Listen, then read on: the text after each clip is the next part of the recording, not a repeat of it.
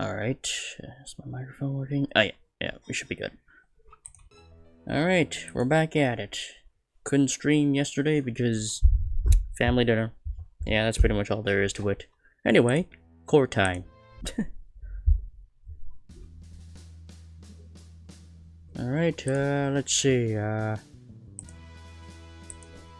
we're currently on the Annie case, and we also got evidence from the from the super old case back then, back when Luna was apparently a prosecutor.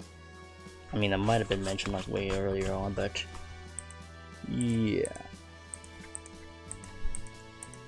But oh boy, this is gonna be a big old trial from the amount of evidence I got. Yeah, right. Ugh, it's been a while since I felt tense for a trial. We've done everything we could during the investigation, but there are still many mysteries in this case. Now, all depends on today's trial. Speaking of which, tonight is the Christmas Eve that Skyshield mentioned. Perhaps it depends on our performance whether we can get through it safely. Good morning, Chief.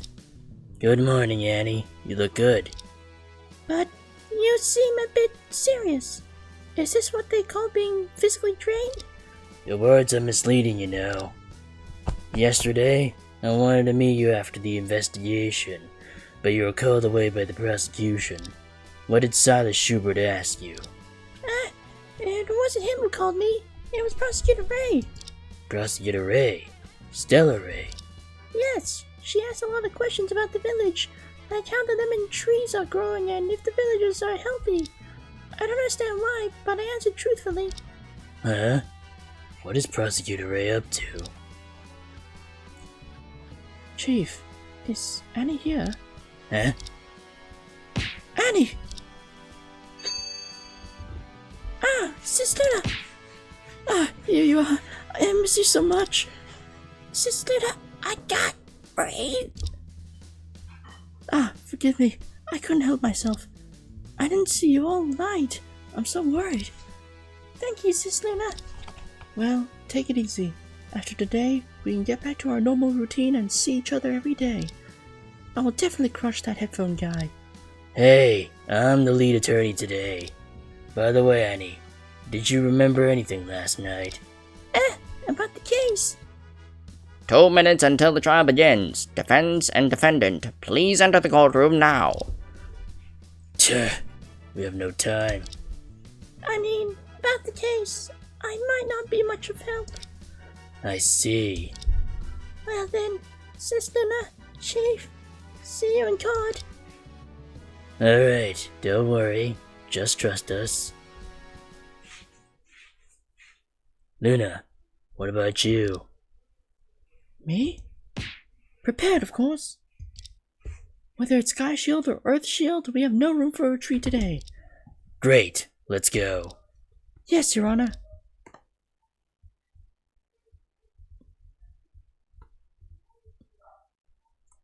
December 24th, 9:30 a.m. District Court, Courtroom number 2. Now, court is in session for the trial of Miss Annie Lemon. The defense is ready. I received relevant documents. Oh yeah, I fucked up my speech there. I've received relevant documents, so Mr. Drake will handle the case himself today. The defendant left the village because of us. When she was accused, she was still a temporary assistant in my office. As her boss, I have a duty to help her. Oh, you are so reliable and responsible. Oh wait. Oh, you are so reliable and responsible, aren't you? But why has the prosecution changed personnel as well? Forget it. I didn't expect you to answer anyway. Well, now the trial begins. First, I'll ask both the prosecution and defense. I think that's Silas? Yeah. Hey, old man, you've been getting more and more verbose lately. I've been waiting enough. Huh? That's Tessa. There are too many complications involved in this case. When can we finish? When can we finish if you keep dragging your feet? Skip all the messy procedures and get straight to the point. But we need to organize the new discoveries from both sides at least, right? Detective Sanford will do it. Oh, I see. So, she's the first witness today? I'll take that as a nod. Well, that's not a good beginning. Alright, as an Interpol officer, I'm very busy. But since this case is as important as my other tasks, I'll give you guys a little extra time. That's great. Detective Sanford, could you tell me about the unidentified fingerprints from yesterday first? Has the police determined its owner? Why the rush? I was just about to say that. After a day of investigation, the police have made a series of new discoveries. I will present them along with the fingerprint in the form of testimony, sweethearts.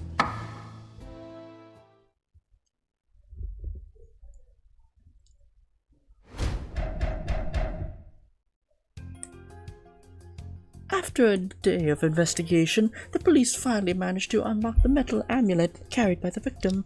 Inside the amulet, there's a memory card and a crumpled wish paper. The memory card contains several files, but the police have yet to find any connections between them and the case. The handwriting on the wish paper matches the defendant. The content has nothing unusual on it. Oh. As for the fingerprint on the bucket's iron chain, no matching samples have been found. Our fingerprint data has recorded information on everyone, so it is probably someone's prank.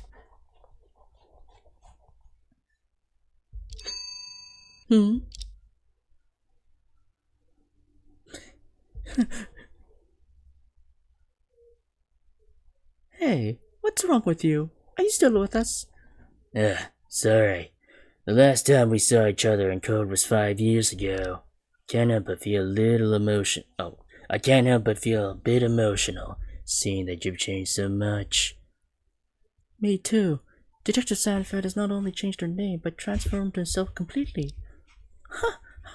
Harnessing strength from grief. That's exactly how it is. Besides, for many reasons, I can't be crushed. Alright, enough chit-chat. Let's get down to business. Okay.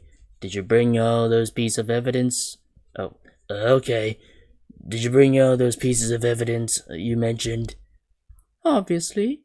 Is there any point in keeping them in the police station for show and tell? First, look at this one. Oh? What is this crumpled piece of paper? It's one of the things inside the necklace of the victim. It was already crumpled when we found it. We spent a lot of time trying to unfold it without causing any damage. Well, it turned out like this. May Grandpa be in good health and live a long life. Any January 1st, 2022. What? Could this be written for me? How about I write you one for you in court? Oh wait. How about I write one for you in the court transcript? I was just joking. But speaking of which, who wrote this piece of paper? And for who? Isn't it written clearly? It was found on the victim, signed Annie with love. Except for the defendant. Who else could Annie be? Be right back.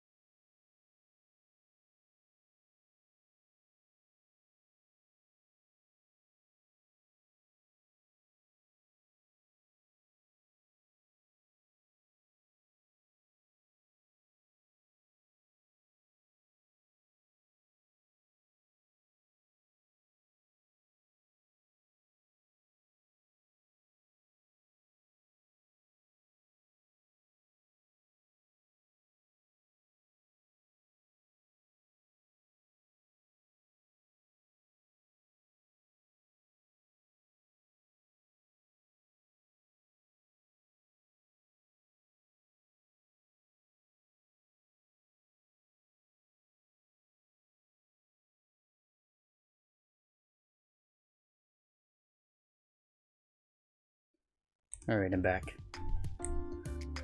Alright. It was found on the victim, signed Annie with love.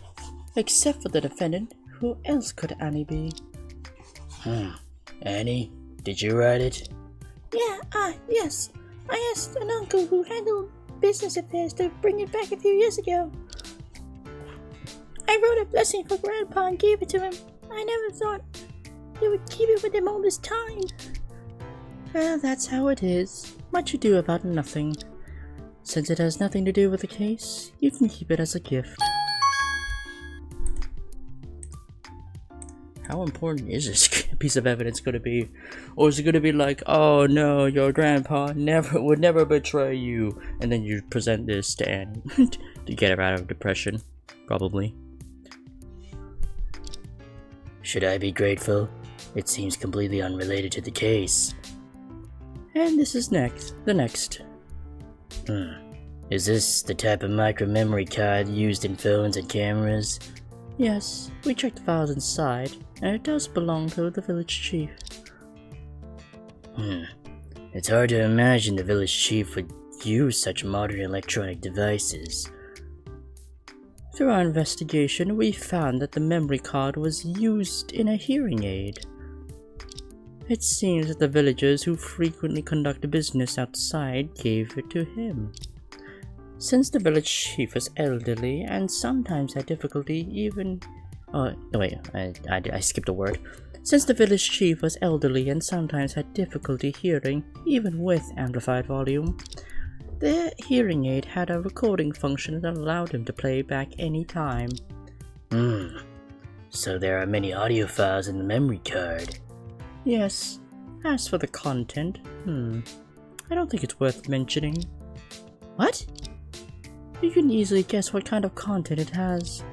Could it be all about the village's internal affairs, like village management, lemon tree cultivation, and sales? Absolutely right.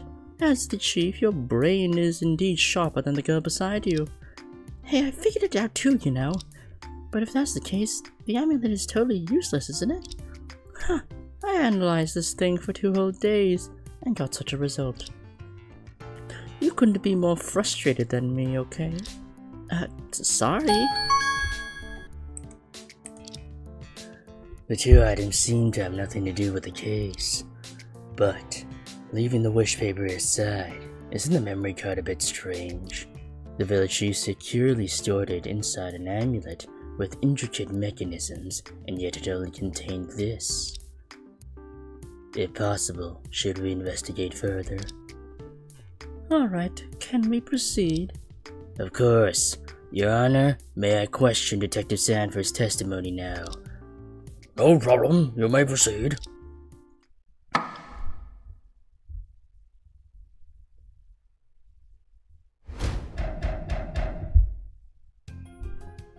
Alright.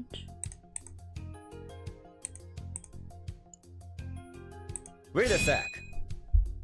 Detective Sanford, for caution's sake, could you play the recordings in court? These recordings last several hours in total, and they're all about trivial matters in Lemon Village. Like whose cat went missing or who owed water fees. Are you sure you want to listen? When was the latest file on the memory card? It should be October of last year, over a year ago, if I remember correctly. So in the latest audio file, is it also about trivial matters? Well, it's hard to say. Huh? Alright, I'll add an explanation to my testimony. The latest file on the memory card contains something incomprehensible, but I'm sure that it's unrelated to the case. Okay. Wait a sec. If it's incomprehensible, how can you determine that it is unrelated to this case? Use your brain, I pick of you. Because it was recorded over a year ago. Of course, there's nothing to do with the case that just happened a few days ago. Absolutely right. Your brain works pretty well. Still, I hope to listen to it. Can I? Huh? Excuse me? Actually, I've been curious for a while. What exactly is the so-called incomprehensible recording? I'm also very curious. Detective Sanford, just let us hear it. Fine. I happen to bring a music player with me. I'll turn the volume up to the maximum. Listen.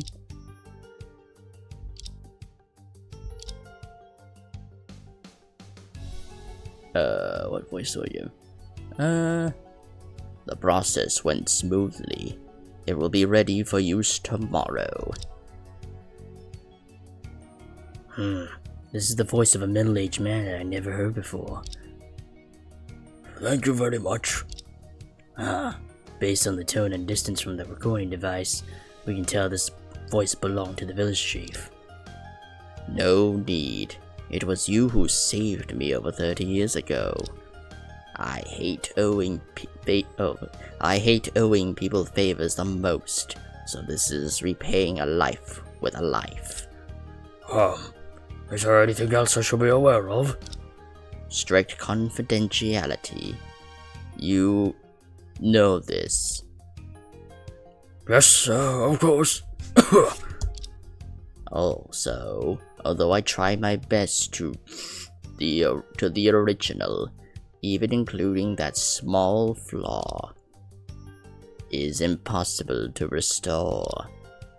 I don't understand such a professional term. Wait, what is this? A hearing aid? Does it have a recording function?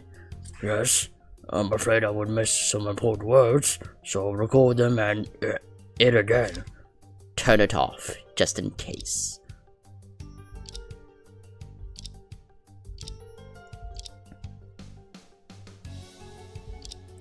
Wait, am I the only one who didn't understand anything from this recording? No, the content of the recording is inexplicable, and none of us can make sense of it. Maybe due to improper preservation, many parts of the audio are unclear, making it even more difficult to understand. In the recording, let's call the second voice Voice B. It clearly belonged to the victim, Graham Lemon, right? That's right. We conducted a voice recognition on Voice B, and it indeed belonged to the victim. So who could the Voice A belong to? Perhaps Voice A is the last person in the village chief saw before his death? Sweetie, did you forget the time of this recording? It was recorded over a year ago. Detective Sanford, have you conducted a voice recognition on Voice A? Voice recognition needs samples. May I ask, what should we compare it with? Well... Can you at least provide a suspect so I can send someone to obtain a sample for comparison? How could I know that? Are you suggesting that I conduct a search among billions of people? No. Although the content of the recording is bizarre, we can't see any connection to the case. Can you stop obsessing over it? It seems like that's the only option. As you wish.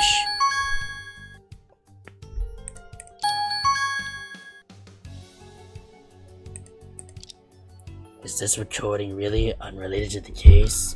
I better save it. Maybe it'll come handy sometime.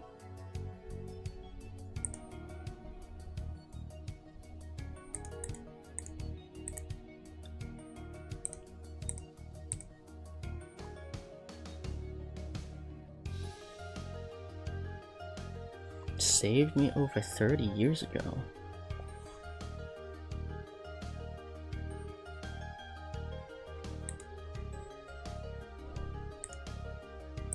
Wait a sec. Prank? Are you suggesting that someone forged a fingerprint on the iron chain? Well, it's possible in this day and age. Yes, but forging fingerprints of a specific person requires complex tools and procedures. It's not something just anyone can do. You're right, but what if it's not about forging fingerprints of a specific person, but simply drawing one randomly? Huh? What does that mean? Look, this fingerprint doesn't match anyone in the database.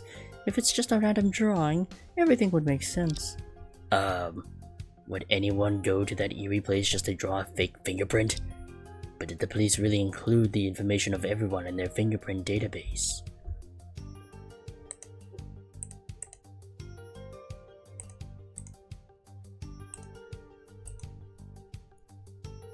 Could it be Aniko Koijo? Kujo? But it says that in the report that she's supposedly dead.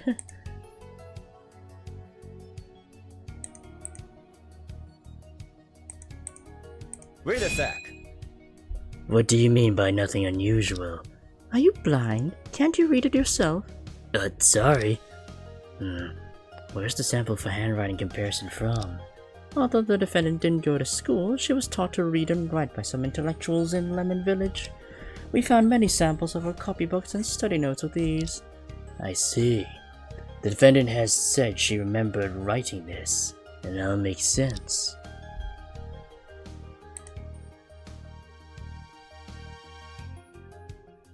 No matching samples have been found. Well...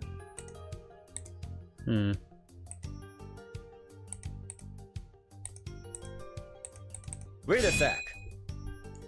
Are these two all? The amulet is only this big. It's already a stretch to fit these two items inside. Then, could there be an additional compartment inside? Considering the size of the amulet, it can only hold 2 strands of hair at most. Does it matter? No? Read a fact. Press all these first. Was the metal amulet always hanging around the neck of the victim? Yes. According to the testimony of acquaintances of the victim, he wore it almost all the time. Is it difficult to deactivate the mechanism on it? Are you kidding me? Didn't you hear what I said? Wait, did you hear I said that we had spent a whole day on it? Fair point. The mechanism was too complex. There were several times where we considered smashing it up. Fortunately, we didn't do that, or that memory card inside wouldn't have been preserved. Something placed in such a sophisticated mechanism must be important, right? Maybe it's important to him, but not to us.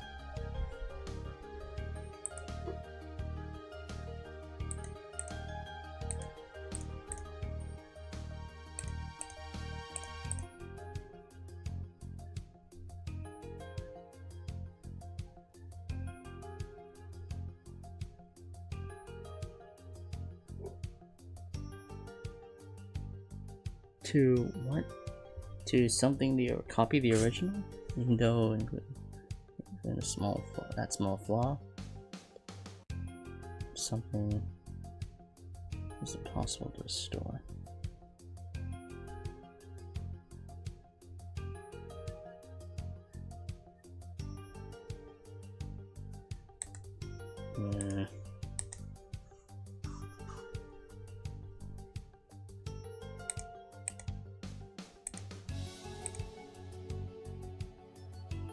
Chief, the new information brought by Detective Sanford doesn't seem to be of much use. I don't think she would waste time in court on something useless. Perhaps some of the information needs to be understood in a specific context. Then it would be the key to unlocking the door of truth. That sounds too abstract. What should we do now? Well, setting aside the issues with the testimony, we better gather all the information first. Are you referring to what's inside the village chief's amulet? Yes, even the tiniest clue should not be overlooked. Is there... Oh, yeah, it's here.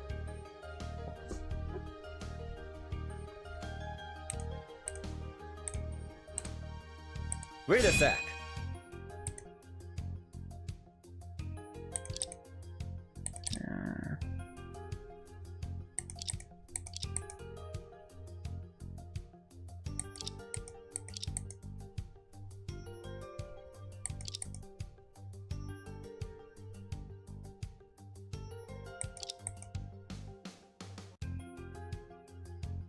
But did they include information of everyone in their fingerprint database?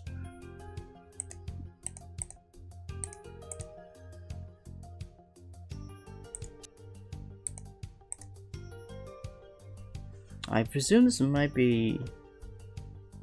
Yeah, I'm guessing this is probably talking about replicating a fingerprint.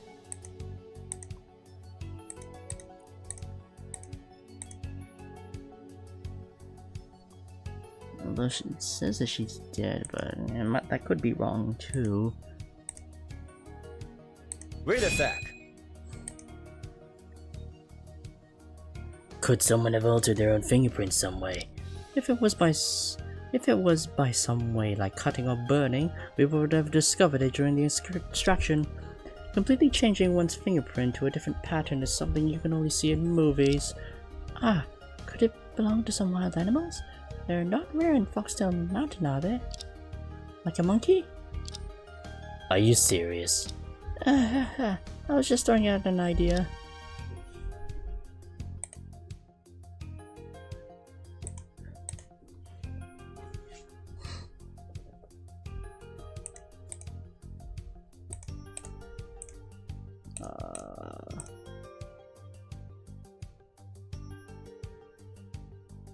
Objection! No.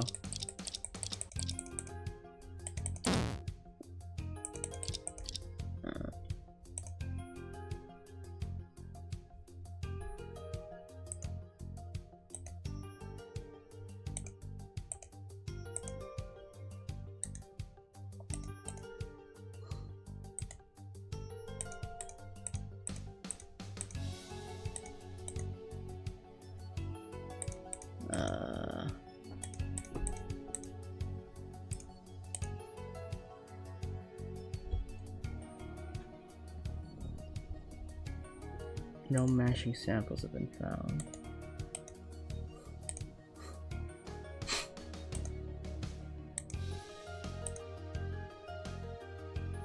Wait a sec.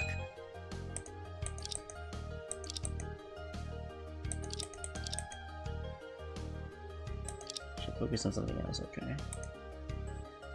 Wait a sec.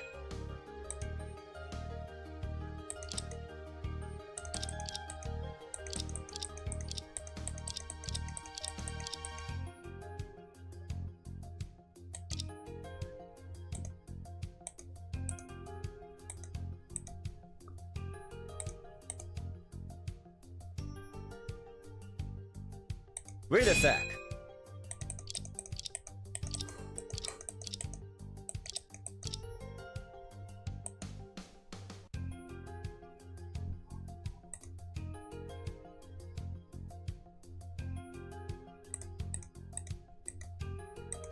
Or do we present a person?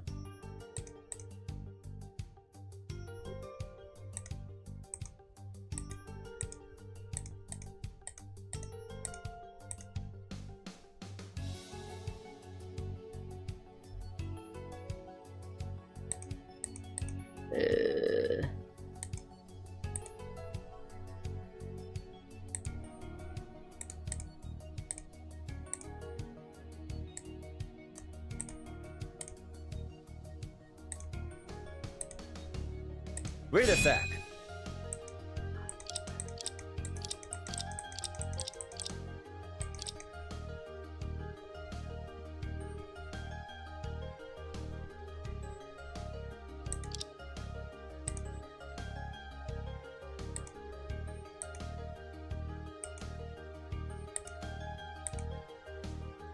Objection. No. Okay.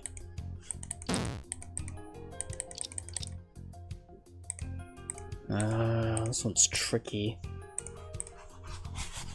What the fuck do I do here?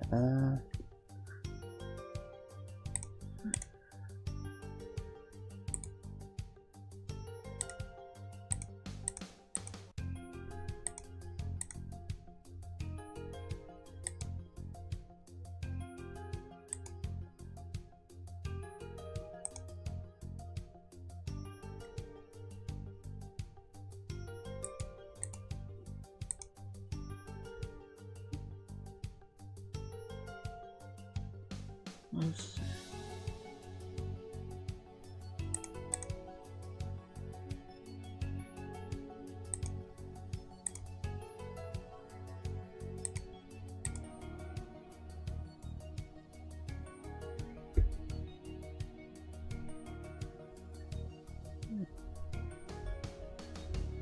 According to the national 16 and above is required to register the fingerprints of all fingers when applying or updating their identity documents. And information is permanently stored even if the person dies. Okay.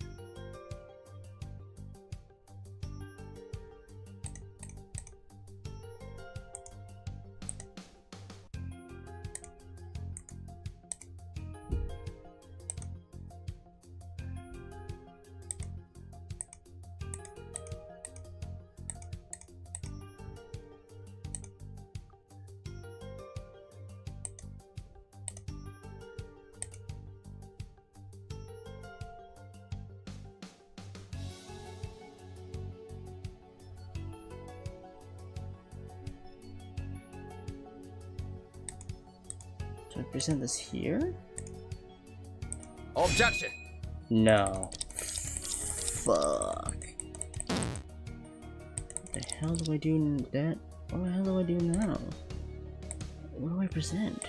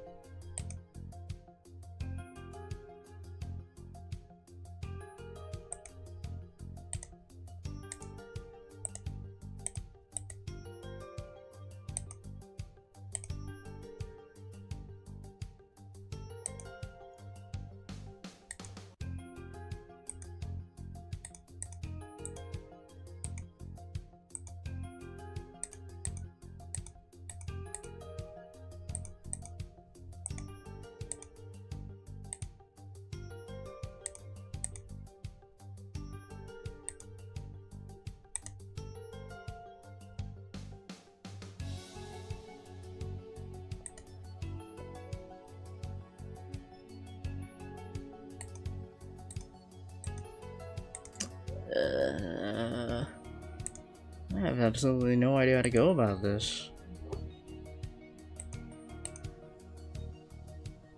Everyone.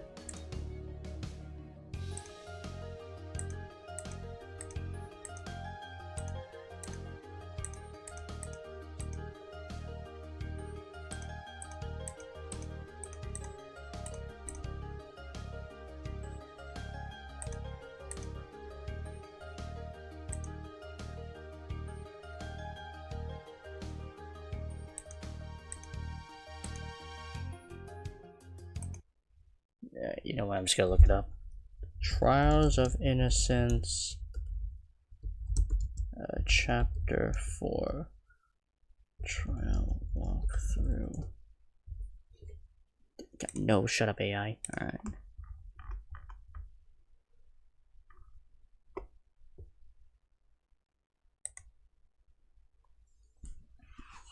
Is there no written guide? Why is it just YouTube videos?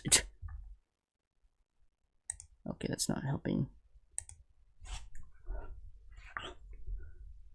Is there a guide? Okay, hold on. Is there a guide? A written guide? Okay. There's no guide. Oh my god, there's no guide. Oops. Oh shit, what the hell do I present then? Oh my god, they're all in YouTube videos.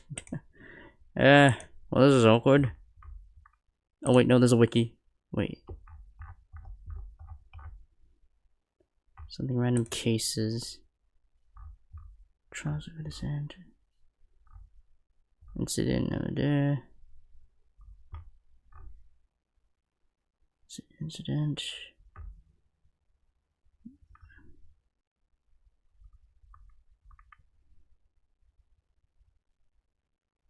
Is it this one? It's not updated. God, really?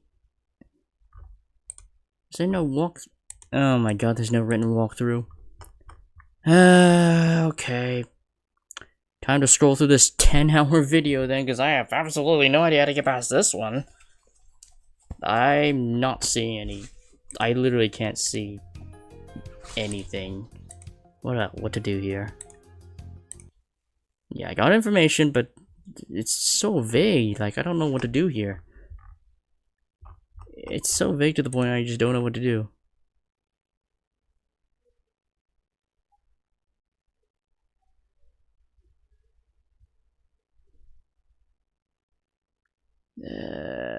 Okay, skip to that point.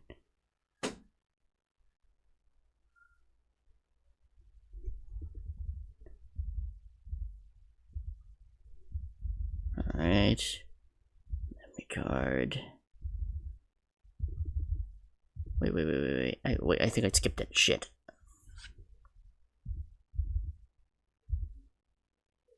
Prank. Oh, I'm just supposed to present the fingerprint rules? Oh. Okay. Every citizen above... Okay. Objection. I'm just gonna... Yeah, I'll close the window. Okay. Detective Sanford, let me confirm it. Did the police really include the information of everyone in their fingerprint database? If we're talking about the first 2 years of fingerprint registration, it's possible that some people were missed. However, the fingerprint registration regulations have been in place for a decade. I trust in the capabilities of our police. No, I have no doubt about the capabilities of our police. But there are some individuals who are not part of the collection targets of the system. They are not missed, but excluded from the beginning. Oh? What does that mean? Please take a look at the fingerprint management regulations issued by the police. The registration subjects for this information database are all citizens of our country who are 16 years of age or older, and the collection began 10 years ago. In other words, if a person not yet 16 years old, or they are not citizens of our country, or they had already passed away 10 years ago, their fingerprints would not be recorded in that database. Huh. Are you saying that the person who took the bucket down to meet with one of these... Are you saying that the person who took the bucket down meets one of these 3 conditions? Yeah, exactly. If you investigate following this line of thought, you will definitely find the source of the fingerprint. Hold on a moment. The 3 categories of people you mention are worlds apart. I don't have the energy to search for all of them. If you want me to follow this line, at least give me a specific direction. Is that so? Uh-oh. I was so focused on presenting the evidence that I didn't think about the next step. I have no clue about the owner of the fingerprint. Maybe I should try using the process of elimination to narrow it down. Events, I'm also curious. Tell me, what kind of person does this mystery fingerprint belong to? Alright, covers my... okay. Adolescents under the age of 16. Deceased individuals of masculine foreigners. I presume the foreigner. Wait, hold on, let me double check there. Unknown, female, unknown, and snowflake. Well, a foreigner. Could the fingerprint belong to a foreigner? Huh, a foreigner? Yes, if this person is not a citizen of our country, it would make sense that their fingerprints are not in our database. We've checked the information of all the relevant individuals in this case, and they are not foreigners. And the witnesses have never seen a foreigner-looking person at the scene either. Don't doubt my brain. If a foreigner were involved, we would have known it right away. But it's the only reasonable answer I came up with. Foreigners don't always have blonde hair and blue eyes. Many Asian people look very similar to us. Even if such a person did show up at the scene, it wouldn't attract much attention, would it? Interesting hypothesis. So how do you plan to investigate it? Well, I was thinking, if this person is truly a foreigner, their fingerprints may be in the database of their countries. Detective Sanford, you're an officer of the Criminal Investigation Bureau, and also a member of Interpol. Could you try to contact with Interpol of other countries, and compare this fingerprint to those in their databases one by one? Wow! How dare you ask for so much? Order! Order! Defense, even I find this request a bit excessive. Is that so? Detective Sanford, what do you think? That's certainly a surprising conclusion. How confident are you? To be honest, I have no confidence at all. But this fingerprint does not exist. Oh, this fingerprint does exist. Regardless of who it belongs to, we have no reasons to let it go. Besides, Besides, this is a case entangled with complex affairs, isn't it? Exactly. In that case, I really can't refuse, can I? But investigating international fingerprint databases is not as simple as shopping online. Besides the time and effort it takes, I'll have to use some of my connections if we don't find anything from the investigation. Your law offices will have to bear all the expenses. I've heard of your fees. If your entire office works tirelessly for 20 years, you should be able to afford it. Alright then, I'll go investigate. Please look forward to it. Great. Detective Sanford would help with the investigation. Great! We've signed a contract to sell ourselves! But can the fingerprint really be from a foreigner? I can't imagine what's coming next. Anyway, all I can do now is trust my judgment on Detective Sanford. The police's statement has concluded, and Detective Sanford won't be back for a while. Prosecutor Schubert, it is your turn to speak, right? Is this guy always like this in court? Well, maybe you should experience it for yourself. Prosecutor Schubert. Hey, Prosecutor Cyrus Schubert, if you continue to keep silent, mind the gavel in my hand. I'm listening. Were you listening to the trial or your headphones? So, what's your opinion? It's the defense. It's the defendant, Annie Lemon, who killed the victim. The defense has no evidence to refute it. So our side don't have to say anything. It seems he's waiting for our side to present evidence and then counterattack. Although I'm a bit confused, Prosecutor Schubert's statement makes some sense. Defense? With just an unidentified fingerprint, you can't shake the evidence presented by Prosecutor Ray yesterday. Are you ready to present your arguments? I understand. Since the judge has requested it, I will explain our side's perspective. Until yesterday's adjournment, the prosecution has believed the defendant is the only possible murderer. However, through yesterday's investigation, we have outlined another possibility. Oh, what is it? Since Detective Sanford's investigation results are not yet available, we cannot identify the other suspect. Let's call this person the intruder. The first problem is how the intruder descended into the mine. Yes, I remember Prosecutor Ray mentioned that the ore buckets are not suitable for human transportation. Have you found a new way down to the mine? No, it's not. It's possible for the intruder to go down by the ore bucket, because this thing makes it possible to safely ride the bucket. Take this. What is this? This is the oxygen equipment I found in the duty room at Foxtail Mine Park. The shaft is unsuitable for human passage, mainly because it's filled with poisonous gas and lacks oxygen. Is the judge the only say? Is the judge the only say on this case? No jury?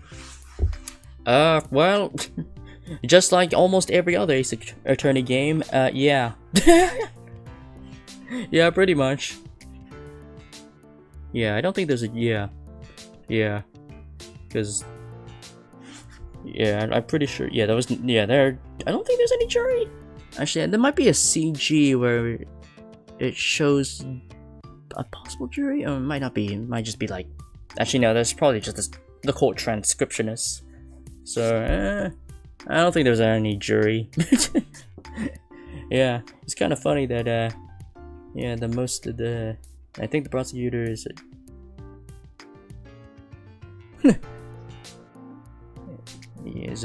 I'm assuming that's a typo, but I'm just I'm guessing you're saying I think the prosecutor's a loser. No statement or stance. Well, the prosecutor we're going up against right now is just he's just kind of doing his own thing. A gas mask and an oxygen tank are enough to solve this problem. By the way, the oxygen tank is not full, indicating that it was recently used. Order! Order! I didn't expect there is such a thing in the mine park. Could the intruder be one of the park staff? There are many keys to the duty room, and sometimes the door is left unlocked. Just like yesterday. Anyone could have infiltrated the duty room and taken away this equipment. In addition, the above ground part of the buckets is exposed. Anyone can put the control lever to operate it. Or can pull it. Anyone can pull the control lever to operate it. The intruder just needs to pull the lever, weigh the oxygen equipment, and jump into the ore bucket to safely descend into the mine. Wait, I remember Prosecutor Ray mentioning that the telescopic platform connecting the buckets in the mining area is broken. Then how could this person reach the ground? Indeed. 5 meters are not reachable for an ordinary person. We cannot determine yet whether the intruder possesses strong physical abilities. However, there is a trace left at the scene that can prove someone has indeed made this leap.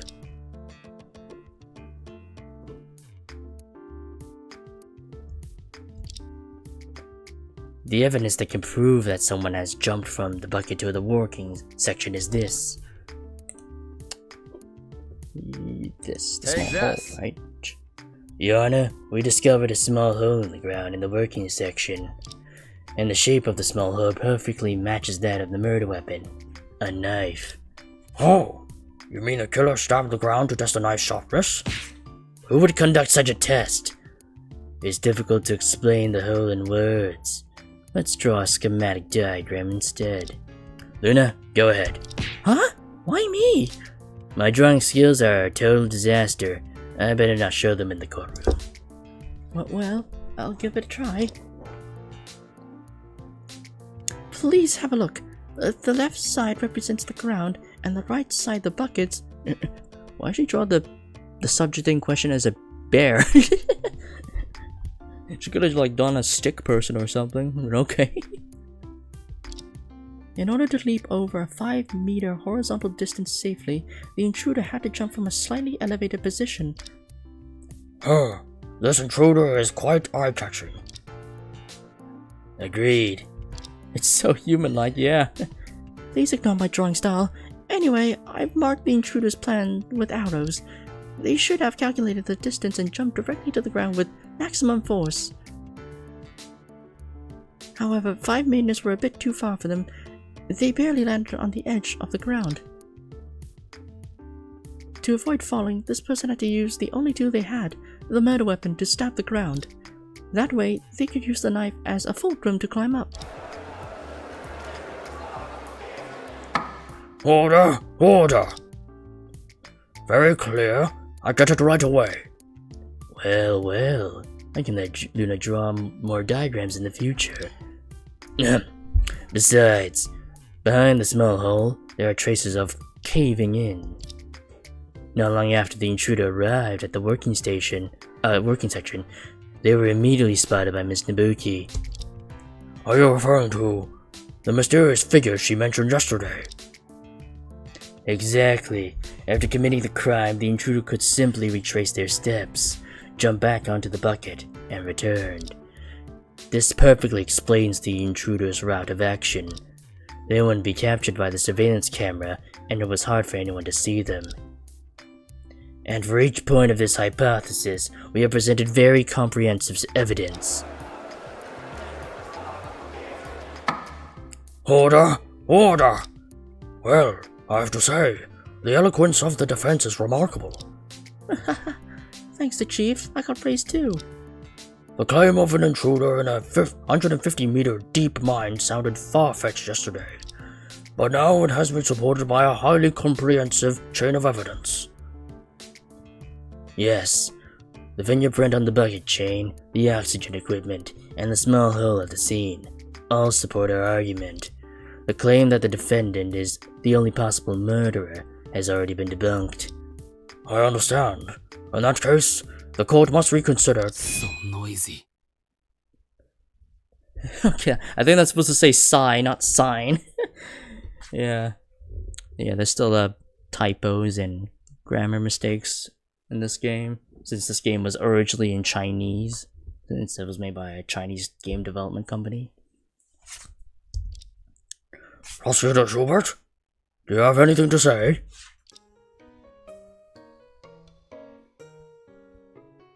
Today's lead defense attorney is someone I respect. So, as a special favor, I allow their prelude to go on longer than usual. Is that so? Yes, an interruption of saying nothing. Yeah. But if I remain silent any longer, the reasoning full of loopholes might become the grand finale of this case. I can't tolerate such a pathetic outcome. What do you mean? In that case, I might as well take it a bit seriously. Wow, Chief. The real show is finally starting. Why are you looking so excited?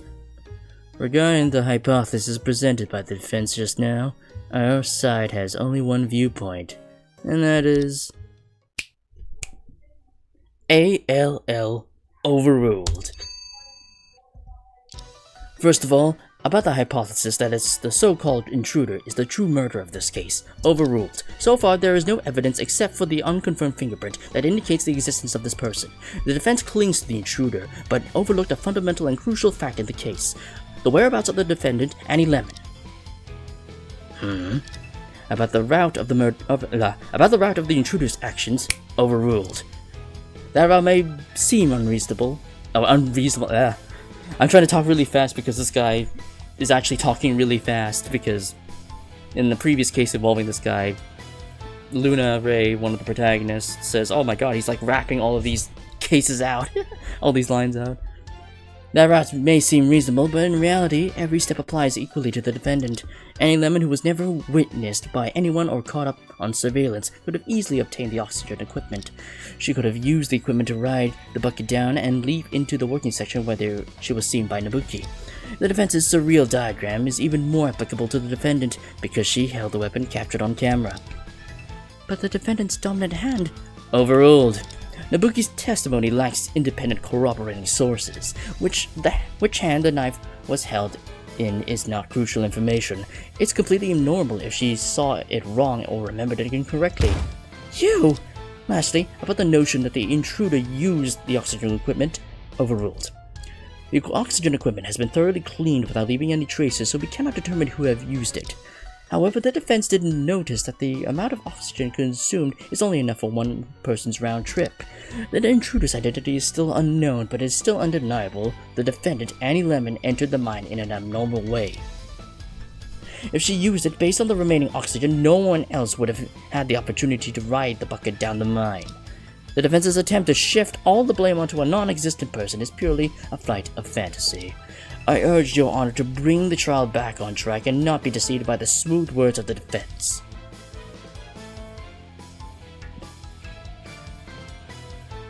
That's all.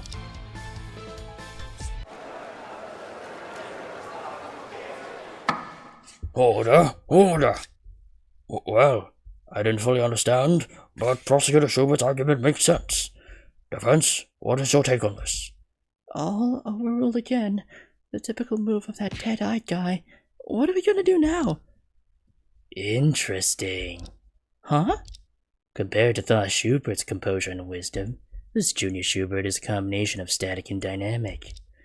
The points he raised do hold logical ground, but I can't shake the feeling that something is missing. This feeling is the same as yesterday during the investigation. What exactly am I overlooking? Well, dwelling on this won't help now. Better to catch the fish I'm aiming for first. Defense, what is your opinion? Oh, sorry. I was pondering something. We acknowledge some of Prosecutor Schubert's points, but we have reservations about certain details. For instance, the oxygen equipment was thoroughly cleaned without leaving any traces, so we can't identify its user. Your Honor, don't you find it suspicious? The oxygen tank was just used, and the traces were immediately erased. It's like someone's trying to cover something up. Indeed. Who exactly is the one who cleaned the oxygen tank? You've already met him. He's the owner of the Foxtail Mine Park, Cash McCon. Order. So the mine owner is an accomplice in this case? That possibility can. No. That possibility cannot be ruled out. It's necessary to hear his testimony. Okay. At this point, both sides have acknowledged the fact that someone used the oxygen equipment to enter the mine. In that case, the court indeed has an obligation to summon the mine owner once again. Prosecutor Schubert, what's your opinion? I'll take that as your agreement, but summoning a witness requires your consent. If you continue to remain silent... He's already outside the courtroom, ready to testify at any time. Oh, is that so? Well, that would be great. Please summon him in then.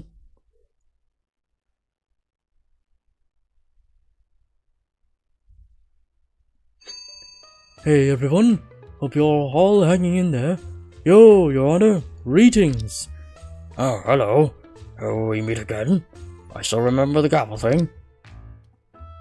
Huh? Right, the gavel. How about 30 grand? No. Let's leave that for later.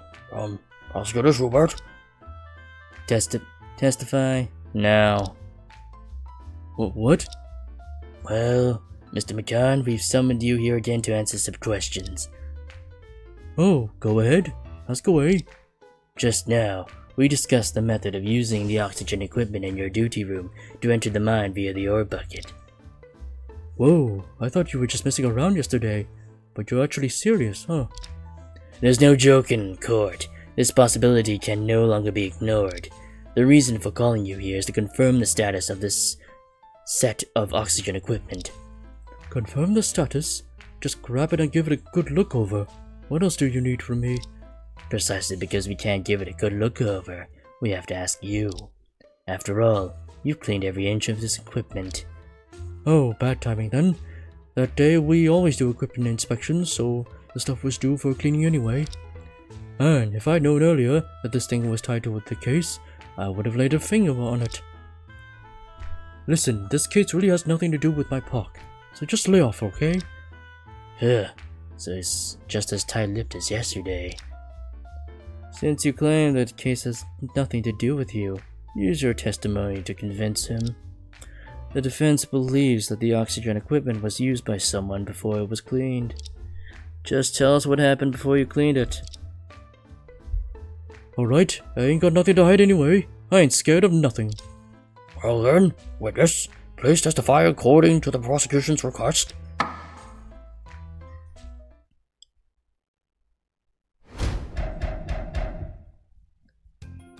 After watching behind the tree that day, I headed straight back to the duty room alone and washed the oxygen equipment by myself.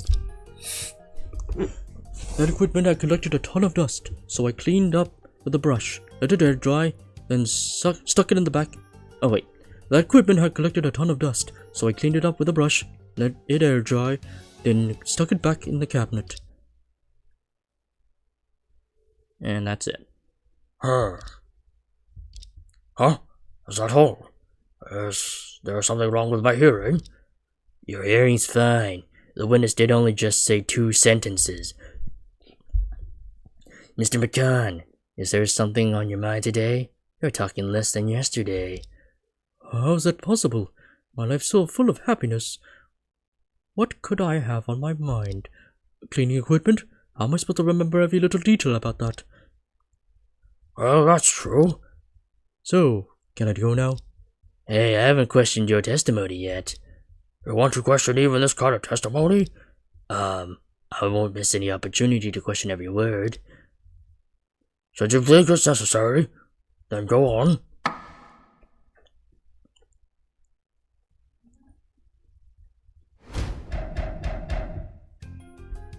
Man, it's just really just the 2. Read it back. Was that equipment always kept in your cabinet of your duty room? Sure thing. There haven't been any mishaps, so why would I even bother pulling it out? Chief, what are you doing? I was waiting for the Verity Lance to react, but I forget it can't be brought into the courtroom. Relying too much on tools can lead to dependency. I can only rely on my own abilities now. Wait a sec. Can you provide more details about cleaning the equipment? Man, I got a million things on my plate every day. I ain't got time to remember stuff like that. Well, I'll ask you some more specific questions, and you try to recall, okay? You just won't let it go, huh? Fine, whatever. I'm not sure what I can get, but the more he talks, the more flaws will emerge. Let's give it a try. What should I ask? When did you clean the equipment? Did you pay attention to the condition of the oxygen tank? What are the detailed steps with cleaning the equipment? It's a disposable. That's why this one hasn't been cleaned. When you were cleaning the oxygen equipment, did you pay any attention to its condition? Oh, you mean that? Yeah, there was a little less oxygen in the tank. I noticed it. Anyway, this thing ain't too pricey, so I'll just buy a new one if needed. Buy a new one just because there's a little less oxygen? That's too wasteful. Anyway, can you add that sentence to your testimony?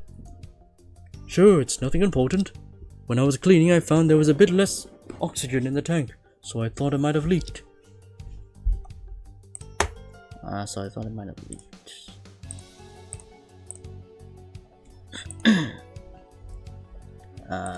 I'll just press it. Wait a sec.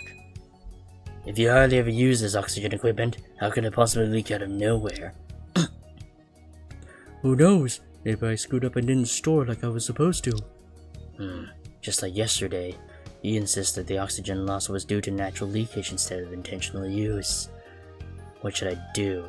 Should I raise objections about the reason for oxygen reduction? Yes.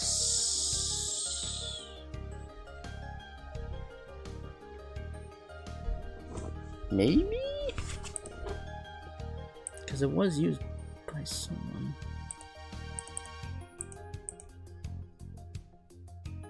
Yeah, this is the only evidence I could think of, so... yeah. This seems to be even the most direct.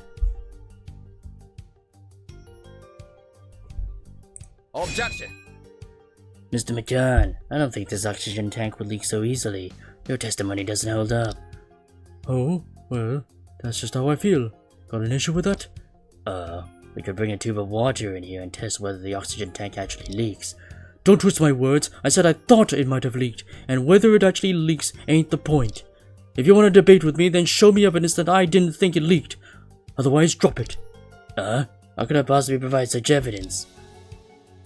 Don't go against someone if you can't prove it, Mr. Drake. Take responsibility for your words. Oh, damn. Mr. McCann might not be well educated, but his logic is sharp. I underestimated him. Okay. Wait a sec.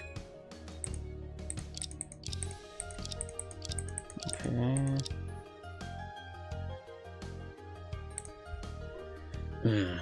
What were the detailed steps you took to clean the oxygen tank? What? You're even asking about this? I'm not sure whether it's important or not, but since you did it yourself, how about trying to recall it thoroughly as possible? You sure do sweat the small stuff. Alright, you've asked. I'll give it a shot. I held the oxygen tank in one hand and soaked it up, and took a brush to clean the whole thing.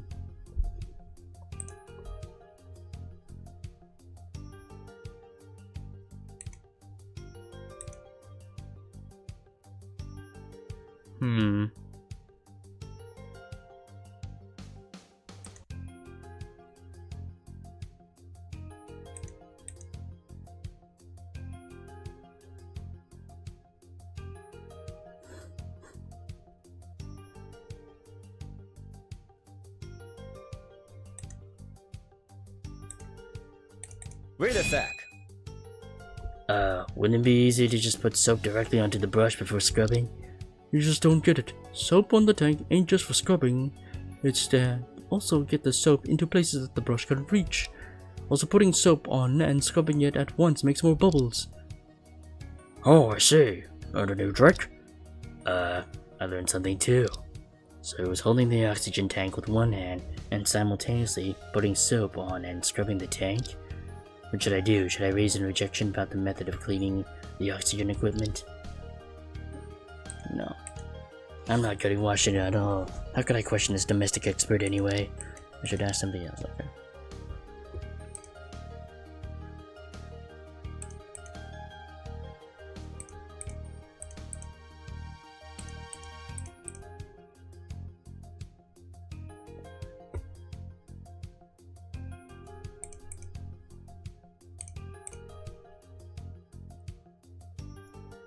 Wait a sec. When? Do you remember the specific time you cleaned the equipment? You got it. If there's one thing I value in business, it's punctuality. I started cleaning at 9:40, give it a good 5-minute wash, and then left it out to dry. Wow, you remember so clearly. From 9:40 a.m. to 9:45 a.m. That's quite fast. Could you please add this statement to the testimony? Sure thing. I started cleaning the equipment at 9:40 and wrapped it up in 5 minutes. 9:40?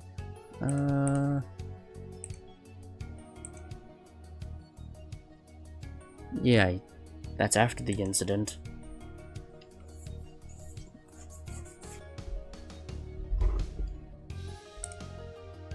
Yeah, that was after the murder happened. So... Wait a sec. This equipment isn't small in size, as you mentioned, there was lots of dust on it. Are you sure you managed to clean it all by yourself in just 5 minutes? What's up, Mr. Drake? You implying I ain't efficient? No, I'm just a bit curious. What should I do? Should I raise the vision about the time taken to clean the equipment?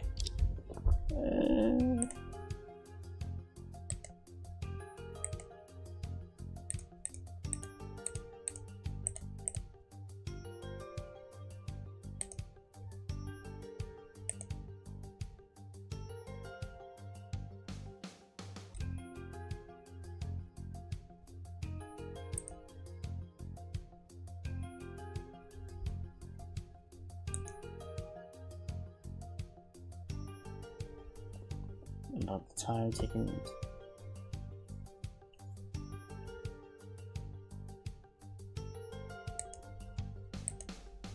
Well, it was after.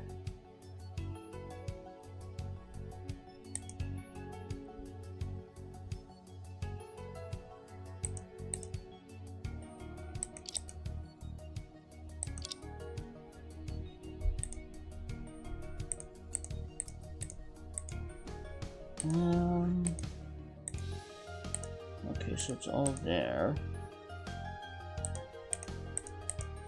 Okay, that's not...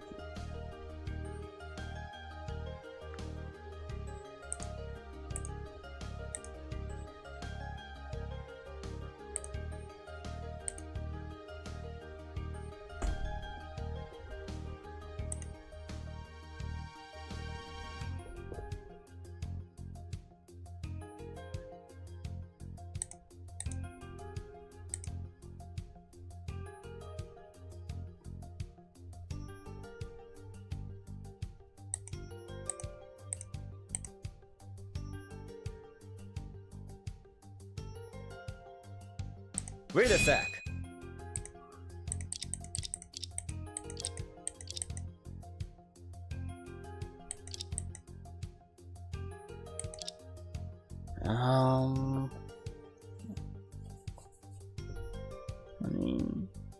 Let's try it. Yeah. Mr. McCann, the way you describe cleaning the equipment seems a bit off, doesn't it? What? You mentioned at the beginning of your testimony that you returned to the duty room alone to clean the equipment. But according to what you said, you were holding the oxygen tank with one hand and simultaneously putting on soap and scrubbing. If you did it alone, do you have 3 hands or something? Huh? Oh no! Well done, Chief. Finally found his loophole. But what's the use of such a strange loophole? Wait, maybe I got it wrong. Maybe I soaked it up before scrubbing? No, your tone was very confident. You even explained the benefits of doing it this way. You didn't remember it wrong. I don't quite understand. Is this slip really important? I don't think it's a slip. This inadvertent flaw from the witness reveals an important fact. The method Mr. McConda described for cleaning the equipment indicates. There was another person in the duty room.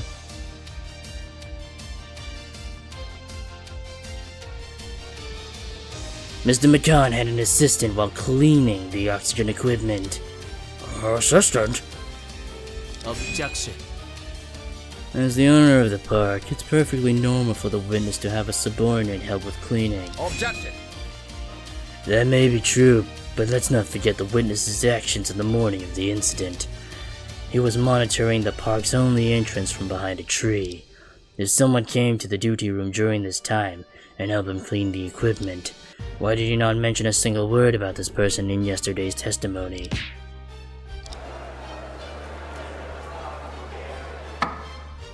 Order! Order! Defense, are you suggesting that the witness missed seeing someone during his monitoring? Is it a matter of missing, or simply not wanting to see? The conclusion is up for debate. Sounds like you already know who this person is. Of course. The person who was cleaning the oxygen equipment with Mr. McCann is... His wife. Take this. Huh? Oh, who is this beautiful lady? Mr. McCann, if you keep hiding the truth, it won't be any fun. The person who was cleaning equipment with you the person who was cleaning equipment with you in the duty room was your wife, Sophia McCann. Mrs. McCann visited the duty room to see you that morning, which both of you admitted yesterday. What's your point? Her bringing me breakfast is a crime now? It's perfectly natural for her to visit you in the duty room. But what I'm more concerned about is when and from where did she arrive in the duty room? And why did both of you suddenly decide to clean his oxygen equipment which you hardly ever use? It's normal that you're cleaning your private property, but why are you being so secretive about it? Mr. Drake, are you asking for trouble? Huh? Witness, your words were a bit threatening. The court cannot allow... Shut up! This isn't your place to talk! I'm sorry. You lot just never quit, do you? I came here to testify, gave you plenty of face, and now you're really trying to push me around? Listen up, if anyone tries dragging Sophia into this mess, then I'll close this court down and all of you will have to scram. This ain't over, just you wait.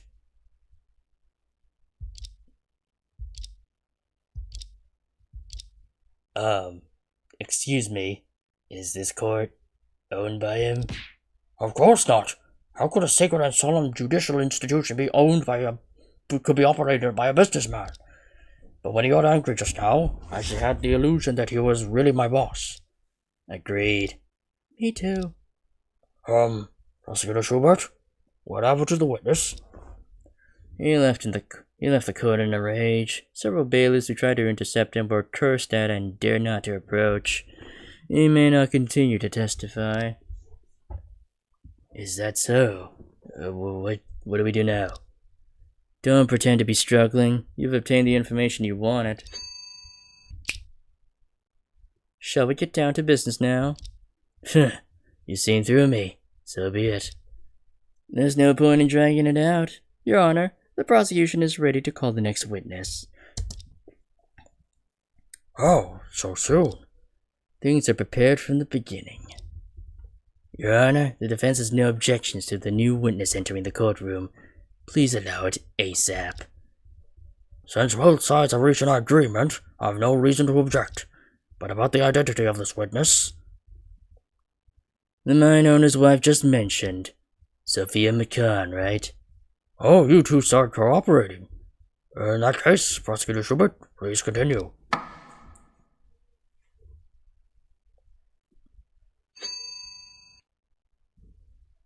Oh, you are Mrs. McCann. Hello. As a newcomer, I have inadvertently caused any offense. Oh, if I have inadvertently caused any offense, I humbly ask for your forgiveness and understanding. It is a great honor for me to be here among such distinguished and esteemed individuals in this court. Why are you becoming more and more polite? Witness, your name and occupation. Excuse me, I am Sophia McCon, the wife of Cash McCon, the owner of the Foxtail Mine Park. I'm just a full-time housewife, nothing more. I can't believe that Mr. McCon married such a beautiful lady. Even I am a bit envious. I'm just an ordinary fragile woman. No flattery is too kind. Ah, that accessory! It is... Forgive me, Miss Ray. This is a trinket my husband picked up on a whim. Is it the limited edition diamond bracelet from Gucci? I remember it's worth at least 2 million. Oh, it's not. Its market value is just 1 million. Nothing to brag about. What? 1 million? And I just noticed, the dress you're wearing, could it be the latest haute couture gown from Luxury? It's just a plain attire. Your praise is too much. Chief, I feel like your outfit alone could buy out our law office. Fantastic. We already lost in momentum before we asked. So noisy. Will you ever stop? Well, let's not forget about the case. Anyway, let's get back on track. Witness, I believe you understand why you've been called up here. This young prosecutor has graciously explained the situation to me. While I may be considered an outsider with limited knowledge of the case, I assure you, I will share all that I am aware of. Thank you. I remember you went to the park on the morning of the incident, right? Indeed. That day, I brought breakfast to my husband, who was diligently inspecting the work. Just brought breakfast? Nothing else? As previously mentioned, I did assist him in tidying up the duty room and cleaning the equipment. He simply wished to shield me from the solemn atmosphere of the courtroom, which unfortunately resulted in his outbursts just now. He was simply displaying his concern as a devoted husband.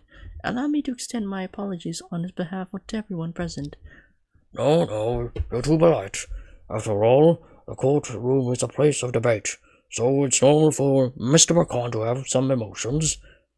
If I had a wife like you, I would definitely also. Ahem. Defense, are you ready? Please continue with your questioning. Well. Mrs. McCon speaks so modestly and politely. How am I supposed to challenge her later? Witness, the defense just pointed out something suspicious about you. Please tell us all your actions on the morning of that day. I shall endeavor to offer my assistance to the best of my ability, despite the limited information I possess.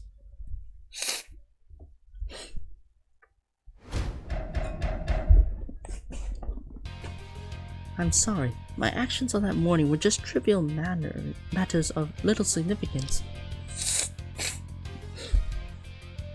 In the early morning, I prepared breakfast for my husband as usual, while he was still asleep. I quietly placed the breakfast in his briefcase, and then I went to the market to buy some daily necessities. When I arrived at the duty room, I found my husband sleeping with his head on the table. Concerned for his well-being, I draped a coat over him, inadvertently awakening him in the process. Because it was a temporary closure day, my husband started cleaning the duty room, and I offered my assistance. After that, I intended to accompany my husband into the mine, only to encounter a police car. The above is all that I am aware of. I apologize for any inconvenience caused by my limited knowledge. This testimony is very detailed and addresses the concerns raised by the defense. Mr. Drake, what do you think?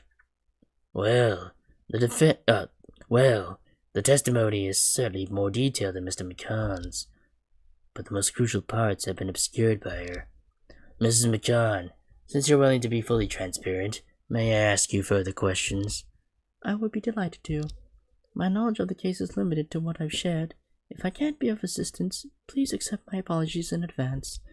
You don't have to be so polite. Defense, you may proceed with your questioning.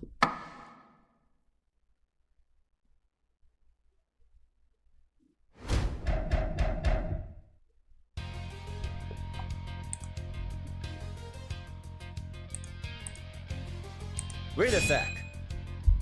What time was that? According to my usual routine, I believe it was around 6 o'clock. Wow, that's early. Do you wake up at this time every day to prepare breakfast?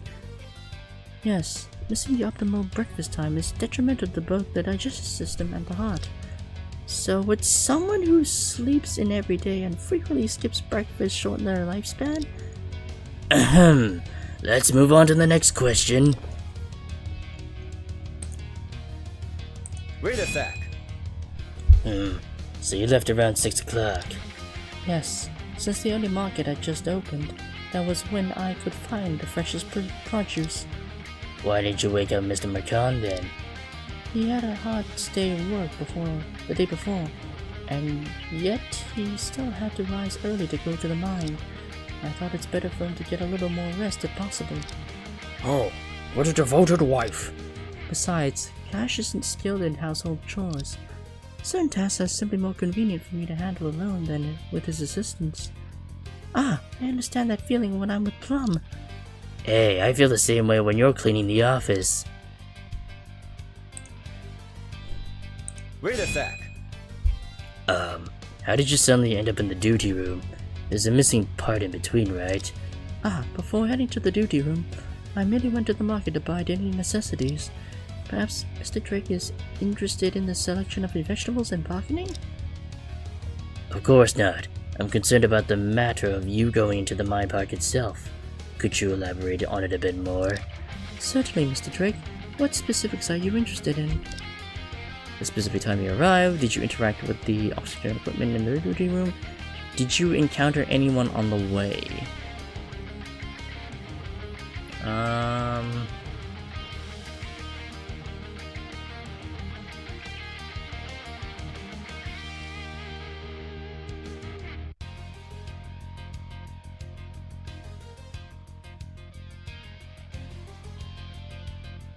I think being too direct with her might not give an opening.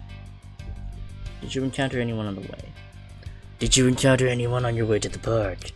While my park is situated in the suburbs, it's not particularly isolated, so I encountered a fair number of pedestrians. If you're inquiring about individuals relevant to the case, I'm afraid my response may not meet your expectations. When you entered the park, did you pay any special attention to the area behind the guest greeting pine? Why do you inquire, Miss Ray? Is there anything noteworthy about Tree? Maybe not. Mrs. McCon didn't appear in court yesterday, but has been waiting outside the court today. So she's unaware that Mr. McCon had been monitoring behind the tree. But what difference would it make? This information seems irrelevant now. Perhaps the starting point was wrong. Wait a sec. Alright, I'll just ask her straight up. Are you aware that there was a set of oxygen equipment in the cabinet in the duty room? Certainly. Besides that, there was also a set of wall brushes, 2 sets of cleaning cloths, and 2 pairs of rubber gloves. These items were hardly ever used, hence I stored them in the cabinet. So knowledgeable. Truly worthy of being the park's owner. Did you interact with this set of oxygen equipment on the day of the incident? Of course. What? When my husband awakened, I assisted him in cleaning those items. This is obviously suspicious, but I can't find a suitable entry point. Maybe I should ask something else. Wait a sec. I guess the time? Do you remember the time you arrived at the mine park? I apologize, but I don't check the time frequently. All I can say is, I went there right after returning from the market. Since you encountered Mr. McCon in the duty room, it should have been around 9 o'clock, right? To be precise, it was after 9:15. I remember Mr. McCon returned to the duty room at 9:15. Is that so? I deeply admire your insight and attention to detail. I'm asking you questions. How do we end up answering ourselves? It seems difficult to find a breakthrough in the arrival time at the park. Maybe I should ask something else. We already exhausted all the questions, so... Might just be a red herring. Wait a sec. Are you sure he was sleeping when you entered the duty room? Yes, I find it somewhat peculiar that my husband is so fond of sleeping. Perhaps he has been overworking recently. Mr. McCon testified yesterday and today that he stayed outside the duty room for the entire morning. And when he returned to the duty room, he immediately started cleaning the oxygen equipment. Did he really need to take a nap in such a short interval? Yes, Huh? What's with that brief pause? I see. Perhaps my husband was simply being playful, pretending to sleep to await my attention. We occasionally engage in such playful acts to add excitement to our lives. Please forgive any amusement it may cause. Wow, that sudden burst of sweetness caught me off guard.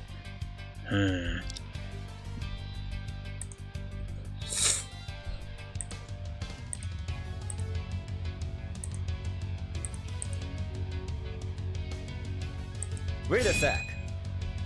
So you cleaned the entire duty room, not just a set of equipment. Indeed, apart from the equipment accumulating dust, the entire room was a bit untidy. It was my suggestion to conduct a thorough cleaning, and my husband readily agreed. So you were the one who proposed the cleaning. Yes, regular cleaning and maintenance should be standard practice for the mine bog. While my husband suggested calling a cleaning service, I prefer not to wait and ask them to join me in doing it ourselves. So this is what they call misophobia? Well, well. I wish someday you could catch a bit of it too.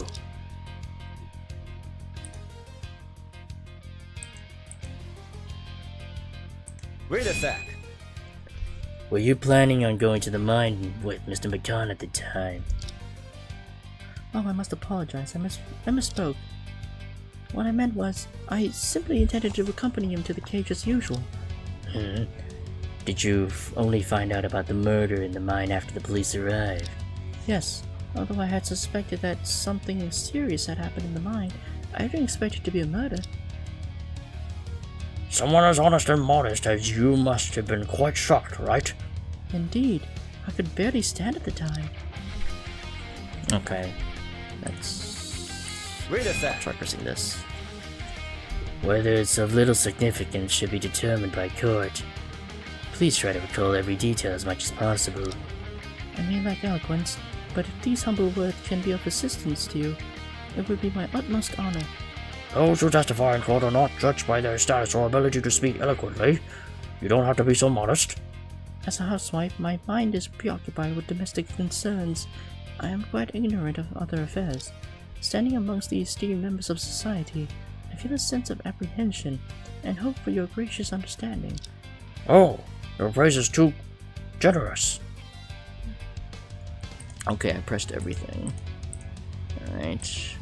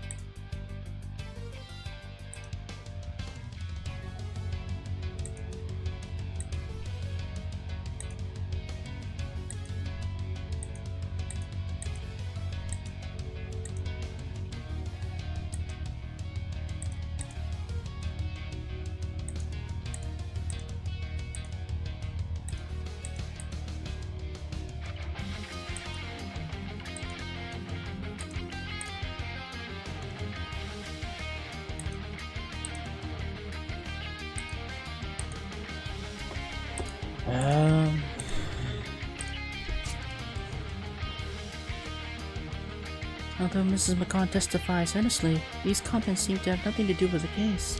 Indeed, every word she says is steady and meticulous, and the evidence we have is completely irrelevant. So what should we do now? After asking for so long, I can't find any opportunity to present evidence. Should I continue questioning? Yeah, I can't really find anything. Huh.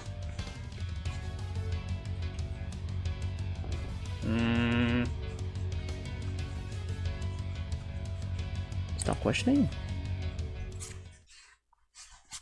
No. Continuing to question would just be a waste of time. I need to find another breakthrough. Mr. Drake, why did you stop questioning? Your Honor, the defense has no further questions. No further questions? That's correct. We've asked everything we need to. I see. Have you found any breakthrough in the case? Nothing. Oh, really? You truly live up to your reputation? Wait, you haven't? I apologize sincerely. My knowledge hasn't been of much assistance. Are we really at a dead end? So, can we dismiss the witness? No, absolutely not. I didn't expect things to go south right from the start. I only have one piece of evidence that might link Mrs. McCann to the case. Should I use this trump card this early in the game? Mr. Drake, is there anything else you would like to inquire about? I'll make every effort to provide answers. Wasting time. Wasting time. What should I do? Should I present the evidence now? Do it.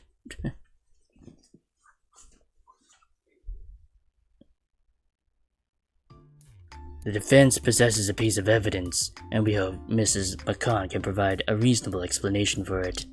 Oh, I'm keen to hear the details. The evidence that could link Mrs. McCann to the case is the disposable Take breathing this. tube. Huh? What's this? Mrs. McCann, you know this disposable plastic breathing tube, right? Yesterday, I was looking for it while cleaning the equipment. How do you have it? It belongs to our park. Please return it ASAP. Of course I will, but there's no need to rush, right? I heard from Mr. McCann yesterday that after he pulled it out, it hadn't been washed. So we examined the residue on it. So what could it prove? Huh? Not only did I assist my husband with the cleaning duties, but I also inspected the equipment. Perhaps I picked it up to try it. What would your so-called residue prove? What? The park and all its facilities are our private property. While I may not be as strategic as my husband, I consider myself diligent in managing our business. It's perfectly normal for every item and corner of the park to bear my mark.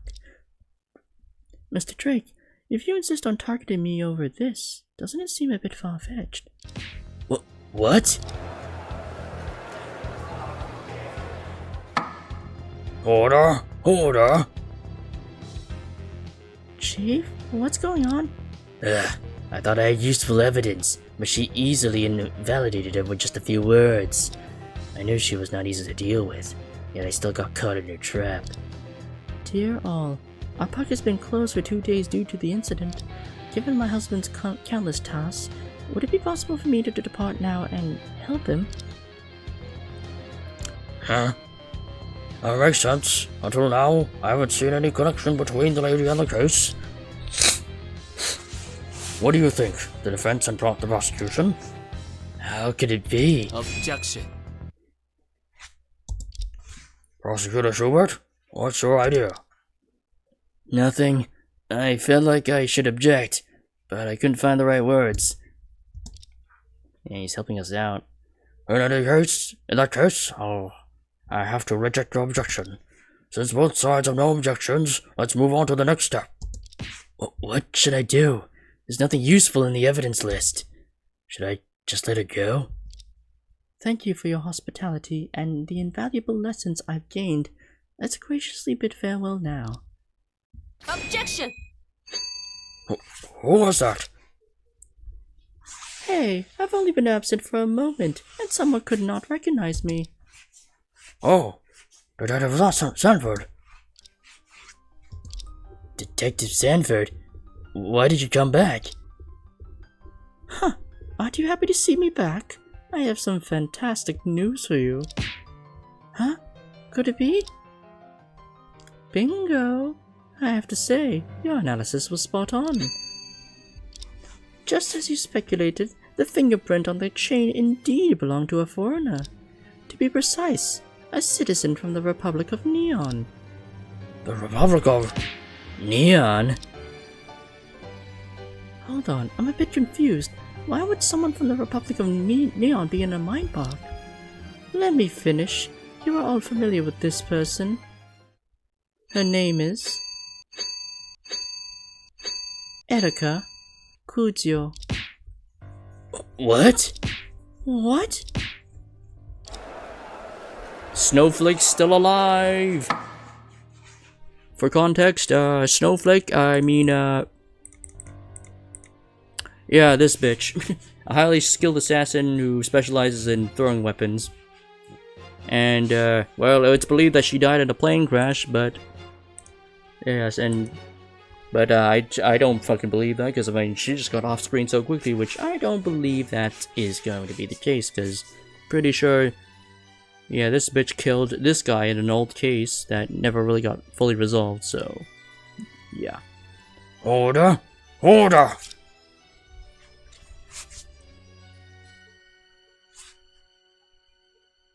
Shall I call you the witty fox or cornered beast? You guys are quite interesting. Perjury? Nice try. Unfortunately, it's useless. It belongs to that guy? Wait a moment. Are you talking about the gymnast who escaped during incident number 761 5 years ago? I remember. She was reported to have died in an air crash, and the news spread worldwide. Yes, that's what the records show. However, her fingerprint turned up at the mine park. And the police can confirm that it was left there within the past few days. So, Erika Kujio is still alive. And she was at the scene on the day of the incident. When I knew it, I was also shocked. But for Sky Shield, it's not difficult to manipulate the passenger list. And as long as Kujio, also known as Snowflake, is alive, this case needs to be reconsidered. Do you mean that there's a highly trained foreign assassin involved in the case? It's unbelievable. Order! Order! Chief, what's going on? Don't ask me. I wasn't expecting it either. I mean, I knew. I just kind of jumped to conclusions a bit too early. But as Detective Sanford said, if Kujio is still alive, many details of the case need to be reconsidered. The role Sky Shield played, the whereabouts of the bomb remote control, and most importantly, Erika Kujio. That's right. How could she, supposedly dead, have roamed around in the mine park without being noticed? And where exactly is she now? Indeed. All three parties have been investigating the scene for so long, but we haven't seen her anywhere. Unless she... Wait, could it be? Chief, what's wrong with you? Yeah, I bet he thinks that... this bitch is Snowflake herself. What's up? Do you have any idea? I have a very absurd inference, but besides that, I can't think of any other possibilities. I think I know where Erika Kujio is. What? It's really an astonishing discovery. Tell us now. Okay. At this moment, Erika Kujio, who has been missing for 5 years, is... in this courtroom. At this moment, Erika Kujio is in this courtroom. What? In this courtroom? She's... among us? Funny words. Mr. Drake, you better not be fooling us. Do I need to call in some people to surround the courthouse? Don't interrupt. Erika Kujio is in the courtroom now. It's too absurd. Well then, which one in court is she? Loading screen. This is the crucial point. In this courtroom, Erika Kujio is seated at... What the hell is this mystery? The audience?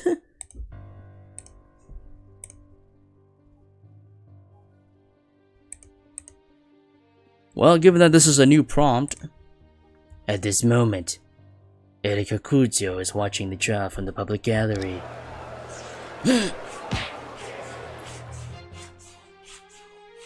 What? The notorious murderer Erika Kuzio is in the public gallery? It doesn't seem good. Isn't she a murderer? Oh my god, and she's here with us? Order! Mr. Drake, are you serious? Oh, Mr. Drake, are you serious? The people in the public gallery are all verified citizens of our country. Are you suggesting that we adjourn now and search the entire courtroom? Well, If we do that and still can't find Kuzio, you know the consequence. it's too harsh. Chief, did you say it off the cuff? I'm sorry, I actually got it wrong. I've been too lenient. How could you make a mistake on something so important?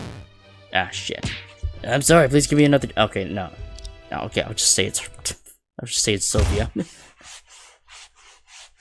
At this moment, Erika Kuzio is right in front of us. Because she's standing at the witness stand. What? Mr. Drake, what's going on? Ever since the detective arrived, I've been confused about the conversation. May I ask whom you're referring to?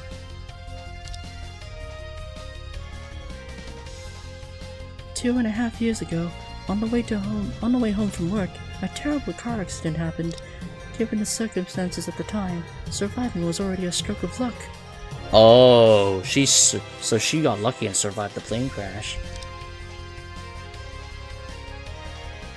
Car accident? How come I never heard of that? Well, maybe she didn't want to worry you. I gotta ask about this later for sure. Or maybe, oh no, they probably faked it out. Indeed, your appearance, age, and personality are completely different from Erika Kuzio 5 years ago. Your transformation is so drastic that it could easily fool anyone.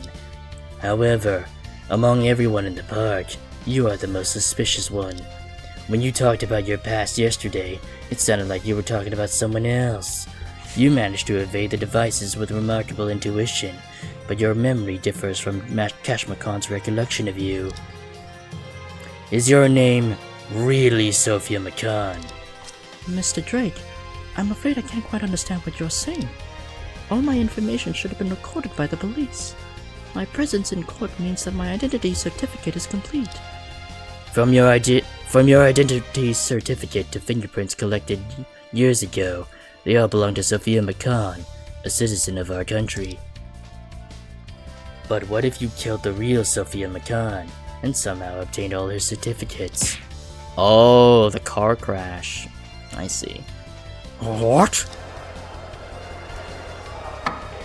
Order! Mr. Drake, do you know what you're talking about? Mr. Drake, your accusation weighs heavily upon me. I find it difficult to bear. Detective Sanford, what do you think? The method of impersonation you said is possible under the current identity registration system, but how can you prove that she is Erika Kuzio? Mr. Drake, since my marriage to Cash McCann, I have endeavored to be cautious and diligent in supporting my husband. I'm truly taken aback by the accusations leveled against me today. Would it be possible for you to provide any evidence? Maybe the police still have evidence from back then. It might be worth to extract DNA for comparison, but that could take a long time. Don't bother. Ugh, I never thought that the thing I casually picked up could come in handy. The thing I casually picked up?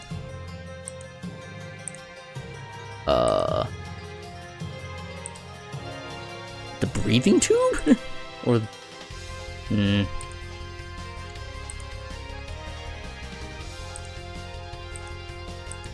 see casually picked up, okay. There is a very simple way to prove who Sophia McCann really is. Oh? What is it? The evidence that can verify Sophia McCann's identity is... this? Or I guess the fingerprint combination lock. I'm just gonna, just in case. Take this. What is this? What? It's an old item I accidentally took from the court's evidence room. It's from that time. 5 years ago, Detective Stone was murdered at the 39th Universal Games. This fingerprint combination lock was the evidence from that time. Behind the lock at number 26, to which the lock belongs, there was a secret passage leading to the crime scene. More importantly, the fingerprint of the athlete Erika Kuzio was locked into this lock. Other than Erika Kuzio herself, no one else can open it. Thanks to it, we don't need to use any sophisticated technology to verify the witness's identity. So, Mrs. McCann, may I borrow your finger for a moment? Oh, she's sweating. We only want to check if your fingerprints can unlock it. It's reasonable, right? Sure. Objection! Who said that? Who was that? It was me! Oh, right. Huh? Mr. McCann? I'm done with this crap. Who gave you the nerve to drag my wife into this? It's not the time for you to... Shut up! I heard everything just now. You're saying my wife's a foreigner and a criminal? Nonsense. You think you can fling this kind of dirt at my family and I'll just sit back and take it? Mr. McCann, please calm down. Whoa, he's really angry this time. Mr. McCann, I get where you're coming from, but you're the only one who knows exactly what you saw on the day of the incident.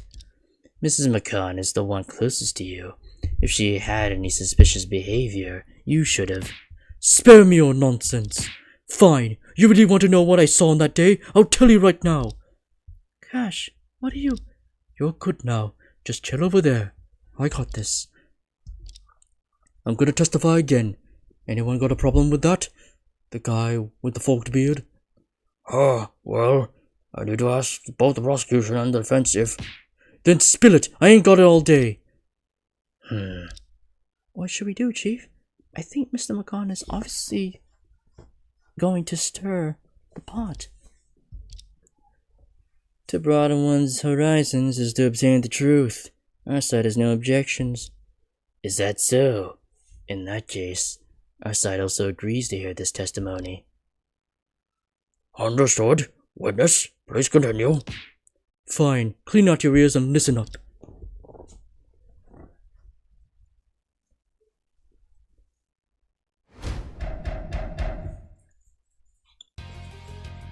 Actually, when I got there that morning, I clocked the oxygen tag missing from the duty room. And you know why I was hiding behind that tree? Yup, to catch the thief red-handed. After that, you all know who I spotted. I only took a quick snooze, ain't gonna miss nothing. At that time, I spotted someone hauling the oxygen equipment out of the park. It was a woman, but definitely not my wife. That's got to be the foreigner you were gabbing about, huh? She was strapped with knives, guns, and whatnot. I kept my trap shut all this time for my own safety. Order! Order! The testimony is just... Witness, how could you wait until now to spill such crucial information?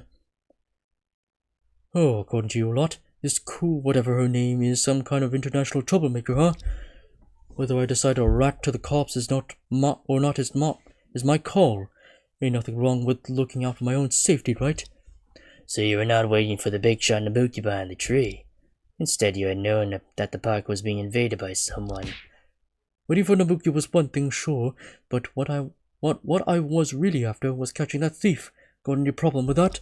That's all I got to say. The person you're hunting is probably bolted ages ago. So quit bugging me and my wife. Mr. McCann's testimony has indeed caused a major shift in the case. Prosecutor Schubert, what do you think? No comment. Erika Kuzio, I'm afraid she can only be the person I have in mind. At this point, this guy's just trying to make a final struggle. In a way, he's admirable. But I can't stop here. It's a perfect opportunity to squeeze out the last piece of information he hasn't shared. Your Honor, let me question the testimony. All right, granted.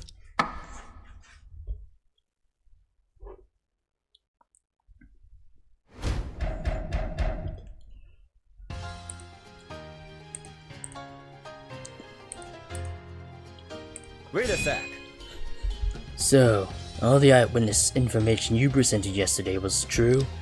Of course, man. I'm as straight as they come. Wouldn't do anything sketchy. How can you be sure you ain't gonna miss nothing during your nap? I just dozed off for a sec cause I had been up too early. And was bored out of my mind waiting. Like maybe 10 minutes max. But hey, I snapped awake just in time to catch the most crucial moment. So he did take a nap. If anyone happened to pass by during that time, he might have missed them. Well, let's save that for later.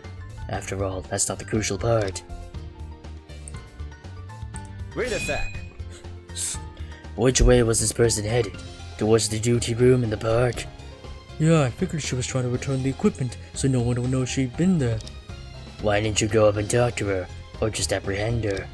I wanted to do so, but you know, I'm eager to meet my maker. Read a sec. Did you get a good look at her face? Well, sorta. Maybe. Can you describe what she looked like? She had, 2 eyes, a nose, and a mouth. Everyone in this courtroom fits your description. I ain't good at describing faces. Stop pushing me. You couldn't describe Nabuki's face yesterday either. Chief, maybe we should ask something else. Read a sec. So, you're saying the person you saw was fully armed when entering the park? Yeah, even if I didn't know she was a criminal, seeing her packed up with all that gear, no way I was getting close. What if I made a move and she put a bullet in me, huh? If I saw someone armed, I would keep my distance too. All the bailiffs around you are all armed.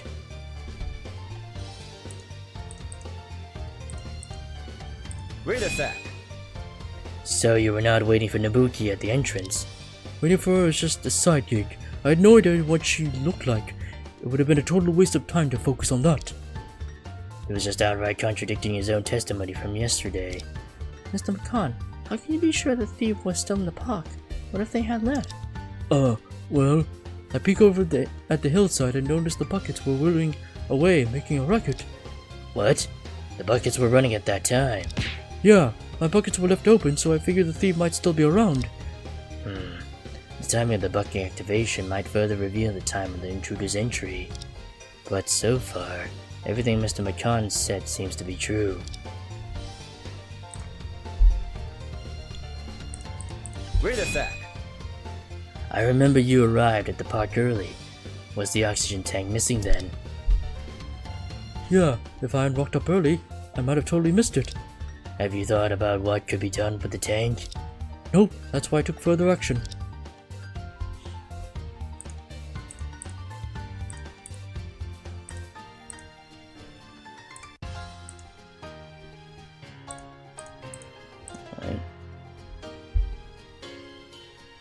Chief, what do you think of Mr. McCann's testimony? It's dubious. Maybe we can use it to extract some valuable information.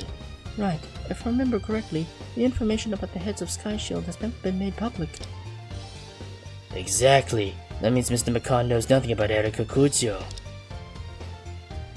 In that case, his so-called eyewitness testimony must be full of holes. But I feel it's cruel to refute Mr. McCann. I know what you mean, but at this point, we don't have any other choice.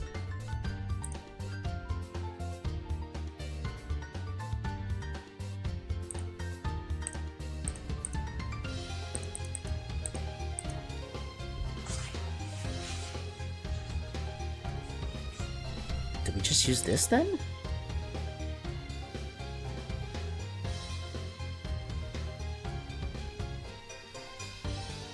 Objection. Yeah, okay.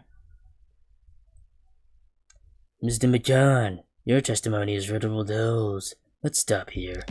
What? Do you know anything about Erika Kuzio?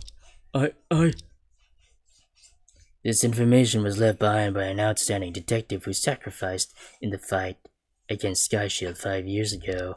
Erika Kuzio, also known as Snowflake, is one of the heads of Sky Shield. She is a highly trained assassin skilled at throwing sharp objects. There's no record of her ever using firearms. If she really wanted to infiltrate your park, she wouldn't have chosen guns or grenades, which would attract attention. I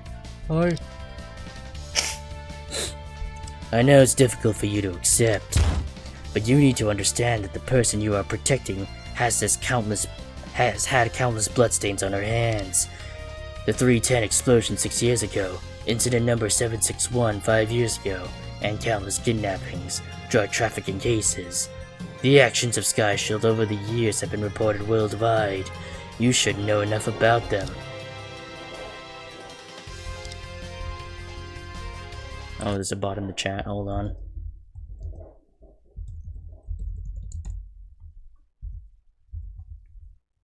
There we go. Oops, okay. She lost. Wait, hold on. Recently, I met a girl who was involved in an attack conducted by SkyShield. She lost her whole family in that incident and suffered wounds that never fully heal. SkyShield is such an organization that can completely ruin many people's lives. But Sophia could never be that kind of person. I've been with her for so long. Nobody knows her better than I do. I don't care what else she's got going on. She's my wife, the only one I trust and love no matter what. But Mr. McCann, she might have been deceiving you all along. It could all be fake, whether her identity as Sophia McCann or your marriage and love. You, shut up. Shut up. Fake? What would you outsiders know, huh? Her kindness, her care, her hard work for the family. How the hell could those be fake?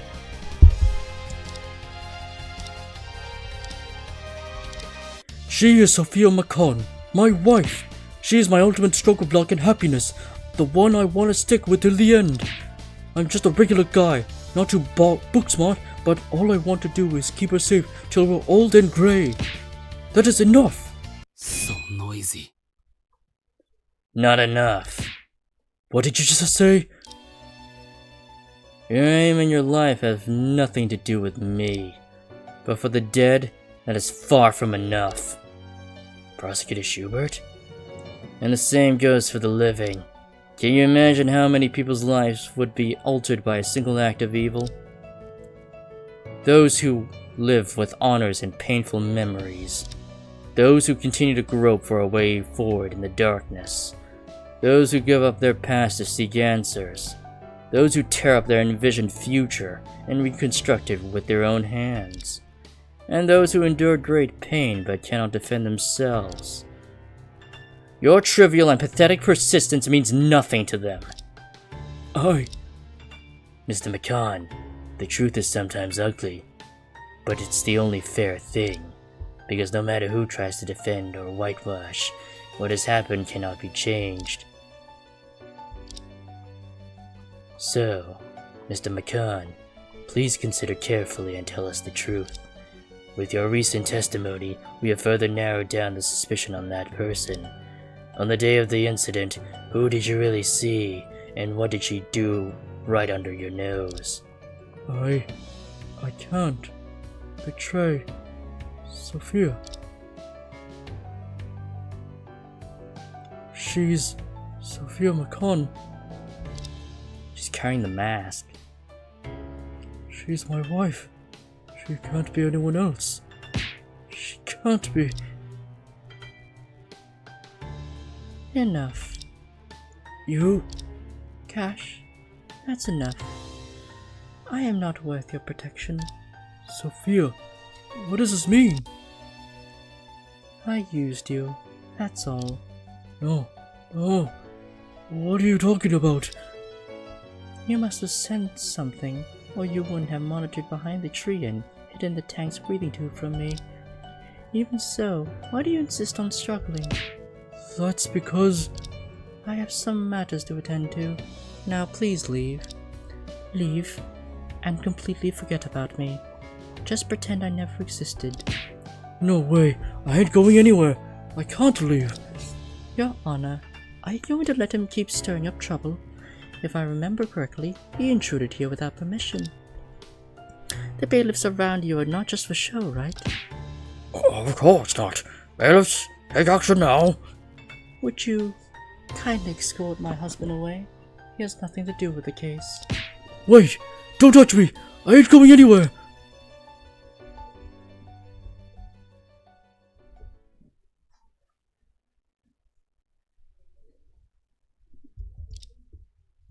好了，没了打扰的人，正戏终于可以开始了。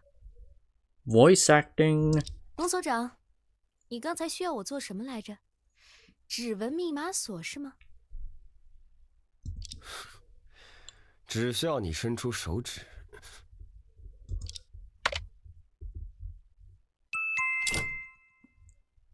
Yep.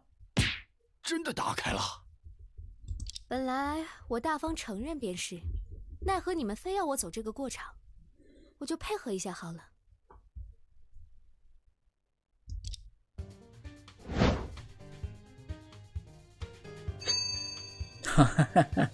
毕竟，你们这种只会耍嘴皮子的人，我最讨厌了。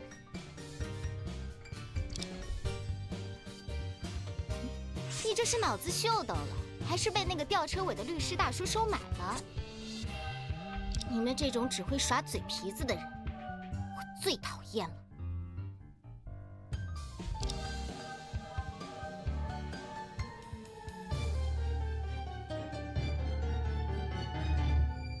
你果然就是领小鹿惠梨香。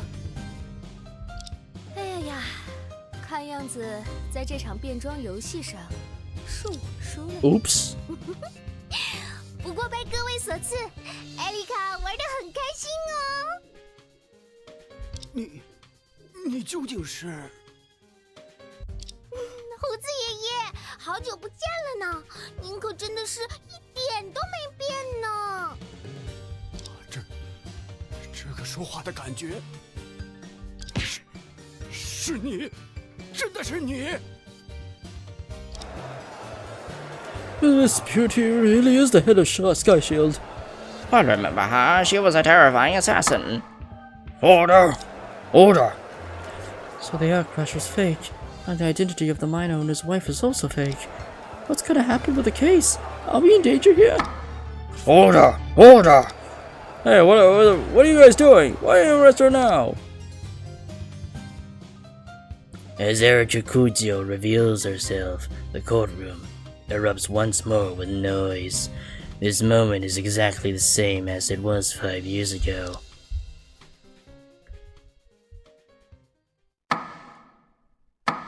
Order! Everyone, order! The trial of the case is encountering a significant setback due to the change in the witness's identity. Obviously, everyone present needs some time to regroup and adapt. I declare that the trial is in recess for 20 minutes.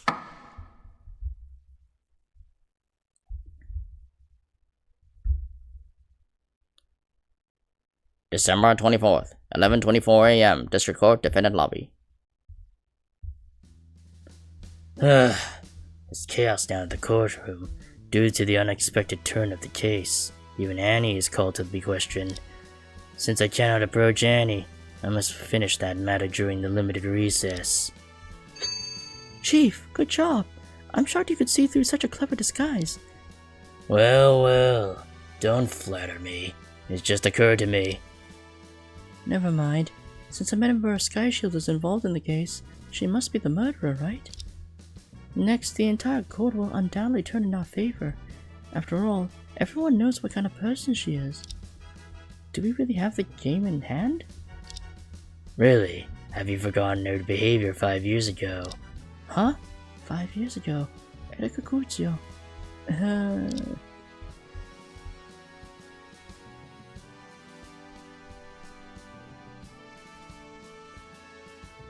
Indeed, she's not easy to deal with. Now you see the situation. We'll be facing a formidable adversary.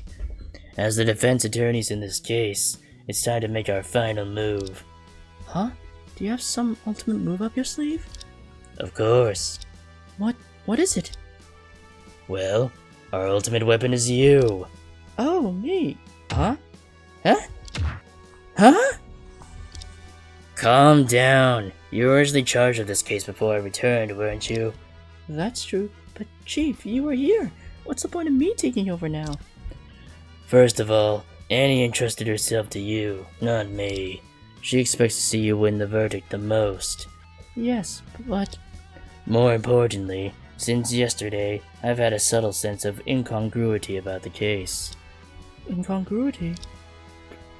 Yes, it's like I've missed a crucial clue that could overturn all the deduction.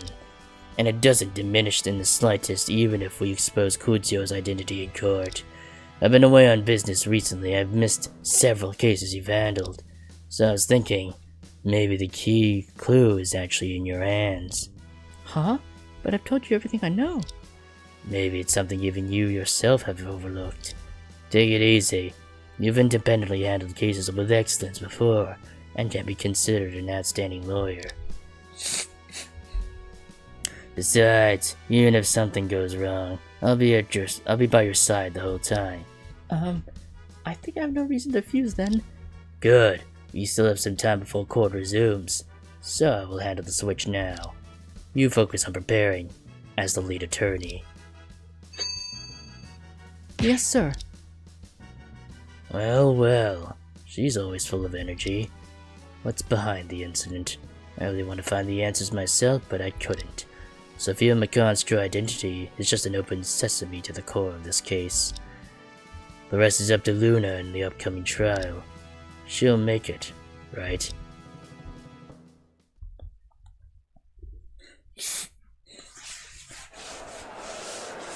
Oh, her sister's here too. December 24th, 11:45 a.m., District Court, Quarter Number 2. Now, court is in session for the trial of Miss Annie Lemon. In the previous proceedings, the case experienced a big change due to the exposure of the witness's identity. The person in the witness stand is extremely dangerous. I urge both the prosecution and the defense to proceed with caution. But Miss Ray takes over as the lead attorney at this point. Isn't she less experienced? This decision was made after careful consideration. She's more suitable to deal with the current situation. That's right. Maybe? Understood. So what about the prosecution? Huh? Sis? When did you come over? Are you gonna switch too? No. Silas Schubert has a much better understanding of Sky Shield than I do. It's better for him to lead. It's just, I was originally in charge of this case, so I should see how it concludes. And for certain reasons, I have no choice but to be here. Just ignore me during the trial. I won't interfere unless necessary. Is that okay, Your Honor? Yes, of course. Hey, is your sister here just to occupy our VIP public seating? Is that an abuse of power? Well, I'm also a bit confused.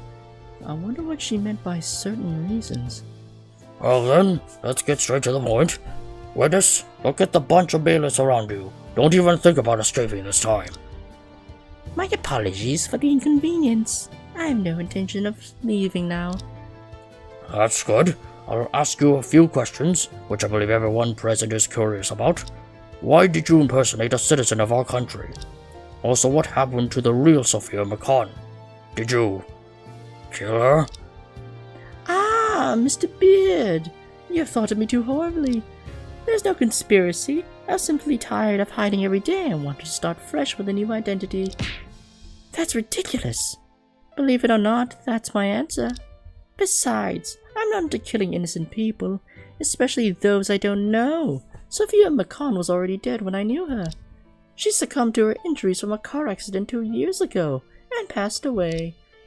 So what she told us yesterday was the real Sophia McCann's experience.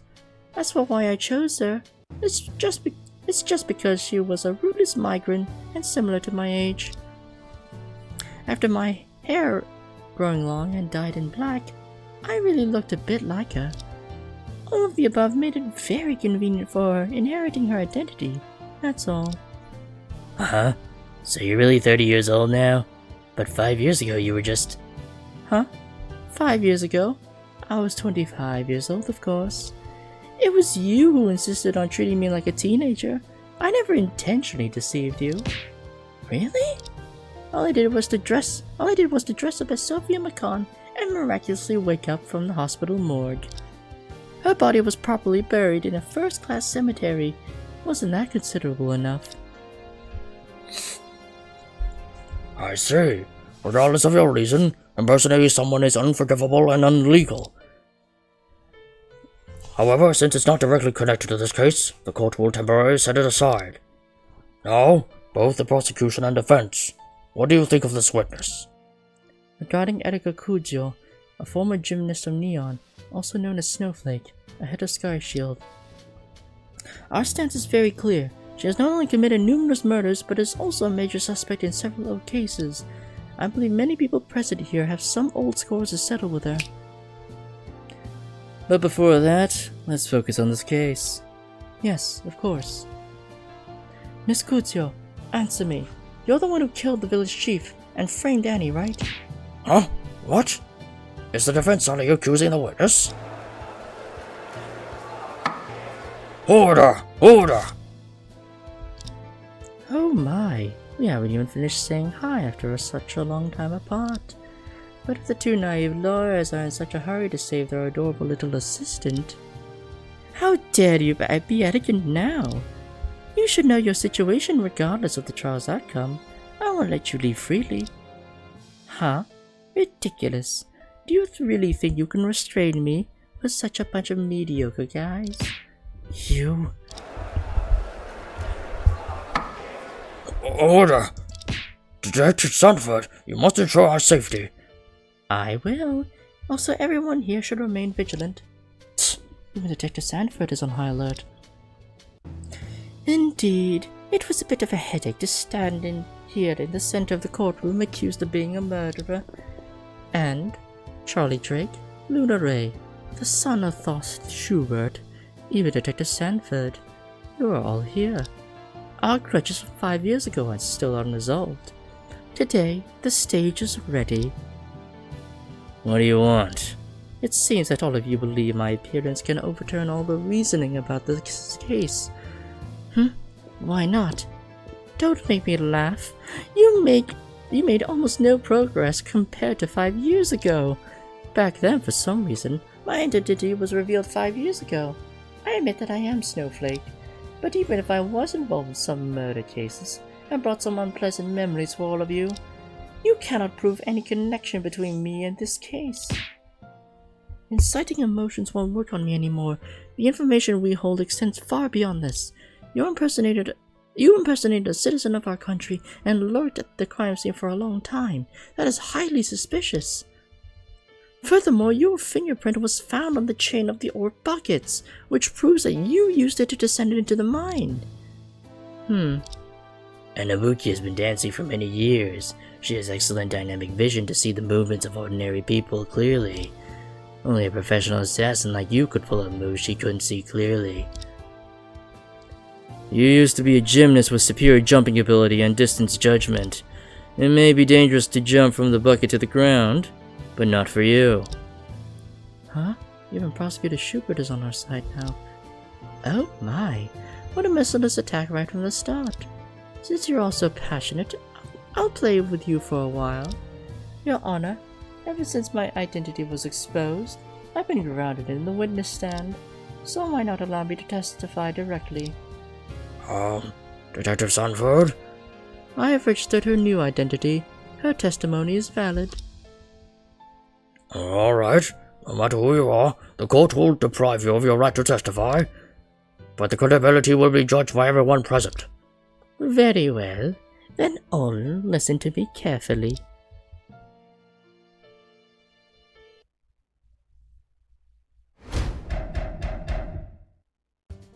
Indeed, I concealed my identity, but I have no intention of changing a single word of my previous testimony. On the day of the incident, I was staying in the park the whole time doing my duty. As for the chain, perhaps I touched it while inspecting the equipment on the surface. Who knows? After all, I've been a housewife in your country for so long, completely disengaged from outer affairs. You haven't even figured out the whereabouts of the defendant, yet you're fixated on me. Is that reasonable? You're completely different from when you disguise yourself as the mine owner's wife. No, after all these years. Erika still hasn't changed a bit, Tetsu. Alright, this is the truth you all wanted. Are you satisfied now? Are you kidding? Leaving a fingerprint on the chain while inspecting equipment? That's simply unreasonable. Oh, so you have evidence to prove that I'm lying? Show it, please. Well... Calm down, Luna. Her words are logical, though unpleasant. We have plenty of evidence at hand, but none of it directly proves that she's the murderer. Have you forgotten? Making all sorts of seemingly far-fetched yet irrefutable claims is her specialty. I see. Oh, it won't be easy to find her flaws. Just calm down and carefully question her. Defense, you may proceed with your questioning.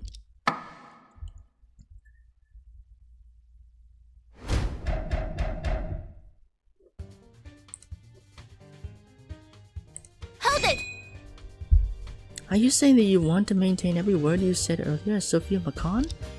Of course. Although my name is fake, my identity as the mine owner's wife is undoubtedly real. If you didn't insist on breaking us up, perhaps I could have continued to enjoy my peaceful life. You! Mr. McCon was deeply in love with you, and yet you have his heart to use and deceive him for the rest of your life? Objection. This is a courtroom, not a set for romantic drama. Oops, carried away there.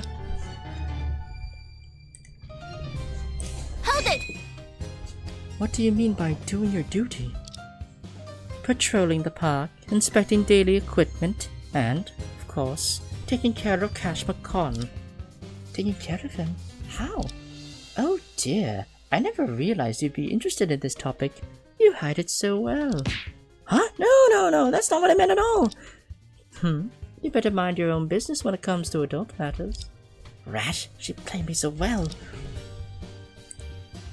Hold it! Why would you touch the iron chain while inspecting equipment? Were you just bored? Yes, I am. You? Calm down, Luna. Fine. If you've investigated thoroughly, you should have seen the above-ground part of the buckets. To facilitate the workers in transporting the coal, the ore buckets and chains hang very close to the surface as they ascend. I could easily touch them. So you mean your fingerprint was left when the chain was on the surface, not on the ground? Yes. She's clearly making up stories, but I can't refute it. Hold it! Being a housewife is just a disguise. It doesn't eliminate your suspicion at all. Must you call it a disguise? I was just peacefully living my life. Maybe picking fresh fruits and vegetables in the market is the true meaning of my life. Does that mean you haven't been involved in any activities of SkyShield all these years? Yes, I wanted to retire. Do you have any problem with that? We've confirmed with the Interpol of all the countries. Since Erica Kuzio was declared dead in the plane crash, Snowflake hasn't taken any further actions. Well, it's possible that you've been biding your time all these years to make a big move recently. Oh my, you sound reasonable. But how do you prove it? I don't know. Hold it! The whereabouts of the defendant are under investigation. It's none of your business. Right now you are the prime suspect. Under investigation, or are you intentionally avoiding the topic to protect her? Well... Since you put it that way, do you already know how the defendant entered the mine? Oh? Isn't it the defense's turn to ask questions? Why are you interfering? Maybe it's helpful to the prosecution. Fine. Out of pity, I'll give you a little hint. The oxygen in the tank was only reduced by the amount of one round trip. Only your assistant could have used it.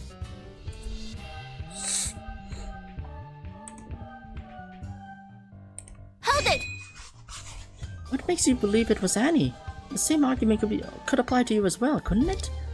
Can't you think it through before asking?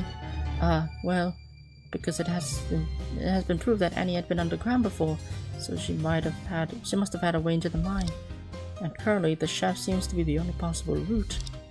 If the oxygen tank was used by her, then no one else could have used it? Ha! Isn't that quite clear? Saves me the trouble of explaining. So you believe that the missing oxygen in the tank was used by Annie during her round trip to the mine? Don't make me repeat. It's a waste of time. How did everyone enter and exit the mine at the time of the incident? I better recall it now.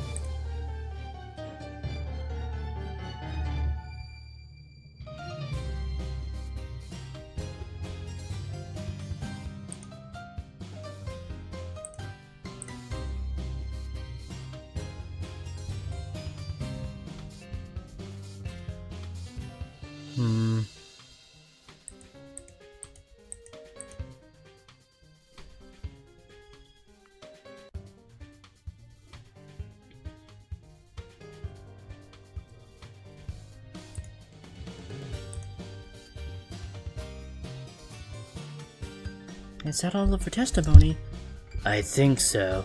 There's a flaw in her testimony, but what's behind it is intriguing.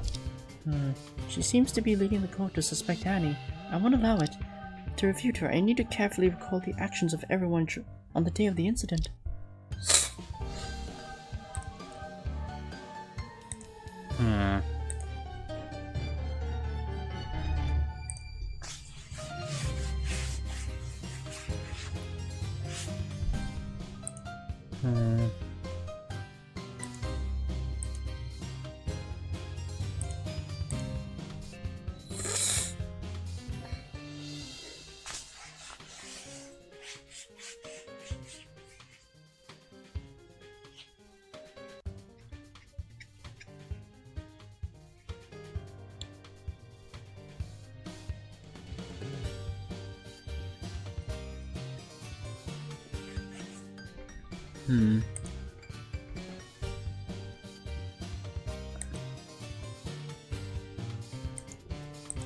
Hold it! Let me look at this again.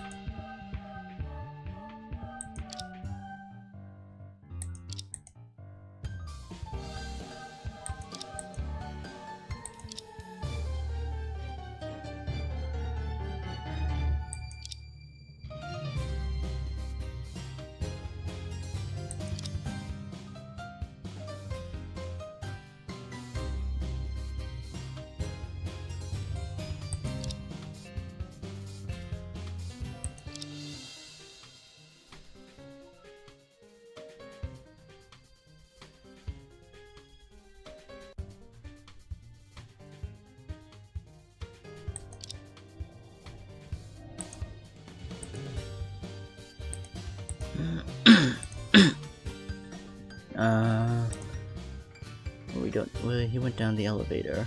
He went down with Nabuki. Then he went down there. Don't know how she got in.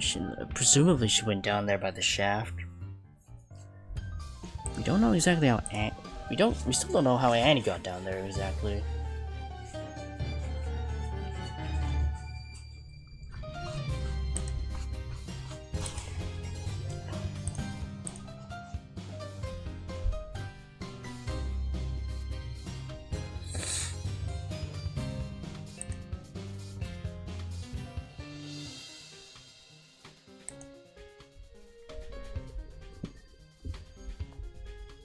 Is it the breathing tube maybe? Because she doesn't have it?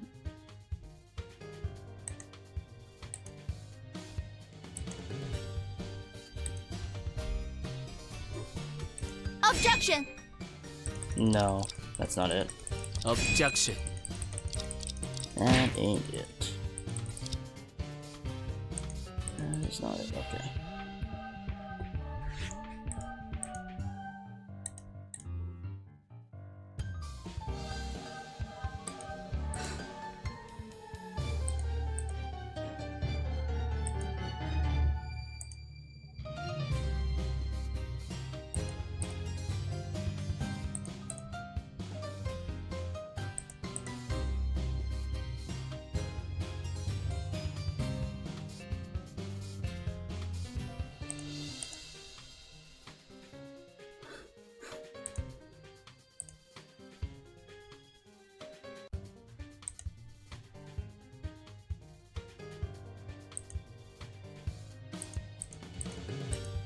Oh.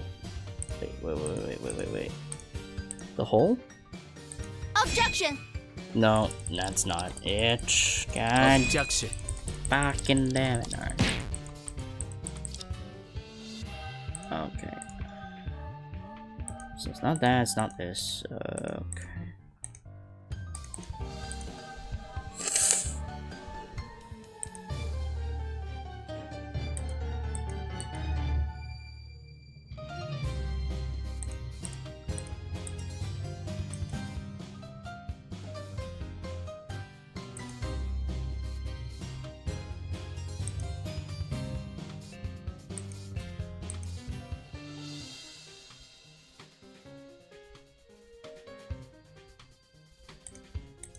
Do I press in the footage?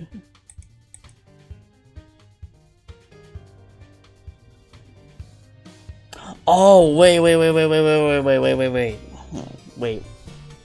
Objection! Yeah, I just realized. Yeah, because if she used it, why didn't she bring it up with her? Yeah. I just realized that. Mrs. Mrs. Kutio, your inference about the defendant only seems reasonable at first glance. Oh? Why? We know that approximately 20% of the oxygen in the tank has been used.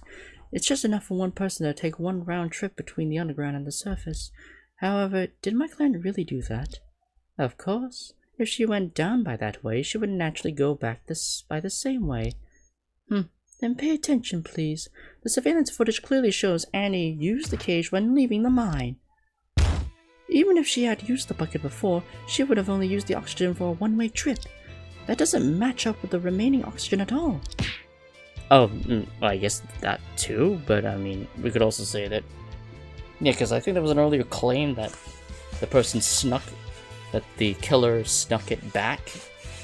Snuck the the oxygen tank back up there, but okay, that works too. Ah, indeed. Objection. Cash McCann is not a professional at oxygen equipment maintenance, so his judgment of oxygen usage may not be accurate. If the defendant released some oxygen due to some improper operation when she took the bucket down, it could lead to the same result. Objection! No, that's impossible. If it's as you said, Annie would have to wear the oxygen equipment down in the mine, and then return to the surface with the equipment by the cage. Yeah, that's the point I was bringing up. In this surveillance footage, there was nothing in Annie's hands. And Alex Zhang, who was with her in the cage, never mentioned that she carried an oxygen tank and a gas mask. So, the defense's conclusion is... Our conclusion is simple. The defendant Annie Lemon couldn't have used the oxygen equipment. The person who used it must have taken the bucket for a round trip. And that person can only be you, Erika Kutio.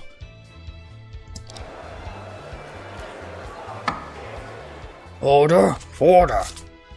Witness, in that case, I suggest you confess to the crime you have committed. Cut the crap. Huh?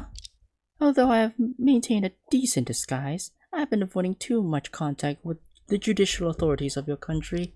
That's why I didn't attend yesterday's trial, and was unaware of the content in the surveillance footage. So forgive me, I made a small mistake just now. It's not just a small mistake, it's clearly a huge loophole. Is it? I don't think so, actually. I just remembered something very interesting. This morning, after delivering breakfast to Cash, I took a stroll in the park. While inspecting the buckets, I found something strange inside a bucket. Something strange? Exactly, and that thing was the oxygen equipment you mentioned repeatedly. Huh? It's impossible. Why not? Perhaps after going down the mine with it, she didn't want it to appear in the surveillance footage, so she simply threw it into a bucket. Then the bucket carried the equipment back up. Since I recognized it as our belonging, I brought it back to the duty room. The fingerprint on the chain must have been left at that time, don't you think? Looking back now, I can't believe I helped the murderer transport the crime tool. That's horrible. Objection! Nonsense! You just fabricated it on the spot. Did I? I think it perfectly explains all of the issues you've raised. If you believe I'm lying, why don't you present some evidence to refute it? The oxygen equipment has been cleaned, and there were no witnesses near above the part of the buckets during the crime. Even if she was spouting nonsense, I can't present any evidence to refute it. Chief, what do you think? Her argument is far-fetched, but it does fit the existing evidence. Perhaps we should change our perspective. Change our perspective? Like what? So noisy. Huh? The defense's questioning is too noisy. I've had enough of it. Your Honor, the defense has wasted a lot of time merely overturning the witness's personal speculation. It's just a waste of time. Is that so? Yes. Although the witness is an international criminal, we can't forcibly assign the blame on her. Furthermore, the connection between Kuzio and the victim is too weak. The defense have failed to provide any evidence regarding the motive for the murder. Motive for the murder? Maybe this could be a good entry point. Was he actually refuting me or giving me a hint? Yeah, we still need to. I'm still trying to figure that one out. I was like, why is she? Is she still working with Sky Shield in that case? Because of the threatening message? Well, what Prosecutor Schubert has said reminds me of something. The police have stated that it's nearly impossible for the victim to be connected to Sky Shield. So is there no other reasons for the witness to kill the victim? I see. We've got a piece of evidence. Although it may not directly reveal the witness's mode of the murder, it does indicate the existence of some kind of connection between the witness and the victim. Oh? Show it to us. The evidence that reveals the connection between Kuzio and the village chief is the memory card. That's it! This piece of evidence clearly reveals Kuzio's motive for killing the victim's chief. Oh shit. Oh, never mind. Kuzio and the... Oh, they most likely met each other? Oh. The item found on the village chief's body can prove it. The knife?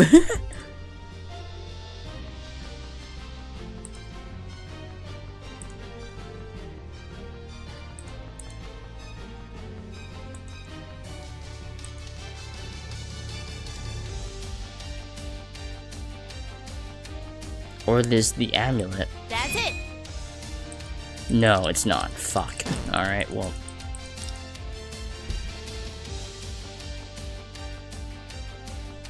Oh, the card! Right. That's it! The letter from Sky Shield found on the victim's body. Yeah, I'm jumping too far here. Yeah, with the whole memory card thing, we still haven't figured out what it is exactly. Exactly, although the reason why the village chief received it remains unclear. The letter clearly states there's an abandoned area in the mine. Someone will meet you there. In other words, the so-called someone should be a member of Sky Shield. And currently, among all the individuals related to the case, you're the only member of Sky Shield. Oh my. Order. Miss Ray's argument is indeed reasonable. Witness, you can no longer evade this question. I see. There's only one more point. We discussed the issue of the intact bloodstains at the crime scene yesterday. Prosecutor Ray previously explained it as a result of a hug during the murder. But with the exposure of Erika Kuchio's identity, a new possibility arises. The method of murder. A good perspective. We know that Snowflake, aka Erika Kuchio, is a professional assassin skilled at throwing sharp objects. Just imagine, what if the village chief was killed by a throwing knife? Huh? Yes, indeed. Finally. Just say it if you had thought of it, dead-eyed guy. Witness, I was in the military once, and I know that the skill of throwing objects is very difficult to master. I'm afraid you are the only one who can do it. That's right. From the method of murder to the reason for meeting the victim, you are the only relevant person. Is that so? I'm so scared. Am I? Huh? You're really uncreative. Since the letter mentions someone will meet you, you directly accuse that person as me. Just because the victim might be killed by a throwing knife, and I happen to be skilled in that, the murderer must be me. If such kind of flawed logic can be accepted by the court, it's truly laughable. I heard in the news that in your country there's a fugitive bandit who goes around robbing and killing people with a hammer. According to your logic, shouldn't we arrest the judge who was good at using the gavel? What? I swear on my honor, it wasn't me. No one thinks it's you even if you don't swear. Listen carefully. All your accusations against me so far are baseless. We have confirmed many of your suspicions. A few clever words won't allow you to evade sanctions. Fine. Try me. What? Is she trying to have a confrontation with me right here and now? Oh, we're doing it with... Oh, okay. This is new. Usually we do it with the prosecution, but now we're doing it with... the actual murderer. Yeah. The person we're accusing. 我一定会把你那可笑的推理 Okay, it's a bit weird that she's not like not looking in her direction slightly. 你们死咬着说我是凶手，无非是因为案件和天盾扯上了关系。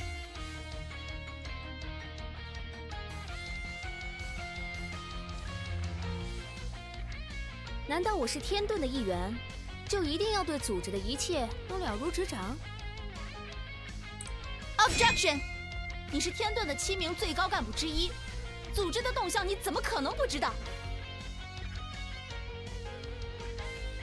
伊迪亚里，小律师，你怕是从来没有过亡命经历啊？这经历正常人都不会有吧？隐姓埋名的生活并不那么自由。 就算是有组织的扶持也一样，更何况我没有。而且无论我是否知晓动向，又如何，依旧无法证明我和本案存在关联。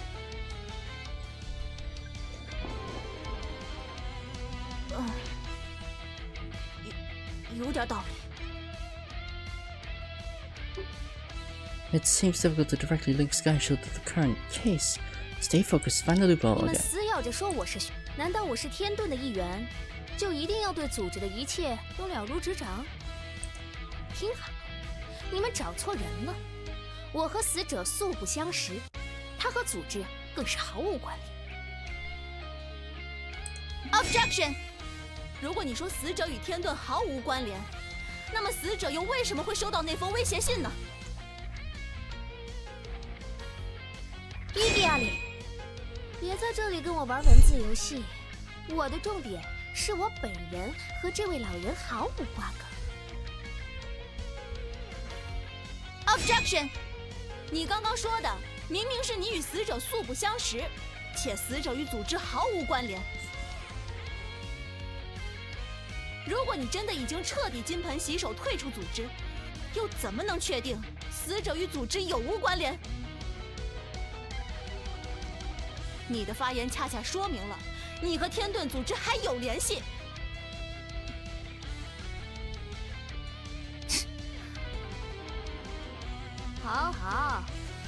就算是我把话说满了，因为我根本不知道组织和这位老人究竟有没有关系。我这2年一直在给挣大钱煮饭、烧菜、洗碗，早就懒得管这些事了。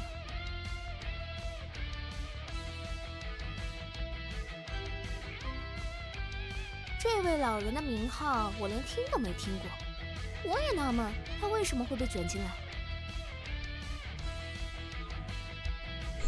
昨天的庭审我还是听大钱转述了的，我只知道组织好像给那老人寄了张卡片。你们所有人，再加上警方，不是也一样搞不清楚组织为何要威胁他们？这的确如此。除此之外，我相信你也拿不出任何证据能证明我和死者相识，不是吗？没查到，并不代表不存在。哼，嘴还挺硬。我不介意给你这脑筋转不过来的笨孩子多解释几遍。Next round's coming. This time I'll catch you off guard. 我再强调一遍，当天我没有去过现场，也和死者没有过任何接触。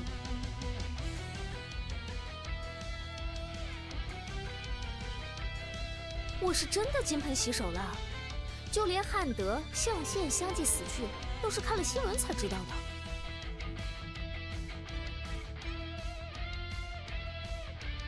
我尽职尽责地经营着新生活，才没有你们设想的阴谋。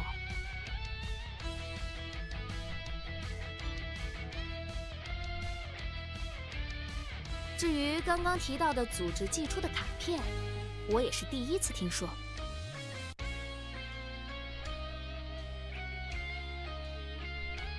被告席上的小姑娘一直一言不发。Objection！ 红叶会一言不发，是因为她受到刺激失忆， Yeah, I don't think this is it. 还 So 不是想隐瞒真相。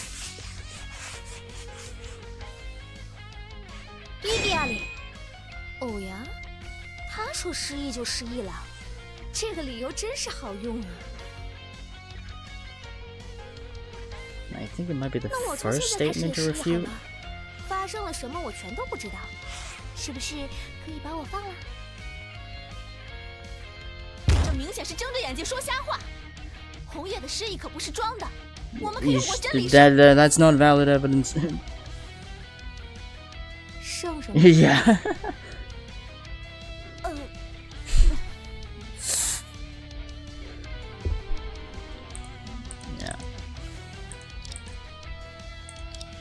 我再强调一遍，当天我没有去过现 I 场， didn't go to the 也 crime 和 scene 死 that 者 day. 没有过任何接触。 That's a refutation. 你真的能斩钉截铁地断言，自己和死者从来没有任何接触吗？伊迪亚里，没做过的事就是没做过，我和这死者根本没有任何机会认识和接触。你空口无凭，拿不出证据，对吧？我这就用证据来戳穿你的谎言。 Here's my opportunity, although I still don't know what connection she has with the village chief.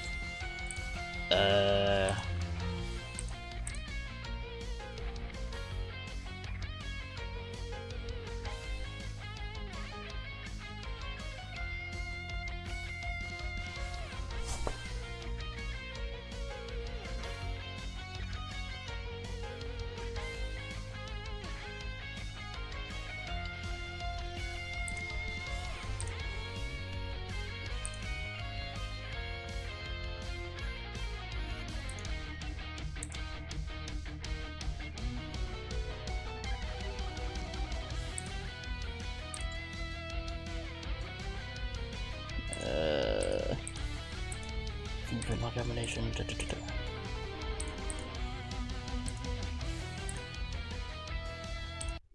Whoops. We got one accident. Telescopic platform. Warning letter.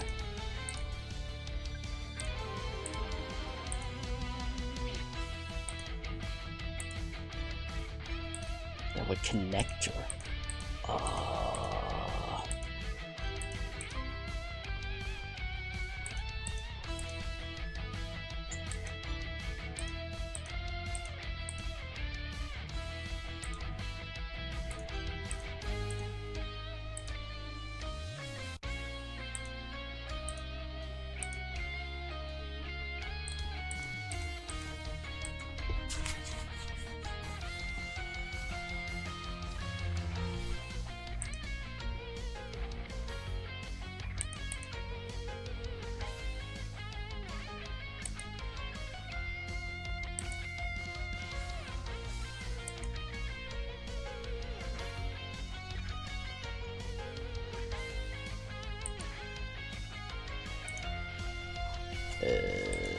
Oops. Okay.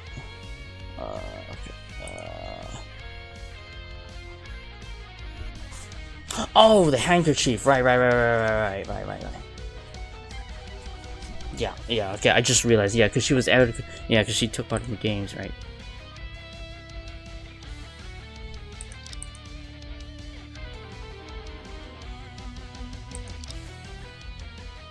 This piece of evidence can prove that you definitely had contact with the victim on the day of the crime.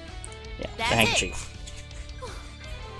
最开始我还对这件证据困惑不解，还要感谢你的出现，将答案告诉了我。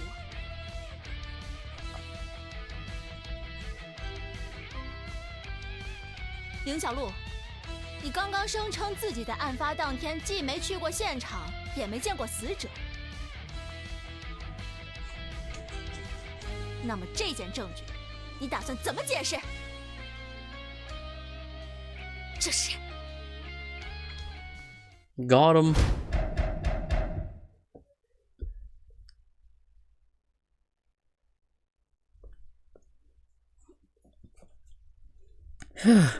I finally got her speechless. A souvenir for athletes. I see. Yes. This handkerchief is a souvenir from the 39th Universal Games hosted by our country 5 years ago. The design was specifically given to our participating athletes. More importantly, the village chief tightly clutched it in his hand before he passed away. The village chief had been frail and sick for years. It's impossible for him to have come to watch the games 5 years ago. He had no way of obtaining the limited edition of a souvenir. The only one who had the qualifications to get it is you, a gymnast who has been participating in the Universal Games 5 years ago. Erika Kuzio. Oh, I didn't expect that. You have repeatedly emphasized in your testimony that you had no acquaintance with the victim, remember? So don't even think about to deceive us with excuses like I gave it to him as a gift. That's right. A handkerchief that has gone through 5 years would likely bear numerous traces of usage. And once we examine the DNA on it, you won't be able to deny it anymore. Order! Order! Witness, how do you intend to explain the handkerchief? She can't explain. Every path has been blocked. Oh my. I didn't expect to be cornered like this. At this point, I really have no other choice but to admit it. Very well. You finally admit it. Yes, I have no choice but to admit that I concealed the most crucial information in the case. Huh? Hey, assistant girl at the defense seat. Me? I really didn't expect that you, an innocent and lovely girl, would be involved in such an outrageous evildoing. Objection! Kuzio, what are you doing? Why are you suddenly talking to Annie? Shut up. Just listen quietly. Assistant girl, I gave you this handkerchief out of kindness, but you left it at the crime scene. Were you trying to flame me? Huh? What? Or perhaps, after you killed your grandfather, you left it at the scene by accident. Oh dear, if that's the case, how lucky I am. I didn't— Objection! Kuzio, who would believe such a baseless accusation? Baseless accusation? Really? When I came back from the market that morning, I met this little girl who went into the park. I didn't know what happened to her, but she looked very distressed, as if she was about to burst into tears. I took pity on her, and I took pity on her and went over to offer some words of comfort, and then I gave her this handkerchief to wipe her tears. I've heard enough of your nonsense. Your Honor, the defense requests. Young girl, how long do you plan to pretend to have amnesia? I really... Objection! Your Honor, the witness is using the defendant's amnesia to slander her. The defense will never condone such despicable behavior. Indeed, the witness's claim completely contradicts the established conclusion. There's no need for the court to accept it. Objection sustained. Witness, the court has never allowed you to communicate directly with the defendant. Please stop now. If you do it again, the court will request the bailiffs to remove... Please! Annie?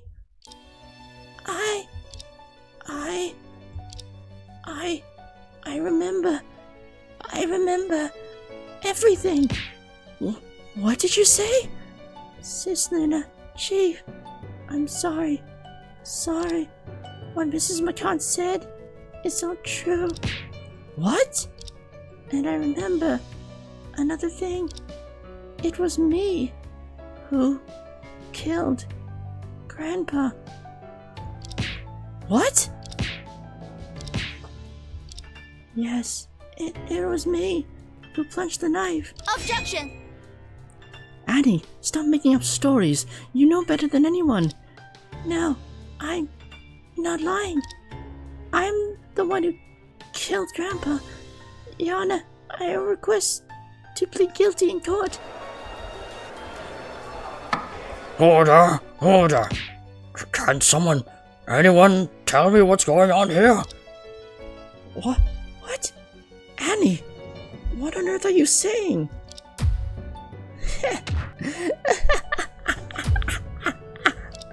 It's so ironic. I'm laughing my head off. What? I've been living in this city for over 2 years, and even the closest people to me don't know my true identity. How long have you known the defendant? What makes you so sure she wouldn't commit murder? Do you really know her? Sometimes the truth is not pretty, but it's the only fair thing. Isn't that the famous quote of your chief? I can't accept it when it's your turn, huh? The truth can indeed be cruel sometimes, and no one has the right to reject it. But all this is based on the accuracy of the so-called truth. Chief? We've come all this way. We can't give up now. Yes. But, Chief, Sis Luna, I'm sorry. I disappointed you. Your Honor, please declare me guilty. Objection! Enough, Annie. Testify. What? Even if the prosecution might not accept such a hasty confession. Agreed. Just saying it was me who killed him won't convince anyone on our side. If you really want to confess, go to the witness stand. Your actions, your methods, and your motive. Since you remembered, make it all clear.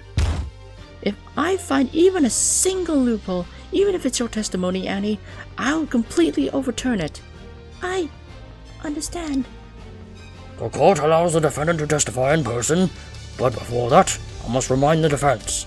No one has the right to force the defendant to give testimony against herself. She has the right to remain silent at any time. Okay. Thank you, Your Honor. So, I'll begin my testimony.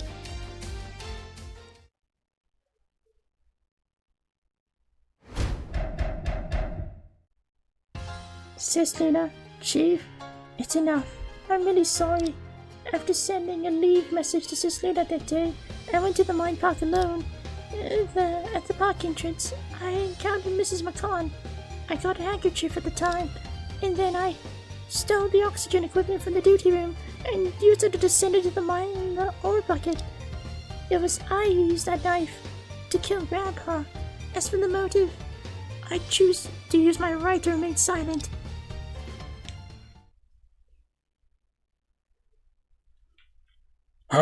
It's very painful to hear that. Although some details are still unclear, the defendant's confession seems to have explained everything. Objection! Your Honor, the defense still maintains the innocence of the defendant. Please draw your conclusion after my questioning. What a stubborn lawyer. I understand. This is probably the last testimony in today's trial. I never thought I would face such an outcome. Annie, I don't know what secrets you have, but I won't back down at this point. Question carefully, then patiently seek out loopholes. I will ruthlessly refute even if it's you. The defense, please continue.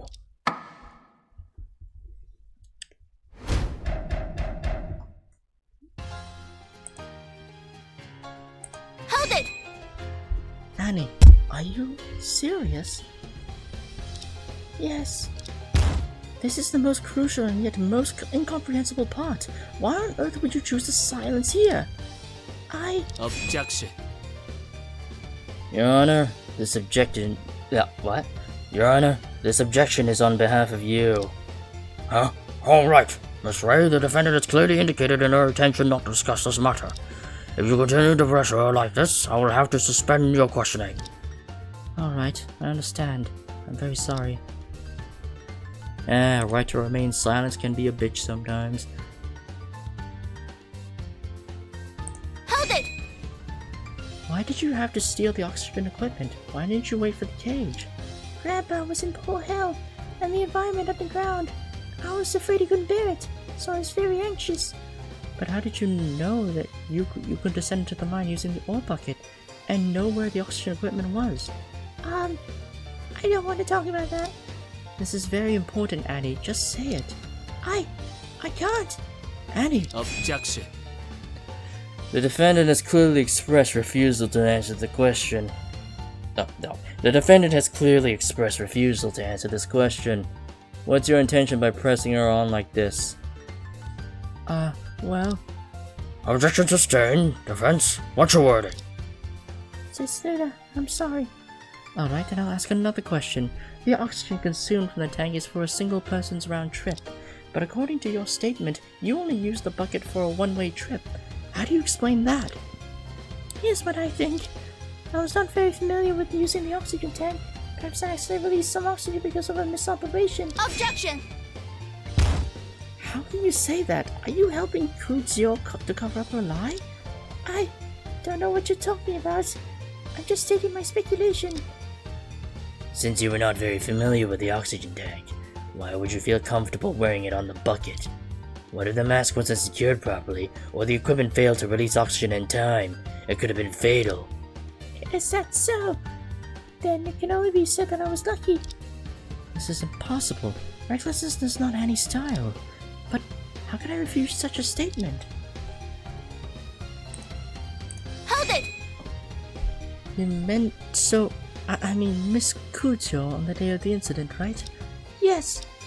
Just as she said, I was a bit anxious at the time because the cage didn't arrive. At this moment, Mrs. McCann happened to pass by, and she came to check on me and even gave me her handkerchief. It's like she's repeating Kuzio's words. I'm sorry, Mrs. McCann. I didn't mean you to leave the handkerchief at the scene and cause you trouble.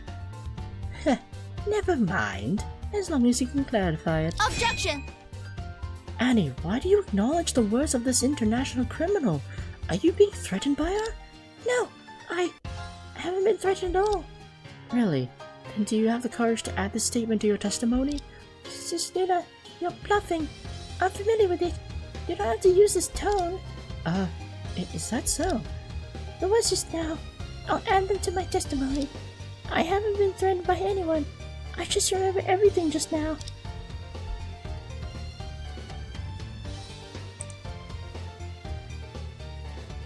I haven't been threatened by anyone.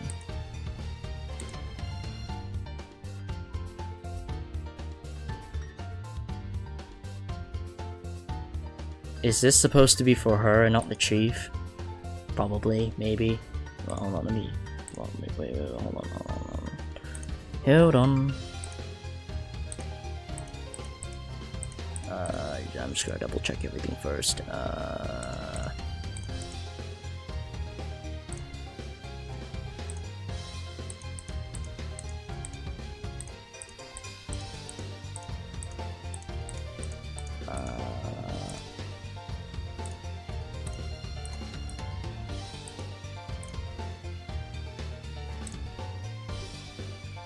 I'm just gonna press this for now.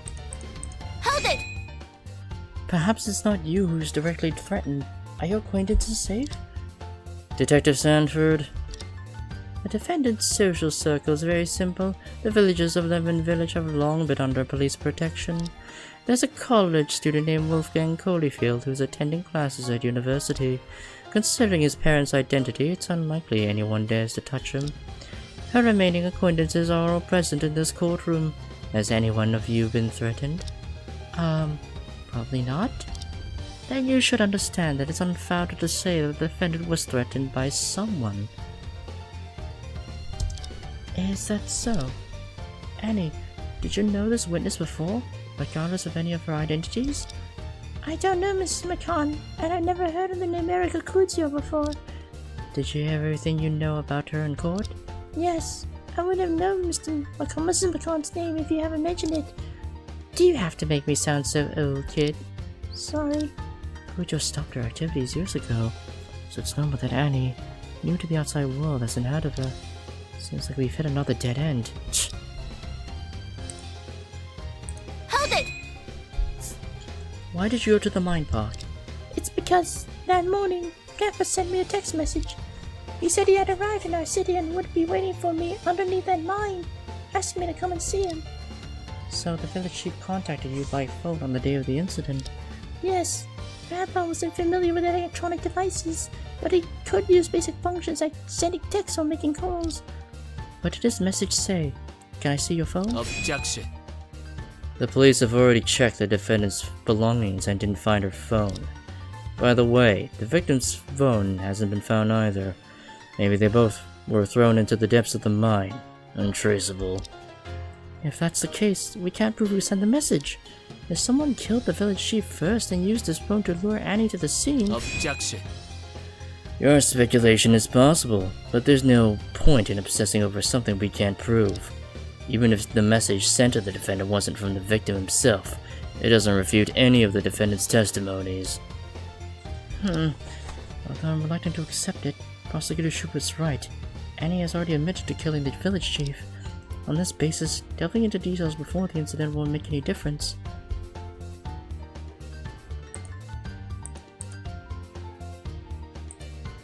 So it has to be this. I haven't been threatened by anyone. What, if I just use this?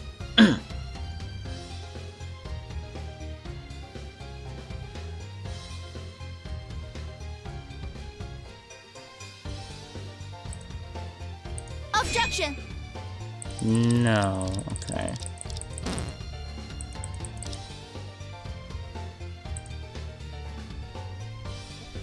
Why? Why would Annie suddenly confess? It doesn't make any sense. If our words align with every piece of evidence, our situation could become extremely perilous. I won't believe any of those words. But why can't I find a breakthrough no matter how I ask? Did my intuition come true after all? This really is troublesome. Is there really a contradiction in Annie's testimony that I haven't discovered? Or the problem lies elsewhere, and the testimony itself is not questioning? What should I do? Well, I can't really see any openings, so... I don't fucking know.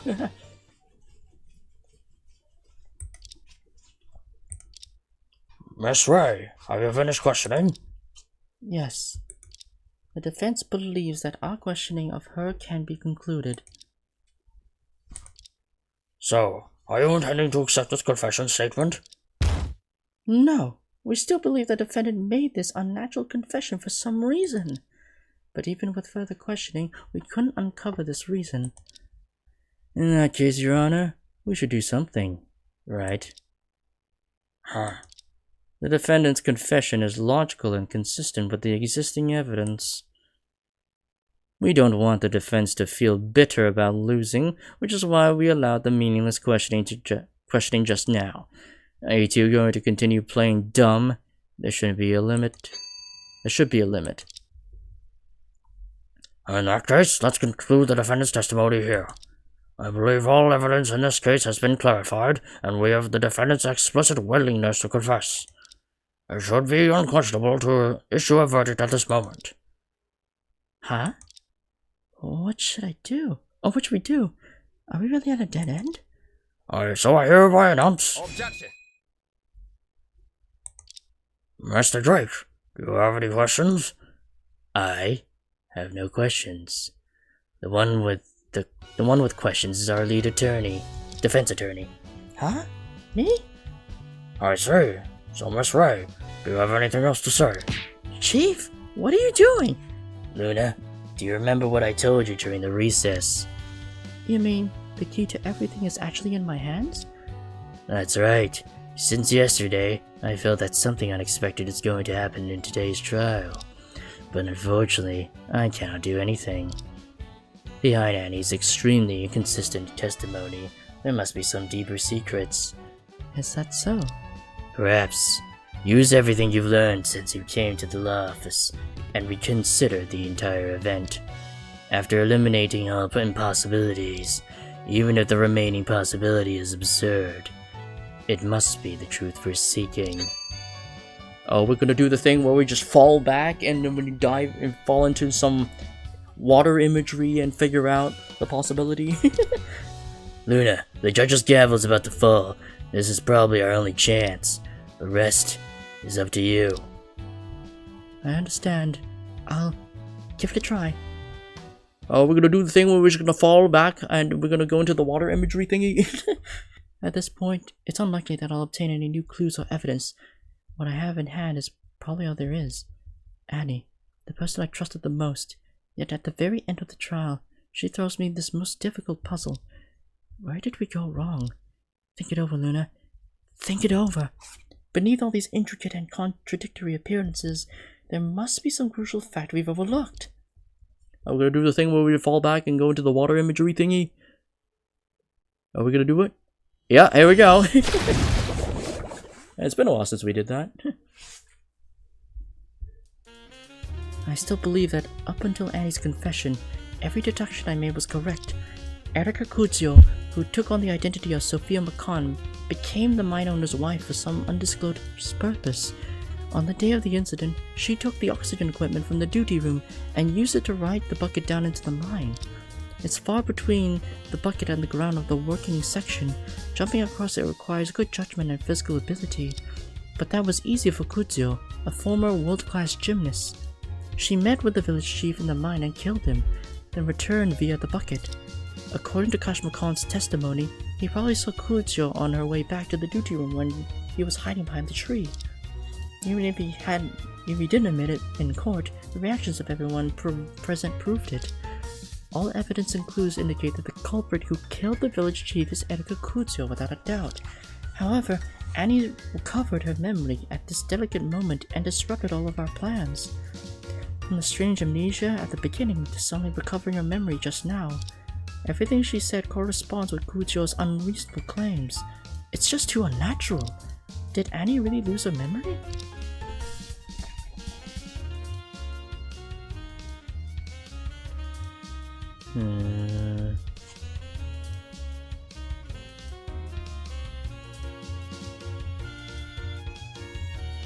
Yes? The shock of seeing her only relative die was indeed enough to cause her to lose her memory, but it doesn't make sense for her memory to suddenly recover under the reminder of the induction of Kuzio, a stranger. The timing is too coincidental. It's hard to imagine it being unintentional. Think it over. Did Annie really lose her memory? No. From the beginning of the incident until a few minutes ago, Annie had been in a state of complete amnesia. But just as Kuzio was about to be in a desperate situation, she miraculously remembered everything. This can't be a coincidence. Although I verified with the Verity Lance on the first day of the investigation that Annie was not lying. But the device is suspicious technology after all. Maybe it just happened to malfunction that day? Annie's amnesia was fake, wasn't it? From her behavior just now, it's clear that she received Kucho's instruction and confessed in order to protect her. But if that's the case, we must face a crucial problem. Why does Annie protect Kucho? She's not the member. Yeah, she was coerced, obviously. No, Detective Sanford gave a very clear answer just now. All of Annie's acquaintances are safe and sound. Skyshield cannot touch the people the police are trying to protect. Moreover, Annie was put in a detention center right after the incident, and she had no chance to contact Kucho. They couldn't even communicate, so how could she be coerced? Think it over. Why does Annie protect Kucho? Is she a member of Skyshield? I don't think so. Well, she's not a head of Skyshield, at least.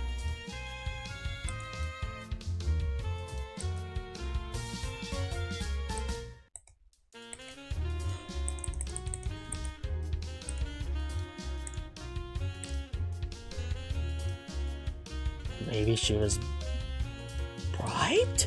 No, Annie's a simple-headed girl. She won't be bribed by anything. Even when she was an assistant, she even thought the room and board our office provides is too much. She wants nothing. How could someone who decides nothing be bribed? Think it over. Is she a member of Skyshield? No, this is absolutely impossible. Annie didn't even know what Skyshield was a few months ago. And why would such a world-class criminal organization recruit a 17-year-old girl who hardly ever leaves her village? Besides, Annie has been in our office for so long. I know exactly what she does every day and who she contacts. She didn't have the slightest chance to establish any connection with Skyshield. Think it over. Why does Annie protect Kucho? Chose to obey her. I really can't think of any reason why Annie would protect Kucho. If I completely overturn my mindset, like Chief does, the conclusion would be, she simply has no reason for doing so, and just obeys unconditionally? No. What am I thinking? Seems that dwelling on the issue won't yield any answers. I need to go back to Annie's earlier actions. We need to start with a fundamental question. Who used the oxygen equipment in the duty room? Sophia? That's right. I don't believe Kujo's nonsense. The person who used the bucket to descend into the mine can only be her. Whether it's the breathing tube, fingerprints on the chain, or the ability to leap over a 5-meter gap, all the evidence points to her. Alright, let's follow this line of thought. If it was Kujo who used the oxygen equipment, there's the one question that must be answered. That is, how did Annie manage to go down into the mine? Think it over. Everything I've seen and heard during my investigation in the mine park. If we combine our efforts, we might just be able to Oh, no, okay, you're just gonna auto-scroll this, okay. Keycard that lets you run the cage anytime, oh. It's very rare for a person to sit in so comfortably, okay. The memory that could reveal Annie's method of entering the mine is...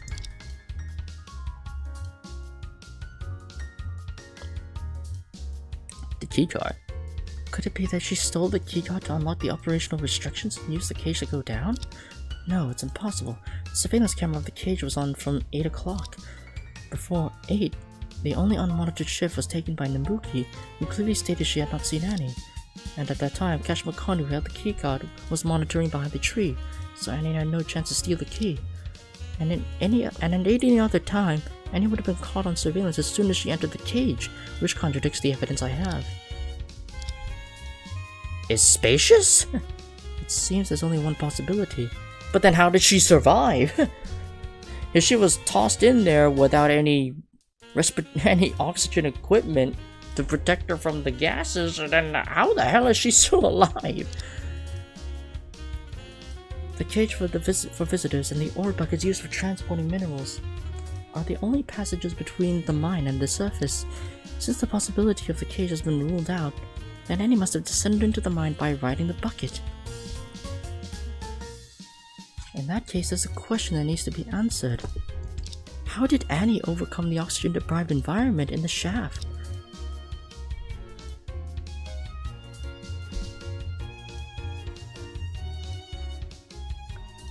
Did they share it? No, Mr. McCon mentioned that this equipment cannot be shared between two people, yeah. Even if it could, how could Annie have possibly collaborated with Kujo to go down the mine? They don't even know each other. No, I have to think it differently. How did Annie overcome the oxygen-deprived environment in the shaft?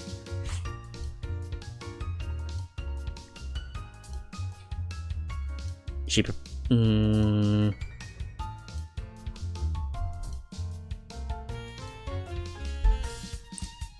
This is impossible, Mr. McCon. Okay. No, I'm not an expert in biochemistry, but can a person really endure the toxic gas in the shaft? Even if she had already suffered from the gas, the police couldn't have apprehended her without noticing. And even if she could endure the gas forcibly, how would she deal with the oxygen-deprived environment in the shaft? No, I have to think differently. How did Annie overcome the oxygen-deprived environment in the shaft? How is this possible? I must have been desperate to come up with such a ridiculous idea. It takes a full 15 minutes to ride the bucket down into the mine. How could anyone endure that? There are several possibilities. None of them is right. Have I, once again, walked into a dead end? No, I can't give up yet. If this path is blocked, then I'll find another. The most crucial evidence is the prosecution used to convict Annie. Besides her confession, is the photo taken by Alex Zhang. She was photographed touching the murder weapon, yet no fingerprints were found on it, proving her tampering with the crime scene.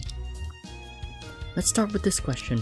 Why aren't Annie's fingerprints on the murder weapon?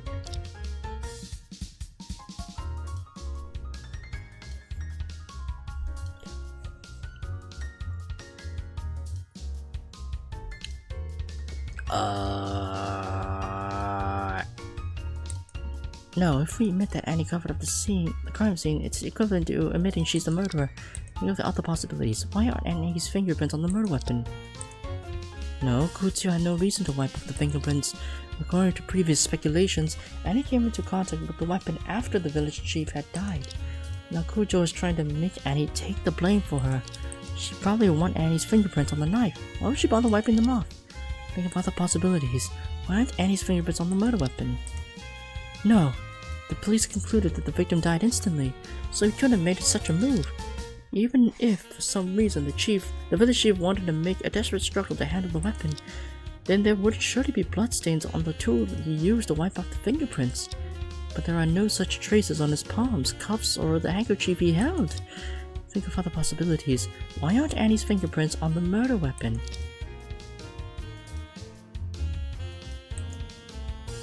How is this possible? If her fingers had been burned by strong acid, the police would have discovered it long ago. Or could it be that she never had fingerprints from the beginning? No, that's even more absurd. Detective Sanford clearly stated that her fingerprints were collected when Annie turned 16. Why? Why can't I connect any of my deductions? Every time I get a clue, once I eliminate the wrong options, I end up with more and more absurd conclusions. And Annie's confession, along with Kuzuyo's pestering, I can't refute any of them. Is it because I believed in Annie too much that I've limited my own thinking? Wait, Sheaf just said, after eliminating all impossibilities, even if the remaining possibility is absurd, it must be the truth we're seeking.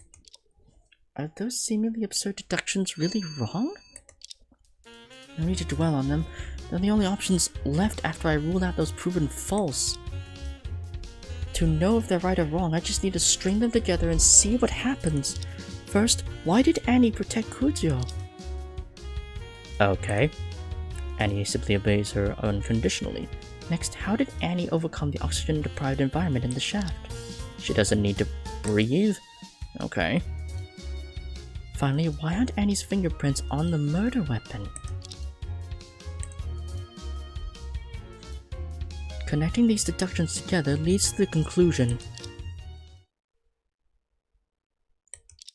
It means this can't possibly be true. But this conclusion, Only this conclusion can't explain everything.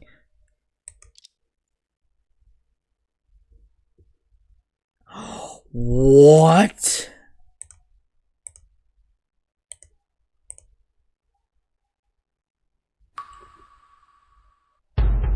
What? Is she an android? So, this is the truth we've been desperately searching for. Annie's still young. She has plenty of opportunities to explore the world. Yes, definitely. There'll be opportunities. Then, what about 004? Where's GBXF-004? 004 was remodeled on the same day as me and left the research center afterward. The director wanted to use 004 for an experiment, and there's been no news since then. As a robot, Cyan doesn't have any respiratory rate, blood volume, or a pulse. I really shouldn't have used it to check if a robot was lying, so I'm so stupid. If robots can't disguise themselves as human are... If robots that can disguise themselves as humans are misused, they would become the most terrifying weapons. Fortunately, Cyan's only half human. That's why she wasn't sent out to carry any dangerous missions. 朱平江所制作的另一台机器人 GBXF-004， 就是你吧？能够解释一切的答案，它听起来荒谬至极，可它却是唯一的可能性。 Wow. Yeah, this is a twist I was not expecting. 红叶，你真的是查红叶吗？红叶如果不是红叶，还能是谁呢？你为何会对第一次见面的凌小璐唯命是从？你为何会一直失忆，却在最精准的时机下想起一切？如果葵月才是氧气设备的使用者，你究竟是如何下矿的？还有，身为平凡乡村少女的你，要怎样才能跨越5米的距离，从脚车来到地面？答案只有一个，你的真实身份就是平江超仿真机器人研究所离开的机器人 GBXF-004。I like it. It's kind of funny hearing this in English. GBXF. Yeah, and then Ling Ling Si. Yeah, 004. 什么？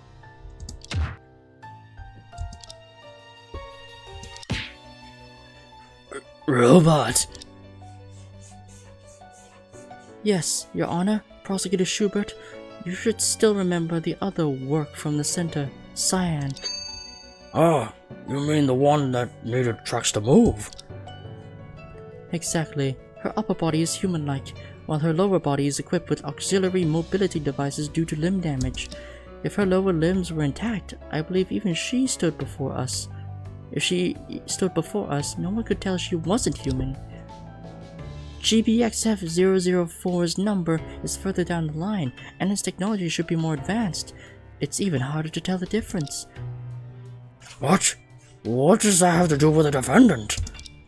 It has been confirmed that Joseph Crimson, the director of the center, was Quadrant, ahead of SkyShield. Since he was the technician of SkyShield, his creations are likely to obey SkyShield's orders. As the head of SkyShield, Corgio must have been able to directly issue orders to Annie. Are you sure?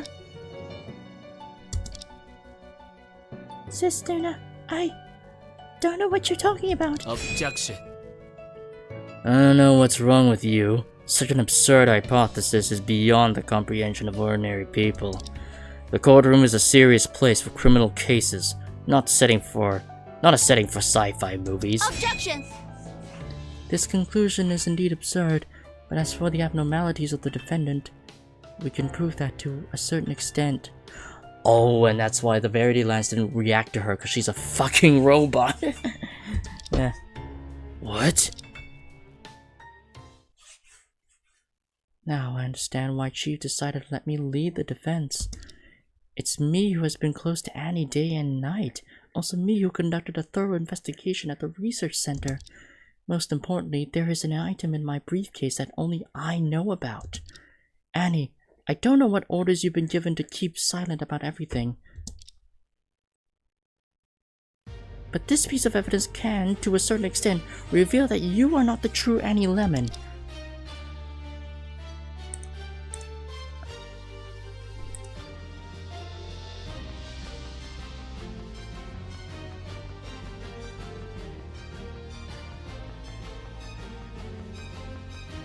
You are not the true Annie Lemon. Oh shit. The gift?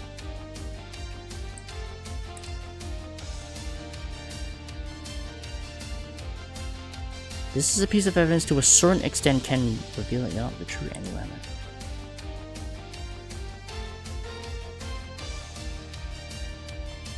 Is it this?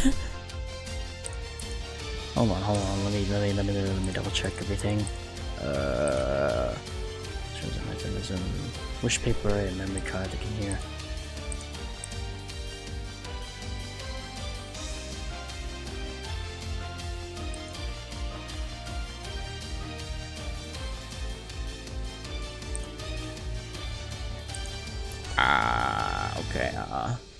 Okay, wait, hold on.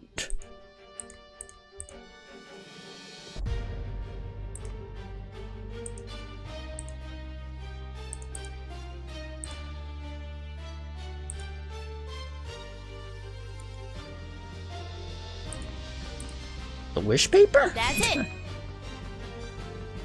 Everyone, please take a look at this. Oh, okay, I just present either one. What's this? This is a poster from the Crimson Ultra Realistic Robot Research Center, but its content isn't important. What's important is that when Annie was in the detention center, she wrote a few sentences for me on the back. What's the point of bringing such a personal item to the court? The content of these words indeed has no significance. What matters is their handwriting. Could it be? That's right. Today, Detective Sanford brought another thing that Annie wrote.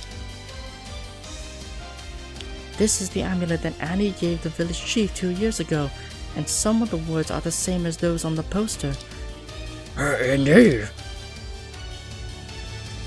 Even without professional handwriting analysis, it's evident to everyone that these two pieces of handwriting are completely different. Annie, you've lived in the village all the time.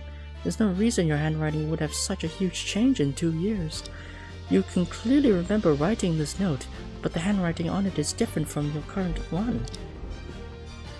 In other words, you only possess the memories of Annie Lemon, but you're not Annie Lemon herself. Order! Order! Objection. We've all witnessed the tech of the research center. They can transplant memories of the human brain into electronic cores perfectly. Handwriting is a habit, and also part of memory. There's no reason for deviation here. Objection! None of us, including you, me, or anyone in this court, are experts in robotics technology. It's meaningless to make such assumptions. But there's a piece of evidence that was once incomprehensible to us, but can now further prove my inference. Oh, you mean that thing? The memory card. Yes. Yes, this piece of evidence can explain the change of Annie Lemon's handwriting.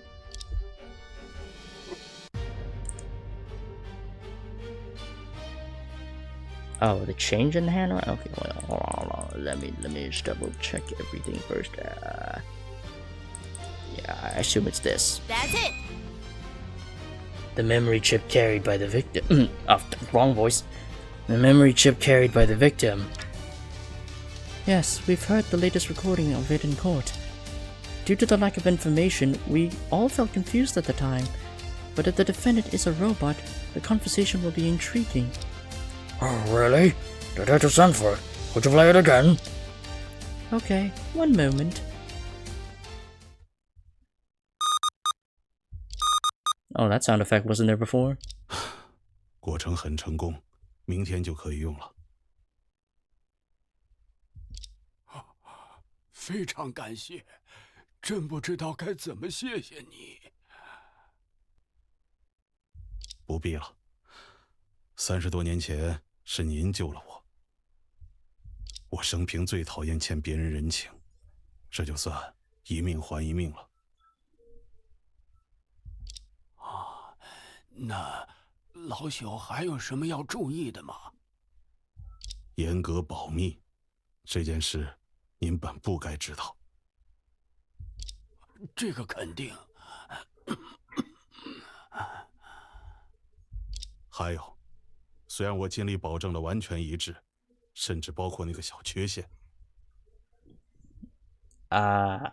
不过这种东西我就搞不定了。这么专业的词，老朽可听不明白。等一下，这是什么？助听器？有录音功能吗？有的，老朽怕重要的话听不清，偶尔会把录下来的内容重新听。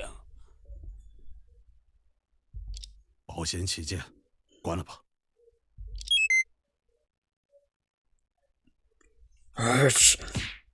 It's impossible. Could it be that voice A? Yes, I think he's very likely the creator of the robot, Joseph Crimson. And they were discussing the matter of substituting a robot for the real Annie Lemon. Order! Order! I'm getting confused. So you're saying that the victim knew from the beginning that the defendant was not the real Annie Lemon? Perhaps, maybe. The person who might be Director Crimson said that he had tried to restore it to the original, including a small flaw. The so-called flaw could be the night blindness afflicting the villagers of Lemon Village. And what he couldn't restore, what the village chief thought of it as a professional term, is probably muscle memory, right? It's the best explanation for the change of the defendant's handwriting. The so-called memory... what?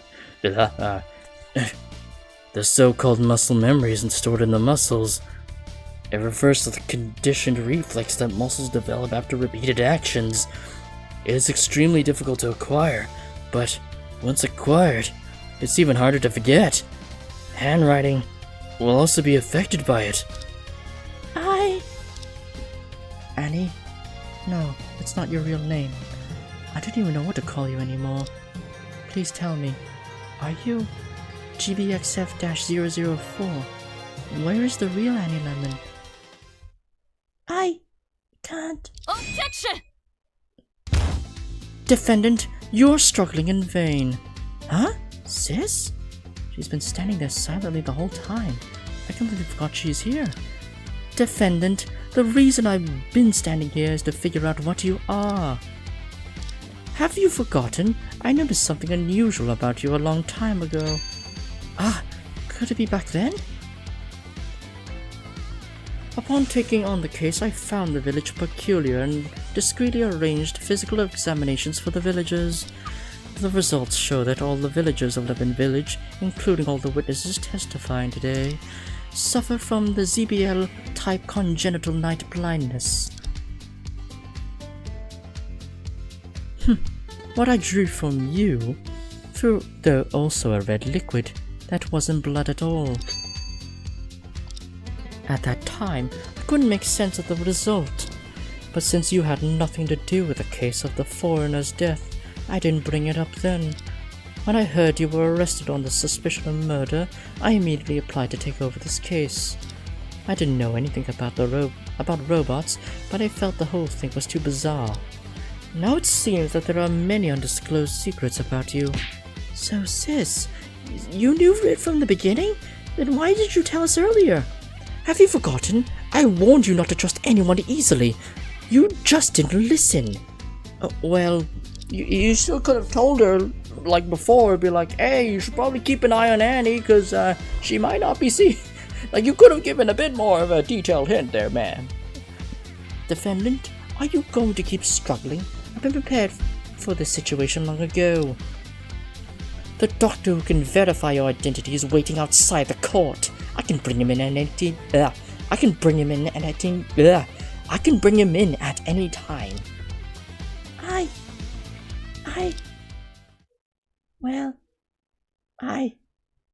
What should I do? Don't ask me, since it has come to this. End it with your own will. I see. 冬雪姐姐，还有雷姐，你们果然很厉害呢。很抱歉，一直以来是红叶，我是说，是我骗了你们。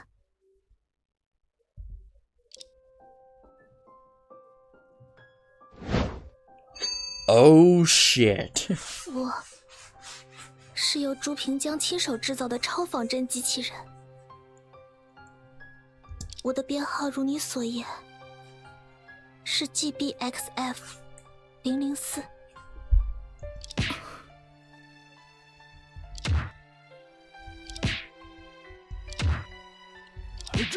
这，谁来告诉我，这不是真的吧？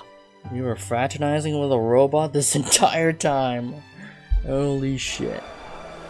Well, that's a twist I wasn't expecting. 都给我肃静！原来如此，这就是我想破了脑袋也完全无法接近的真相了。幸好还有你在。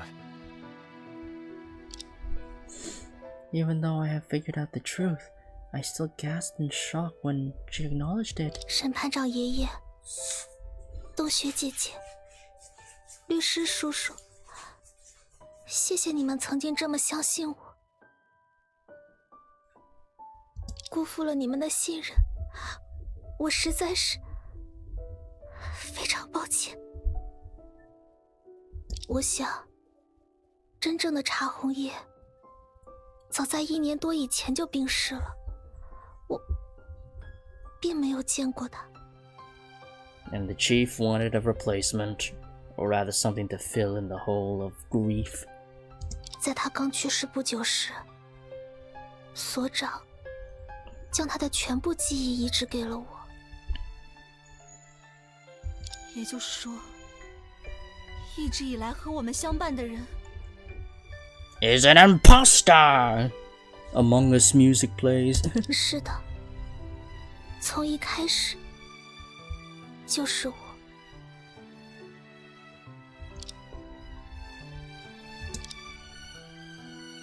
Forgive me for hiding the truth. The director was conducting an experiment of robots blending into society as humans. The isolated Lemon Village was a perfect place for the preliminary phase of the experiment. And his final order was for me to disguise myself as Annie Lemon and not let anyone find out. So, I cannot disobey his order. Now that the mission has failed, I no longer need to maintain the disguise. I can reveal everything. Why did you go to be the assistant of the... Wait, why did you go to be the assistant of the 2 lawyers? Why did you go to be the assistant to the...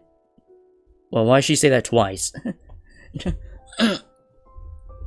I possess Annie's memories, personality, and way of thinking.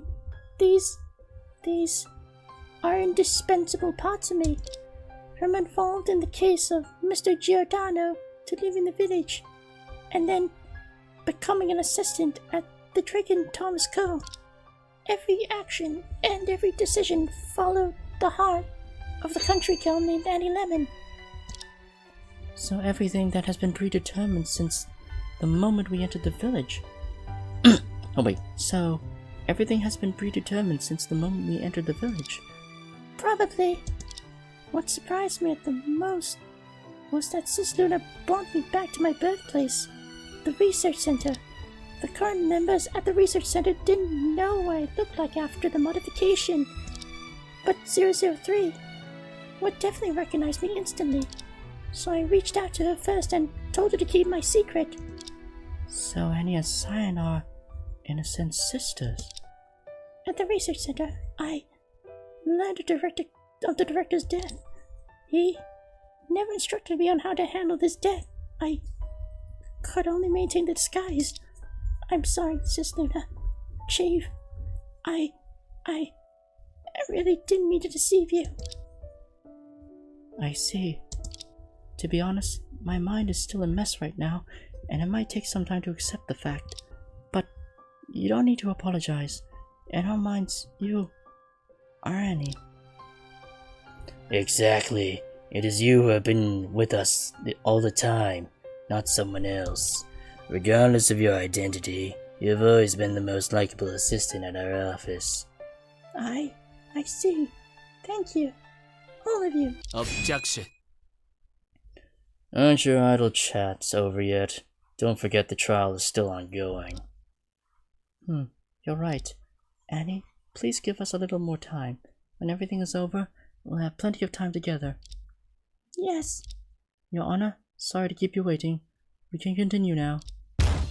Just now, Annie underwent a significant change in her identity, which will have a subversive impact on this case. Many puzzling questions need to be reconsidered now. Is that so? Exactly. It's time to untangle all of the remaining mysteries of the case.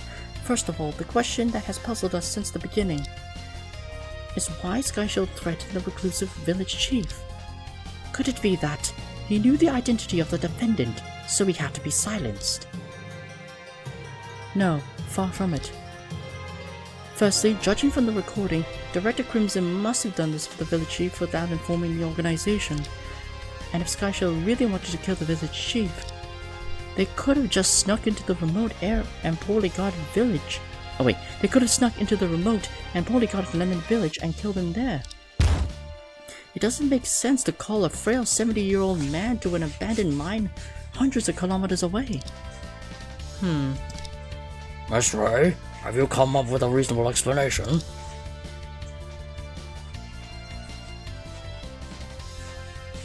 Yes, I think there's something crucial we've been misunderstanding from the beginning. The threatening letter appeared on the village chief, but was it really intended for him? Oh, I was thinking that earlier, but I dismissed it because I was like, It looked like he knew, because it seemed like he knew that Annie was a robot the whole time. What do you mean? I think that the threatening letter was intended for this person. Sophia? That's it.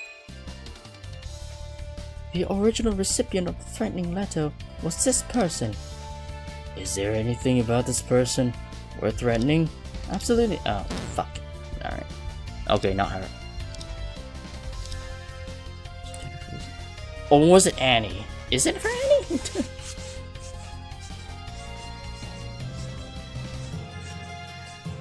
Okay, in that case, is it?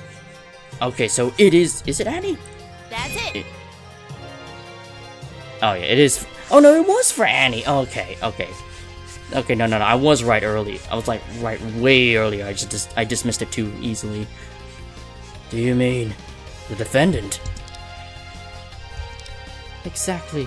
As a senior member of SkyShield, Joseph Crimson should have been prepared for being caught or killed one day. I believe he wouldn't leave his creations in the wrong hands after all his death. Hence he likely initiated some emergency protocol that is informing other members of SkyShield about the whereabouts of the robot. Miss Kuzio, am I right? Oh, interesting. Please continue. SkyShield probably didn't know the name or the appearance of the person impersonated by the robot, so they had no choice but to send a letter. This letter contains threatening content which makes Annie, with human motions, unable to stand by and do nothing. Besides, there is an emblem of SkyShield at the end of the letter. It might be an activation order for Annie. However, what they didn't anticipate was that the real robot, the defendant, had left the village several months ago. Even Director Crimson didn't know it. Thus, they mistakenly sent the threatening letter to the wrong person. Objection. Your statement is too speculative. The court won't accept speculation without evidence. Objection! My argument does involve some reasonable speculation, but there is evidence to support it. What? Yes, the evidence proving the recipient of the threatening letter wasn't the village chief is...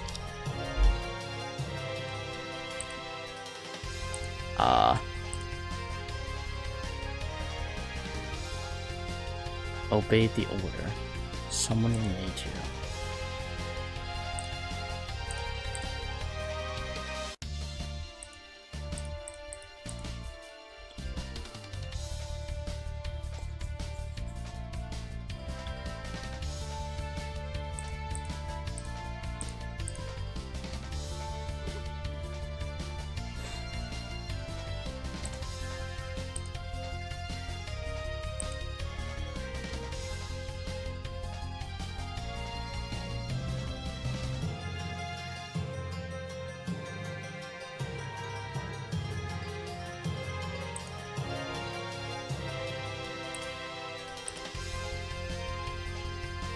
Proving that it wasn't the village chief.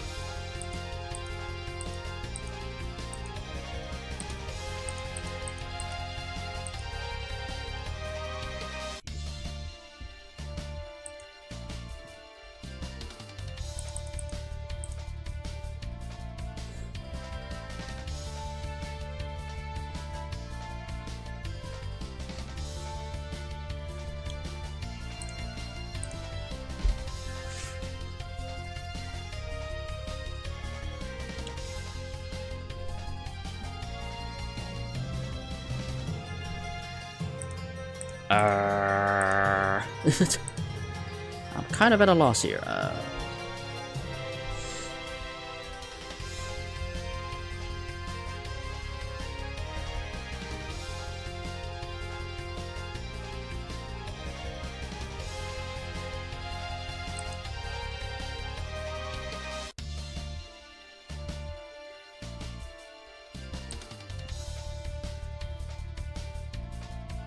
The evidence proving the village...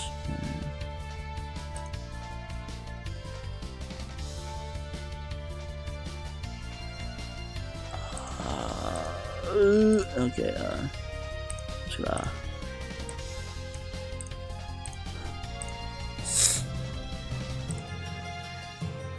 memory card. I don't think this proves anything, but...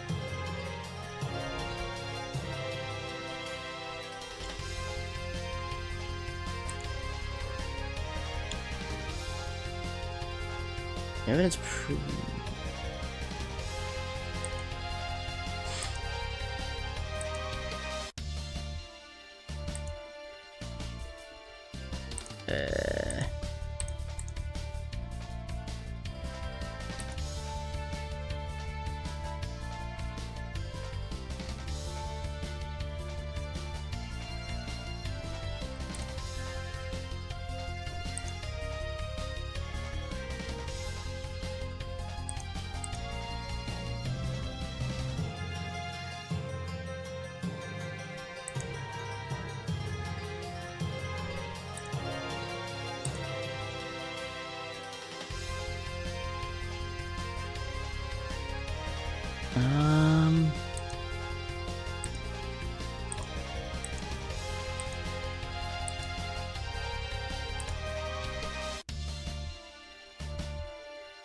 the evidence proving the...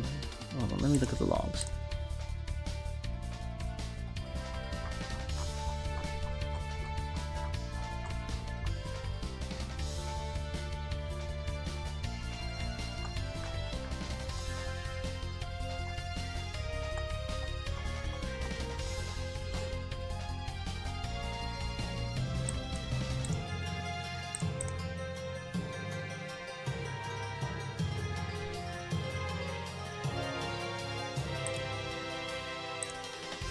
What's this?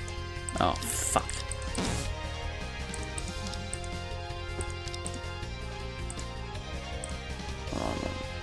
If I was just simply not overthink carefully, what recorded the... oh. Oh, so it is this one. That's it. Okay. Isn't that the phone I gave you? Why are you showing it in court? Hold on, it's not what's about the... It was not about the phone itself, but the call records inside. On the day of the incident, I had a phone call with a villager from Lemon Village.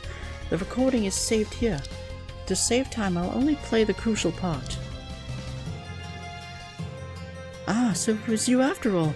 Do you know why the village chief came to the city? Why ask? How would I know? He took a delivery for someone and suddenly said he wanted to visit your place, so I helped him book a ticket. Have I ever heard the voice before? That's not the point. The point is, this villager confirmed that the village chief took a delivery for someone before leaving the village. Even though villagers are close-knit. Did I miss the delivery line? Because I don't think I ever saw the delivery line there. Even though villagers are close-knit, the village chief wouldn't casually open up his mails. It was because this letter was meant for Annie, who lived with the village chief, that he could have received it. Oh, I see. Ah, okay. Hold on, did it say that in the... Hold on.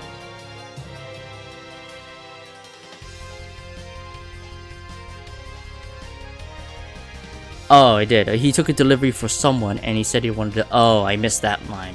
That's my bad. Order! Order! So, the village chief mistakenly thought this letter threatened him. That's a possibility. But I believe when he received the letter, he should have known its original recipient. After all, he knew Annie's identity from the beginning. Maybe he has foreseen this day.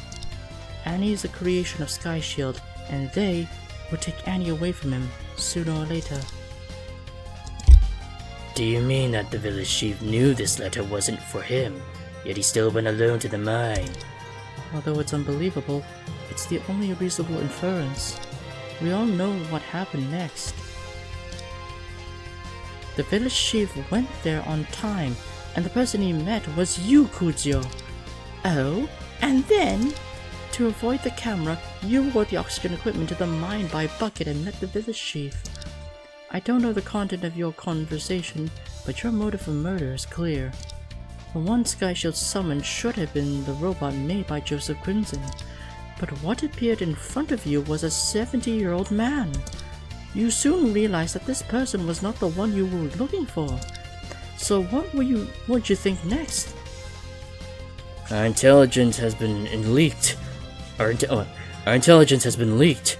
This person knows something, or he must be eliminated. Exactly. You killed the village chief and got in touch with the real robot, Annie. Even though you were underground, your phone worked fine due to the signal booster. To avoid suspicion, you instructed her to come down to the mine by bucket, just like you. Annie's a robot, so she doesn't need any oxygen equipment at all. And for a superhuman robot like her, a 5-meter horizontal distance is no problem at all. She followed your instructions and came directly by bucket to the abandoned area.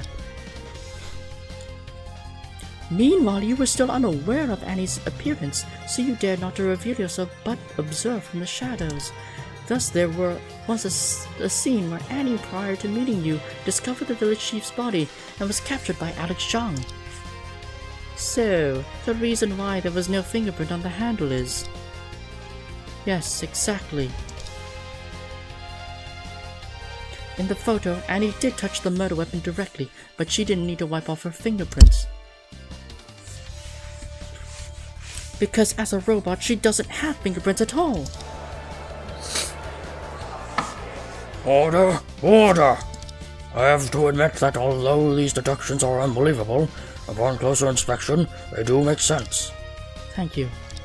Regardless of my client's identity, I believe you cannot find her guilty anymore.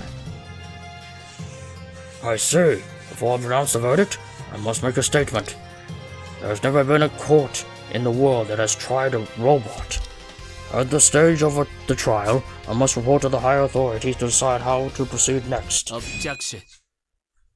It's not time for that yet. Prosecutor Schubert. This time, I'm not going to overrule all your claims. But is it too easy to win the judgment with such reasonings?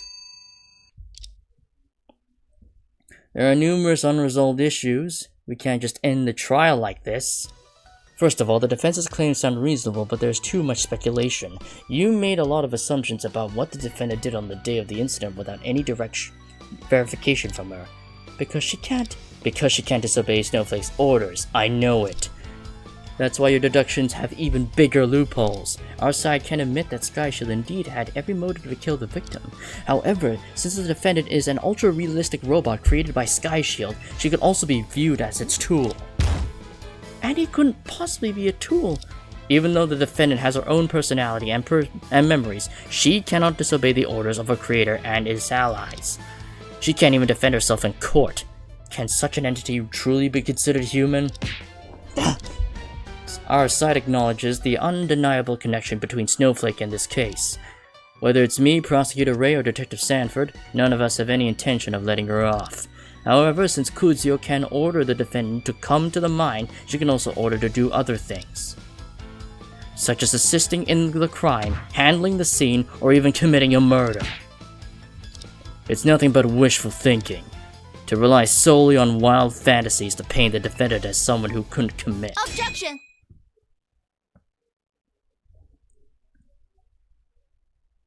Prosecutor Schubert. Although you often counter my arguments swiftly, unfortunately this time, you're wrong. I also give you 2 words. ALL overruled. It is not just my wishful thinking to portray the defendant as someone who couldn't commit a crime. Our side has a piece of evidence that can solidly prove the defendant's absolute innocence. What? After so many trials, I've never heard of such evidence. If you present the wrong thing, have you been prepared to face the punishment? All of my health. Wow, it seems a bit too harsh even for me. It's okay, Your Honor. Our side is willing to accept the challenge. I'm just gonna. It's just. Okay. Are you sure? Yes. Please trust me, and trust Annie as well.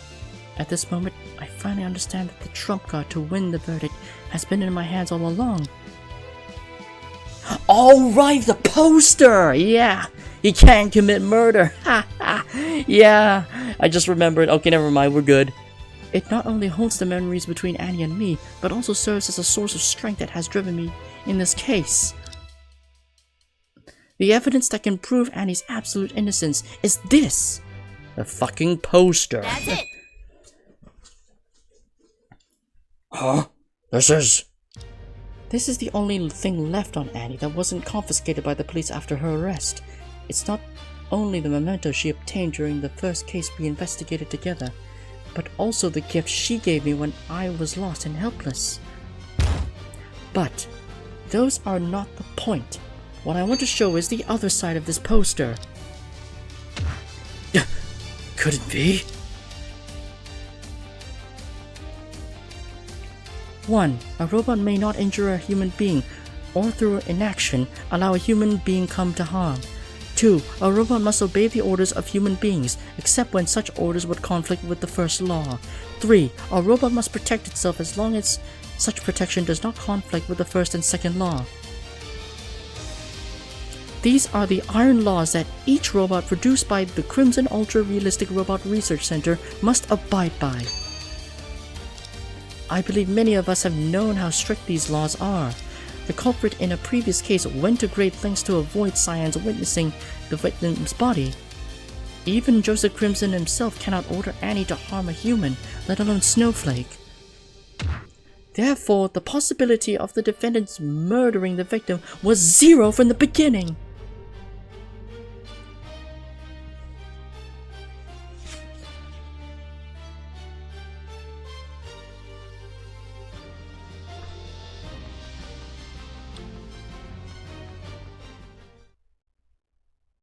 With the defendant's suspicion ruled out, and the With the defendant's suspicion ruled out, and the various evidence presented earlier, you are the only possible culprit, Erika Kuzio. Huh. Well, I never heard of the 3 laws. You didn't know? Oh well. I have been tired of listening to your tedious explanation. Fine. I will confess since you're so intent on convicting me. Yes, it's me who killed the old man. What? Lawyer girl, you have really grown a lot. You are right about most of what happened that day. But of course, you couldn't know the content of... But of course, you couldn't know the content of our conversation. After all, it contains many little secrets. Are you the one who sent the letter? What letter? Who are you? And why are you here? Don't be in such a hurry. I know you want to call Annie here, right? Annie? Who's that? She's my granddaughter. At least, she used to be. I see. Your presence here means that you're not just an ordinary person. Tell me what you know. Otherwise, don't blame me if I get a bit rough. You're overthinking it. I know very little. I just hope you can let Annie go. She has died once, and I cannot bear to lose her again. Died once? An old acquaintance of mine made her body. He repeatedly said that one day that she would leave the Lemon Village to fulfill a more meaningful mission. But in my eyes, she's not different from the real Annie. How about we make a deal? Deal? Yes. I have no other desires or demands. I only hope that in my twilight years, I can have a loved one by my side. Could you please not take her away? I came here intending to take her back to the village. Oh, and what are the conditions of the deal? Of course, keeping quiet. Keeping quiet? To be honest, I know nothing about you. That old acquaintance and I haven't been in contact for decades before that meeting.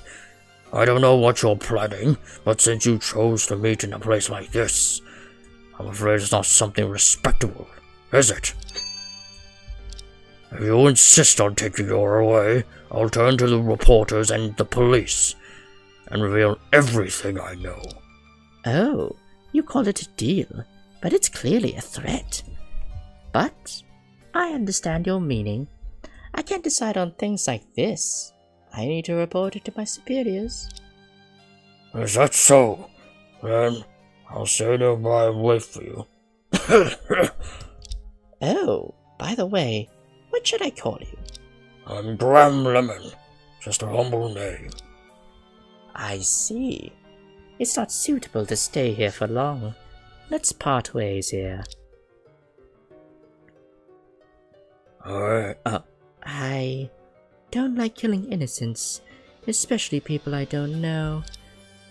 Graham Lemon, forgive me.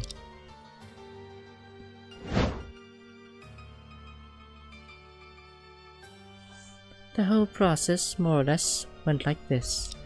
I heard the name Annie from him and found a number on his phone, and you know the rest. You indeed used your expertise in throwing knives to commit the crime. Yes, when I left the abandoned mine, I was about to return from the shaft. My gloves were torn by glass fragments from somewhere. It seems they were the mirror fragments inadvertently left behind by Mr. Boogie. Due to the fragment, I had to discard the gloves Due to the fragment, I had to discard the gloves and I left behind a fingerprint by accident. Without the fingerprint, you wouldn't have caught me. The mills of God grind slowly, but they grind exceedingly small. A person like you may escape temporarily, but not forever. Really, there's something I must clarify, even if I realize the letter was sent to the wrong person. I didn't immediately decide to kill the old man. But his threat was troubling, especially since it would affect Kalen's as well. After I killed him, I felt like I had done something wrong, so I bowed to his body. I suppose the handkerchief must have fallen at that time. What if I hadn't killed him? The whole thing is just too troublesome.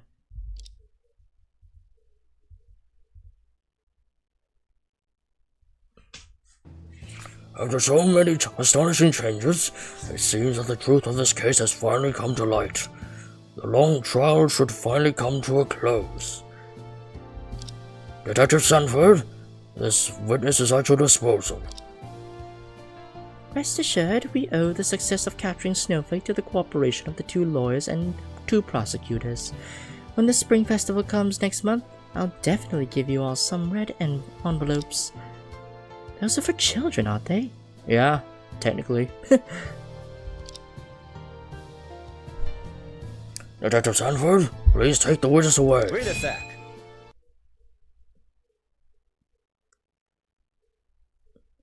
Mr. Drake, do you have something to add? Before taking her away, please allow me to ask a few more questions. Mrs. McCann. No, I mean Kutio. 5 years ago, was it you who killed Detective Caliburn Stone at the Apex Stadium? Ha! So because I admitted to one murder, you're eager to pin on other crimes on me too? Please answer this question. It's important for us. Oh well, since you come this far, I'll share a bit of information as a reward. My testimony in the last segment of the trial 5 years ago was all true. Even if I had an obligation to eliminate try-ons for Sky Shield, I would never use firearms, which I'm not good at. The reason why I carried a spiked wooden stick and infiltrated the sauna as agreed was to kill the tumor that led Sky Shield astray. Cerberus! Huh? What? Cerberus was betraying Sky Shield? So, Sky Shield fell into an internal strife 5 years ago? Don't exaggerate it like that. The so-called internal strife happened between factions, but I've always acted on my own behalf. So I intended to kill Cerberus with a wooden stick, but when I opened the door, what I saw was a police corpse. I didn't know what happened, so I had to make a quick escape. That's it. So in incident number 761, it was you who infiltrated the scene and killed Saint's English. Oh, there you go again. Don't casually pin the crimes on me, okay? It's really annoying. You even deny this? Huh? Does it really matter whether I admit it or not? Alright, your time for questioning is over. Now it's my turn to ask. Yesterday, I had a bad premonition. The junior prosecutor Schubert insisted on me coming to testify. Do you think a long-term fugitive would come unprepared? Oh shit. What do you want to do? Let me put it in another way. Lawyer girl, you figured out most of the parts of the case, but you missed a crucial point. Why did we specifically ask your little assistant to meet us at the abandoned mine? Huh? In the warning letter that Sky Shield sent to the police, it claimed to make the city plunge into the abyss. Yeah, my guess is they're gonna detonate the bomb in the mine, which has a bunch of natural gases that link towards the city, which would therefore blow it the fuck up. And the Foxtail Mine, when its natural gas reserves deep within the city's veins, is a perfect target for an attack. It should be for this purpose, right? If Sky Shield were to detonate the high-powered bomb HMBX-3000 there, the ignited natural gas could cause a chain reaction of explosions. The consequences would be unimaginable. But the police hadn't anticipated it. So after the incident, the abandoned mine was heavily guarded. Of course you would anticipate it, but that's not what I want to say. Do you know where the bomb is at the moment? Huh? Wasn't the bomb supposed to be hidden somewhere in the Foxtail mine? That's impossible. We mobilized all our efforts to search and found no traces of any bomb. But Sky Shield planned to detonate it on Christmas Eve, right? So the bomb is in a place that is inaccessible to the police, while it could be easily transported to the abandoned mine. Hold on. No, it can't be. Luna, do you have any idea?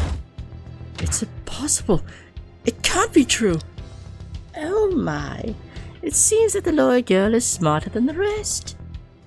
Miss Ray, although your discussion has exceeded the trial of this case, the bomb is of international danger, so the court has an obligation to hear this information. Have you known where it is? Although I can't believe it, it is probably the only answer based on our experiences over the years. To reveal the location of the bomb, I need to...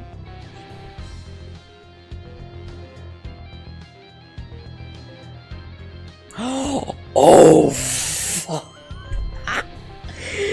Oh, no. The location of the time bomb, HMBX 3000, is related to this person.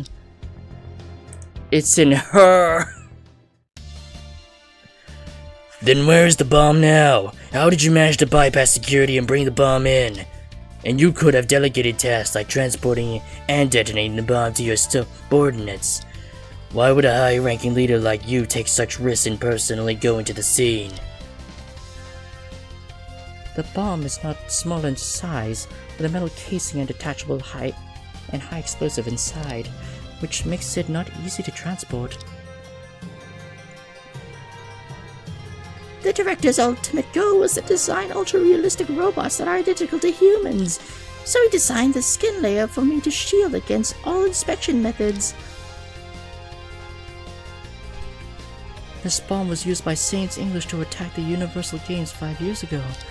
The reason why he was able to bypass multiple security checks and had to personally carry out the task was that the bomb was placed in an exhibit that only he could transport. Ah, could it be? That's right, the exhibit is the work of the Crimson Ultra Realistic Robot Research Center, the robot GBX F-004. What? The bomb isn't small, it contains high explosives and is made of metal, so it's not easy to transport it. Coated with a shielding skin layer that can evade all inspections, the robot is the perfect container for the bomb. For the past 5 years, the police have laid down a global dragnet, but have never found it. The only possibility is that this bomb has been hidden inside 004 all along. Annie, am I right? Yes. The HMBX 3000 has always been inside a small compartment in my abdomen. What? How could it be? Such a dangerous thing has been in a courtroom for so long. Order! Order! Defendant, you must stand still.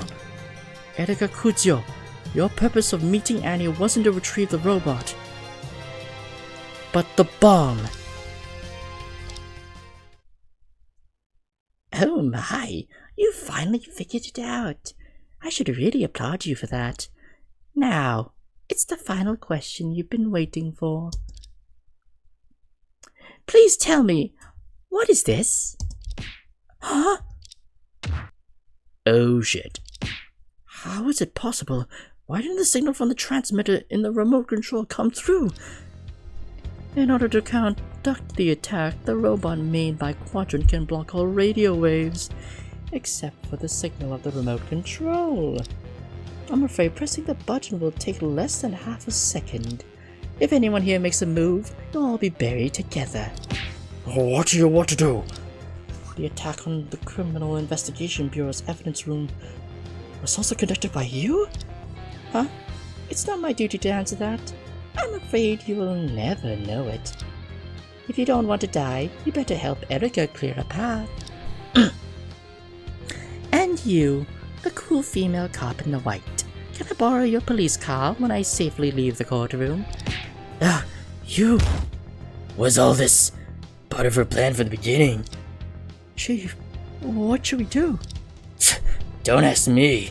This isn't a situation a lawyer would deal with. Snowflake. Excuse me? I know you're actually gentle and kind. Why do you insist on pushing yourself to this point? Huh? Even if you are not the real Annie, I killed the only family member in your memory. How would you say I'm gentle and kind? Did your chip burn out? You should know I haven't lost my memory, neither now nor in the past. Since the incident at Apex Stadium 5 years ago, I've clearly remembered every detail I saw and heard. What? You killed Grandpa. I definitely won't forgive you, but I know what you've been doing all this time. The attack date planned by Calens is today, but you wanted to meet me a few days earlier. During the meeting, you struggled to disable the bomb, but failed because the director had locked my belly compartment. You told me to pretend to lose my memory and then confess at the right time. It's not because you wanted to escape punishment, but because you knew. If I were locked up by the police, the bomb attack won't happen, right?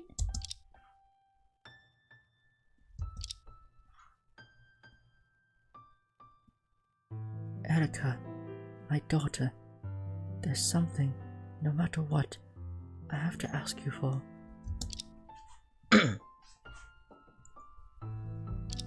Ha! Think whatever you like.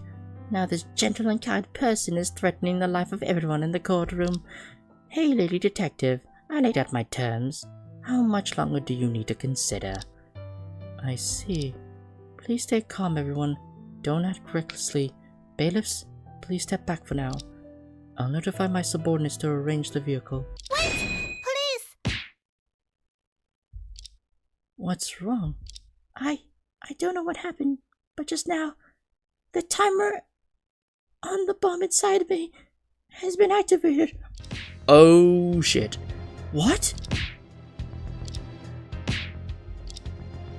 Erica Kujio! Erica Kujio, I've already agreed to your terms. Are you out of your mind?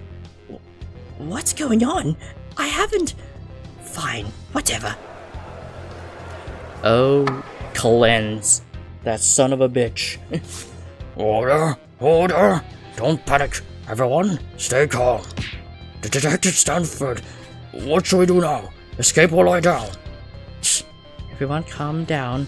Now listen to me and evacuate in an orderly manner. This bomb is very powerful. Don't have false hopes. First, the audience at the front row. Police!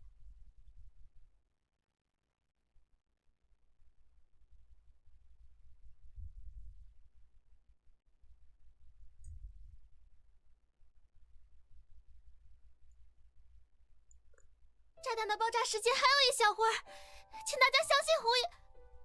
我是说，相信我。我还有些话想说，恳请你们就让我任性这一次吧。红叶，你现在的时间耽误不得，我们必须尽快。不，一切都会没事的，这里就交给我吧。Is she gonna sacrifice her somehow? 冬雪姐姐，律师叔叔，还有庭上的各位，请听我说。我怕现在不说，以后就没有机会了。现在的我，不再代表红叶，我想以自己的身份，将这些话传达给你们。我虽然在5年前就被制造出来了，但拥有茶红叶的身份和记忆，不过只有短短1年多的光景。在这1年多的时间里，我感受到了来自村民们的温暖和这个世界的奇妙。虽然我明明知道这一切其实并不属于我，但我仍然将它们视如珍宝。我曾经迷茫过很多次，因为将我研制出来的朱所长，如果他还活在世上，或许我们的最终目标仍然会是创造无尽的破坏和杀戮。那么我到底是谁？也每时每刻，我都在为这些矛盾而痛苦挣扎。直到这几个月，我才明白了一件事，那就是走出村子游历世界，并成为龙神律师事务所的实习助理，是我这短暂的一生中最快乐、最美好的时光。红叶，有了这段回忆，我才发自内心的认为，能被所长制造出来，能够成为你们身边的那个红叶，竟然是一件如此幸福的事。冬雪姐姐，律师叔叔，一直以来都是你们在照顾我，保护我。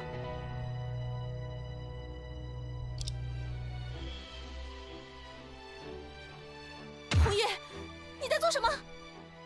而这一次，终于轮到我来保护你们了。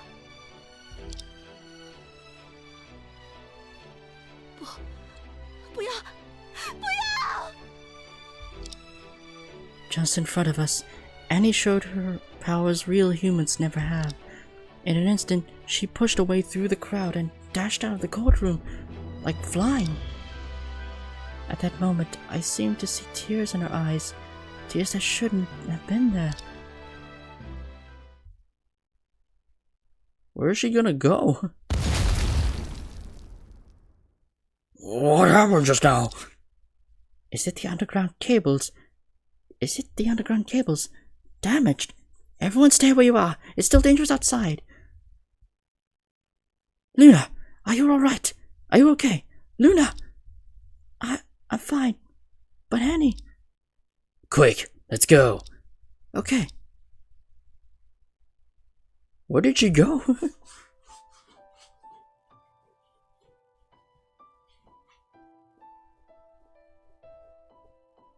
Oh, she just ran out of the court and exploded.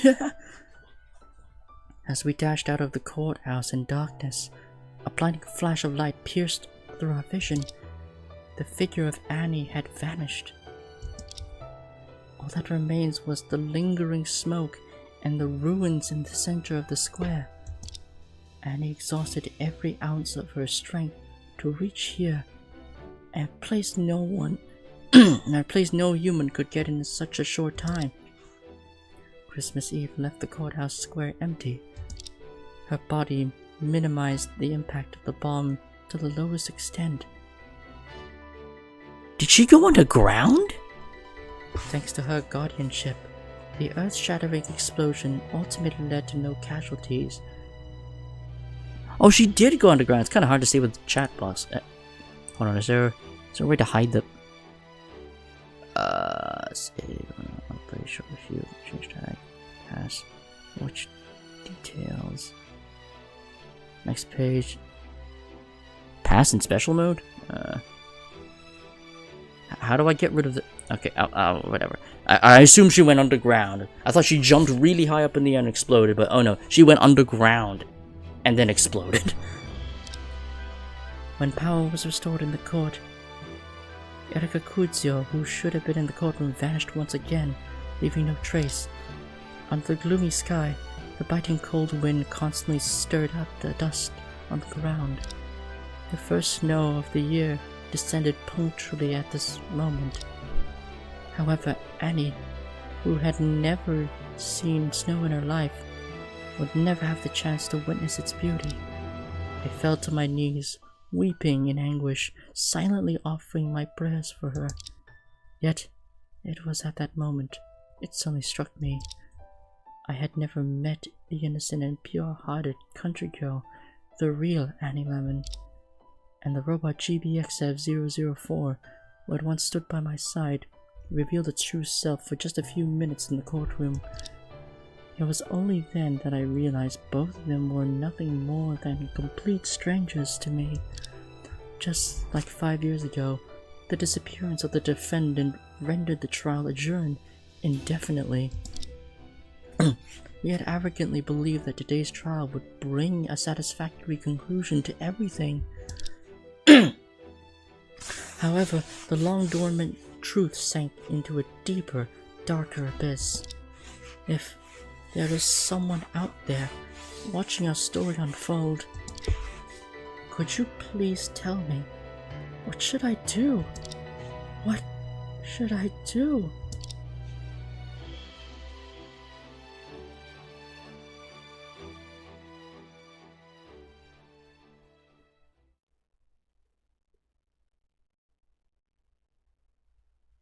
Chapter 4 End. Rip Annie 07 HMB. What's the serial number again? Oh wait, no, I'm getting that's the bomb serial number. GBX 07 GBXF004.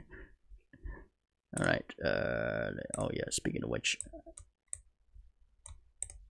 Well damn.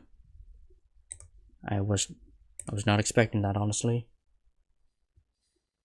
Is there a gallery anywhere?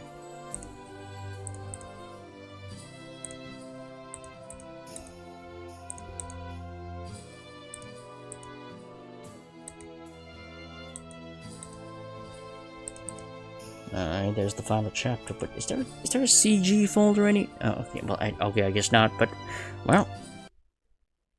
Hold on, well then, that was an ending I did not expect. I wasn't expecting Annie herself to be the missing robot that was missing all those years ago. And, wow. Yeah, that was a plot twist I wasn't expecting, because I was kind of bashing my head against the wall, being like, how the hell did Annie survive the trip down to the mine through the Ore Bucket Avenue? But it turns out, there was a lot more than meets the eye.